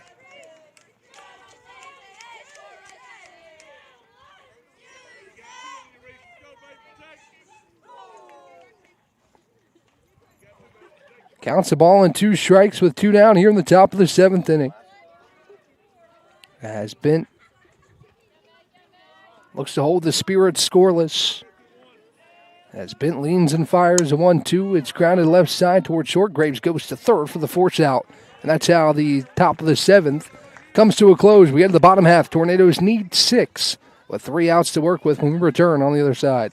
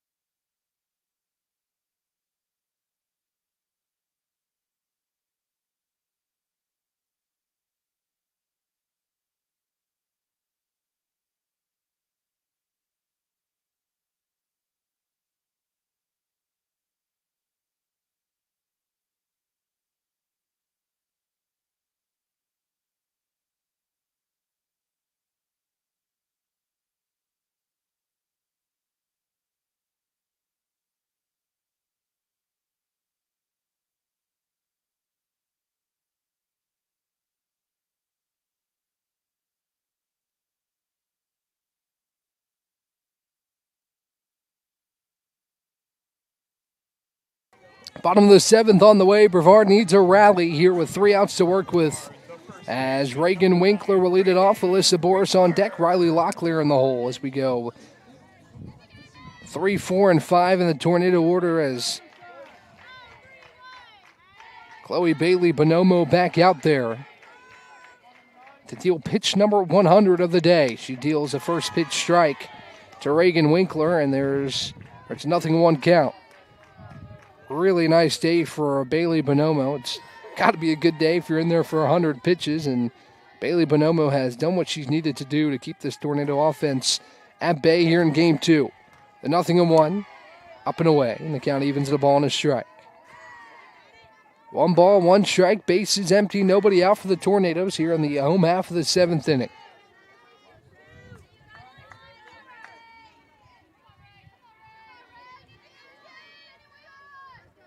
The 1-1 on the way to Winkler. Downstairs.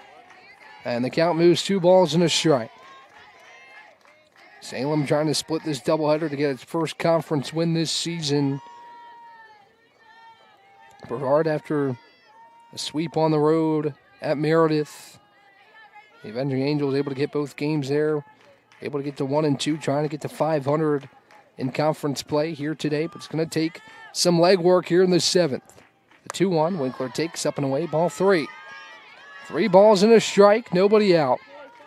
Here in the bottom half of the 7th inning.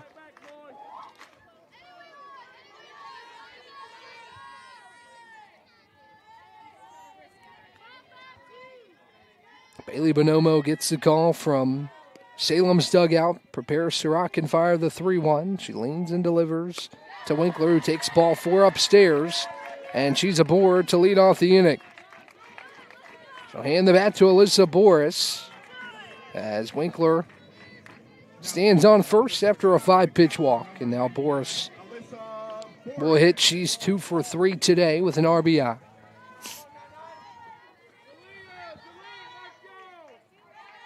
Bailey Bonomo looks over to the Salem dugout.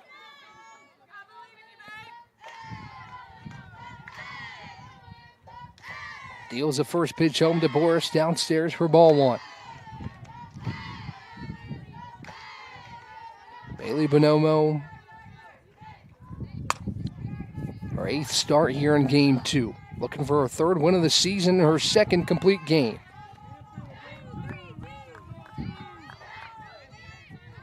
Behind the ball and no strikes here to Alyssa Boris. Next pitch home to Alyssa is high, ball 2. 2 balls and no strikes to Boris, with Riley Locklear waiting on deck, who is 2 for 3 with 2 RBI out of the 4 so far here in game 2 for the Tornadoes, as the Salem infield will converge with Reese Upton to talk to Chloe Bailey Bonomo, who has dealt 6 balls out of the 7 pitches here in the inning. Upton goes back behind the dish as the conversation quickly concludes. Boris up 2 balls and no strikes. Locklear again awaits on deck with Andrea Furr in the hole.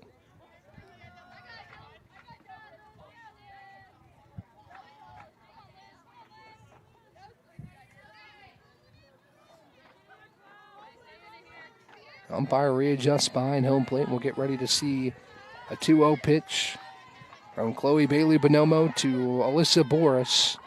With Winkler on first, nobody out here in the 7th inning. The 2-0. Boris takes a called strike, and the count moves 2-1.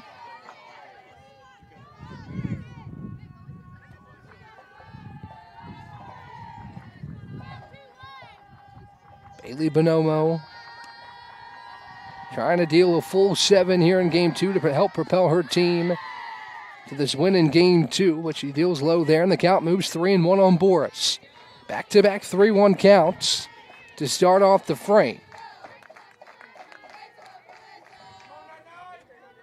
As Bailey Bonomo gets the call from the Spirits dugout, preps to deal the 3-1 pitch home. She rocks and delivers a 3-1. Boris lifts it out to right, and the play is made on the run by Avila for out number 1. So Boris taken care of for the first out. Tornadoes have 2 left to work with here in the 7th. Nice job by Bailey Bonomo after the conversation with her infield to settle in and get that first out. And she's 2 outs away from a 7-inning complete game, and more importantly, the Spirits' first conference win of 2026. Locklear enters from the right side. 2 for 3 so far this afternoon, as she Waits on the first pitch from Bailey Bonomo. It's a called strike on the outside corner. It's 0-1.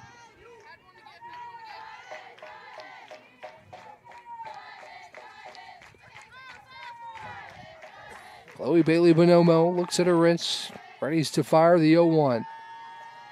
She lifts and deals the 0-1 pitch home. Locklear checks her swing up high and appeal down the first baseline. She did not go around. The count evens at 1-1. Pretty evident that she didn't, but never hurts to check. As Locklear evens the count at a ball and a strike.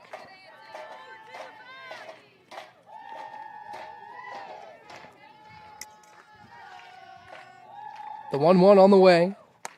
Locklear watches just off the plate, ball 2. Bailey Bonomo wanted that one. Just a hair off the plate as the count moves 2-1 on Riley Locklear.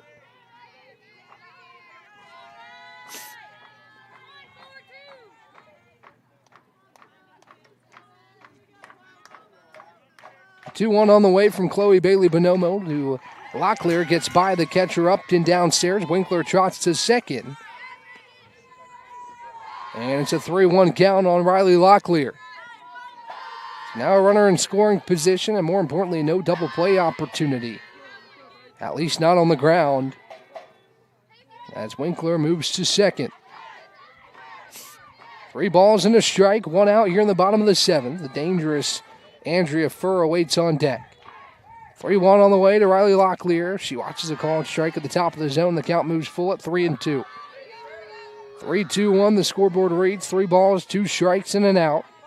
Here in the home half of the 7th. Brevard looking for a late rally here against Salem to try and do the improbable and find a way to sweep this doubleheader, but still a ton of work left to do as Locklear chops it left side and just foul down the third baseline. And the count remains full at 3-2. That likely would have scored a run. Nonetheless, Locklear stays alive in the count at 3-2.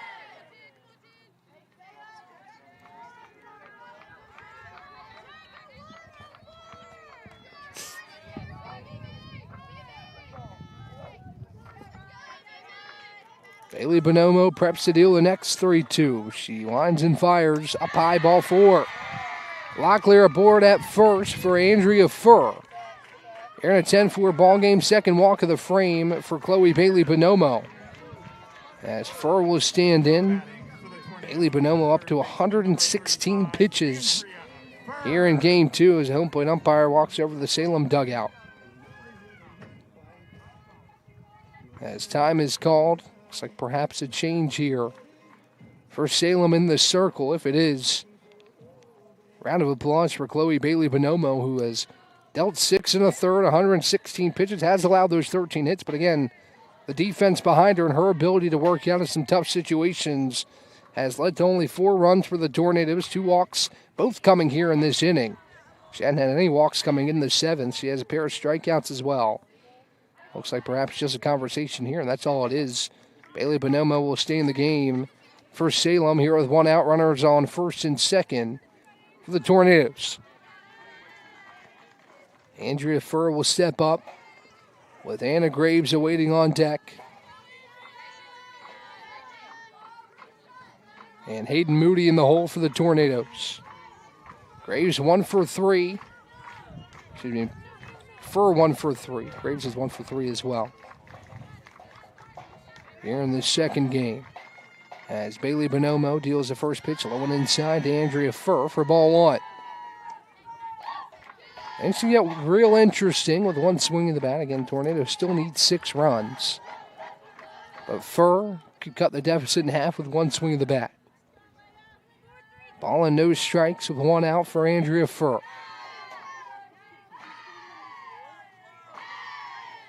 The 1-0 on the way. It's high and outside, ball 2. For the first time today, really, Bailey Bonomo struggling to find the zone. She's been in and around it all game up to this point. But fatigue is a real thing, and it starts to set in, and Bailey Bonomo just looking to work through that, get the final 2 outs here in the 7th.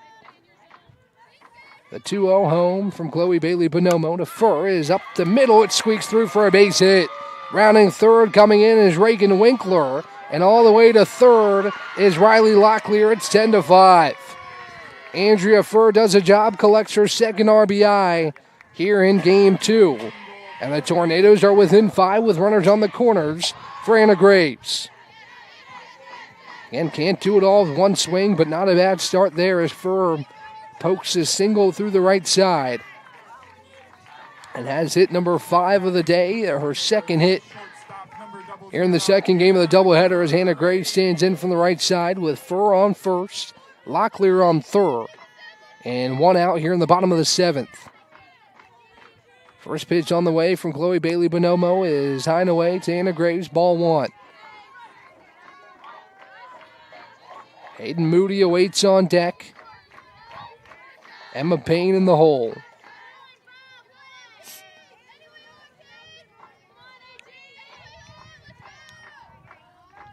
The 1-0 to Graves. She watches it off the plate, ball 2.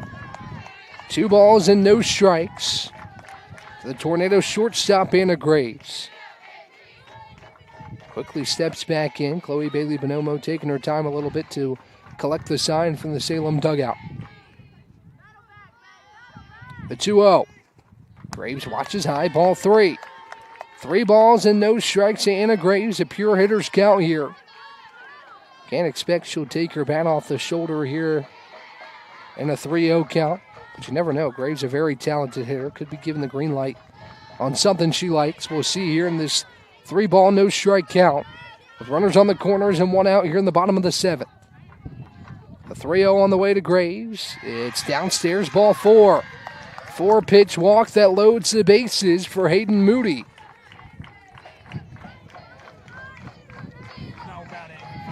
Emma Payne on deck, Emily Hill in the hole for the Tornadoes.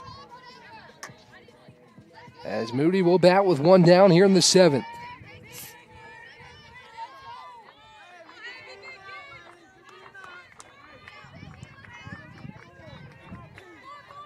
Long look to the Salem dugout from Chloe Bailey Bonomo as she's had 3 walks here in the home half of the 7th. First pitch home downstairs to Moody, ball 1. A ball and no strikes. To the recently entered third baseman Moody. She was a designated player for most of this game. She took over defensively there in the top half of the 7th. So those insurance runs that Salem's been able to add throughout this game, especially the 2 there in the 6th, look all the more important right now as Moody takes a 1-0 downstairs and inside. Count is 2 balls and no strikes. 6 straight balls. Across Graves at bat now here with Hayden Moody from Chloe Bailey Bonomo, who is at 125 pitches here in this ball game. The 2-0 on the way. Moody takes a called strike, and it's 2-1. Not a bad idea there to take that, and I think Bailey Bonomo find the strike zone here late in this ball game. As the count moves, 2 balls and a strike on Moody.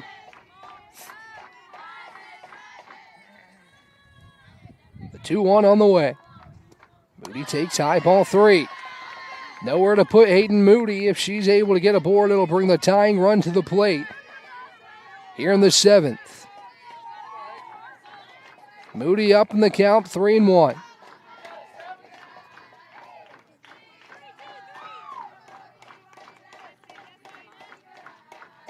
Bailey Bonomo twirls and deals the 3-1. Moody takes downstairs, ball 4.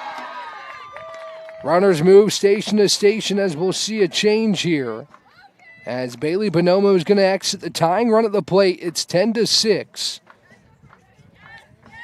As Bailey Bonomo, what a job. Despite some walks here in the 7th inning, 128 pitches. Again, has allowed those hits, the 14 hits for the Tornadoes, but has kept the Tornadoes' offense at bay for the most part throughout this contest as Madison Talley will enter. We'll take a quick break while she gets warmed up. The Tornadoes will have the tying run at the plate with Emma Payne when we come back on the other side. Earthling Coffee, we're not just brewing drinks, we're crafting experiences that are truly out of this world. From our amazing lattes, made with our exclusive Event Horizon espresso, roasted right here in the Pisgah Forest, to our custom energy drinks, powered by plants and coffee beans, without the crazy chemicals the big guys use. Earthling Coffee isn't just another stop, it's your launchpad for adventure, community, and flavour beyond the stars. Earthling Coffee. So what can we get crafting for you today?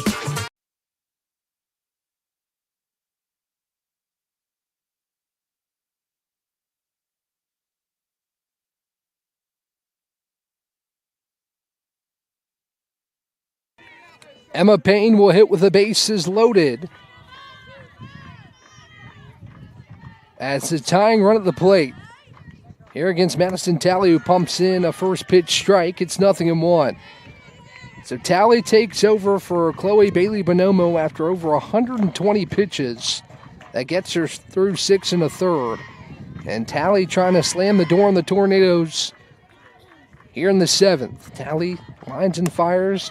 Payne skies it out to center field. Playable, the center fielder who makes the play for out number 2. Tagging coming home is Furr to score to make it 10-7. But again, another worthwhile trade, this time for the Spirits, to get the second out.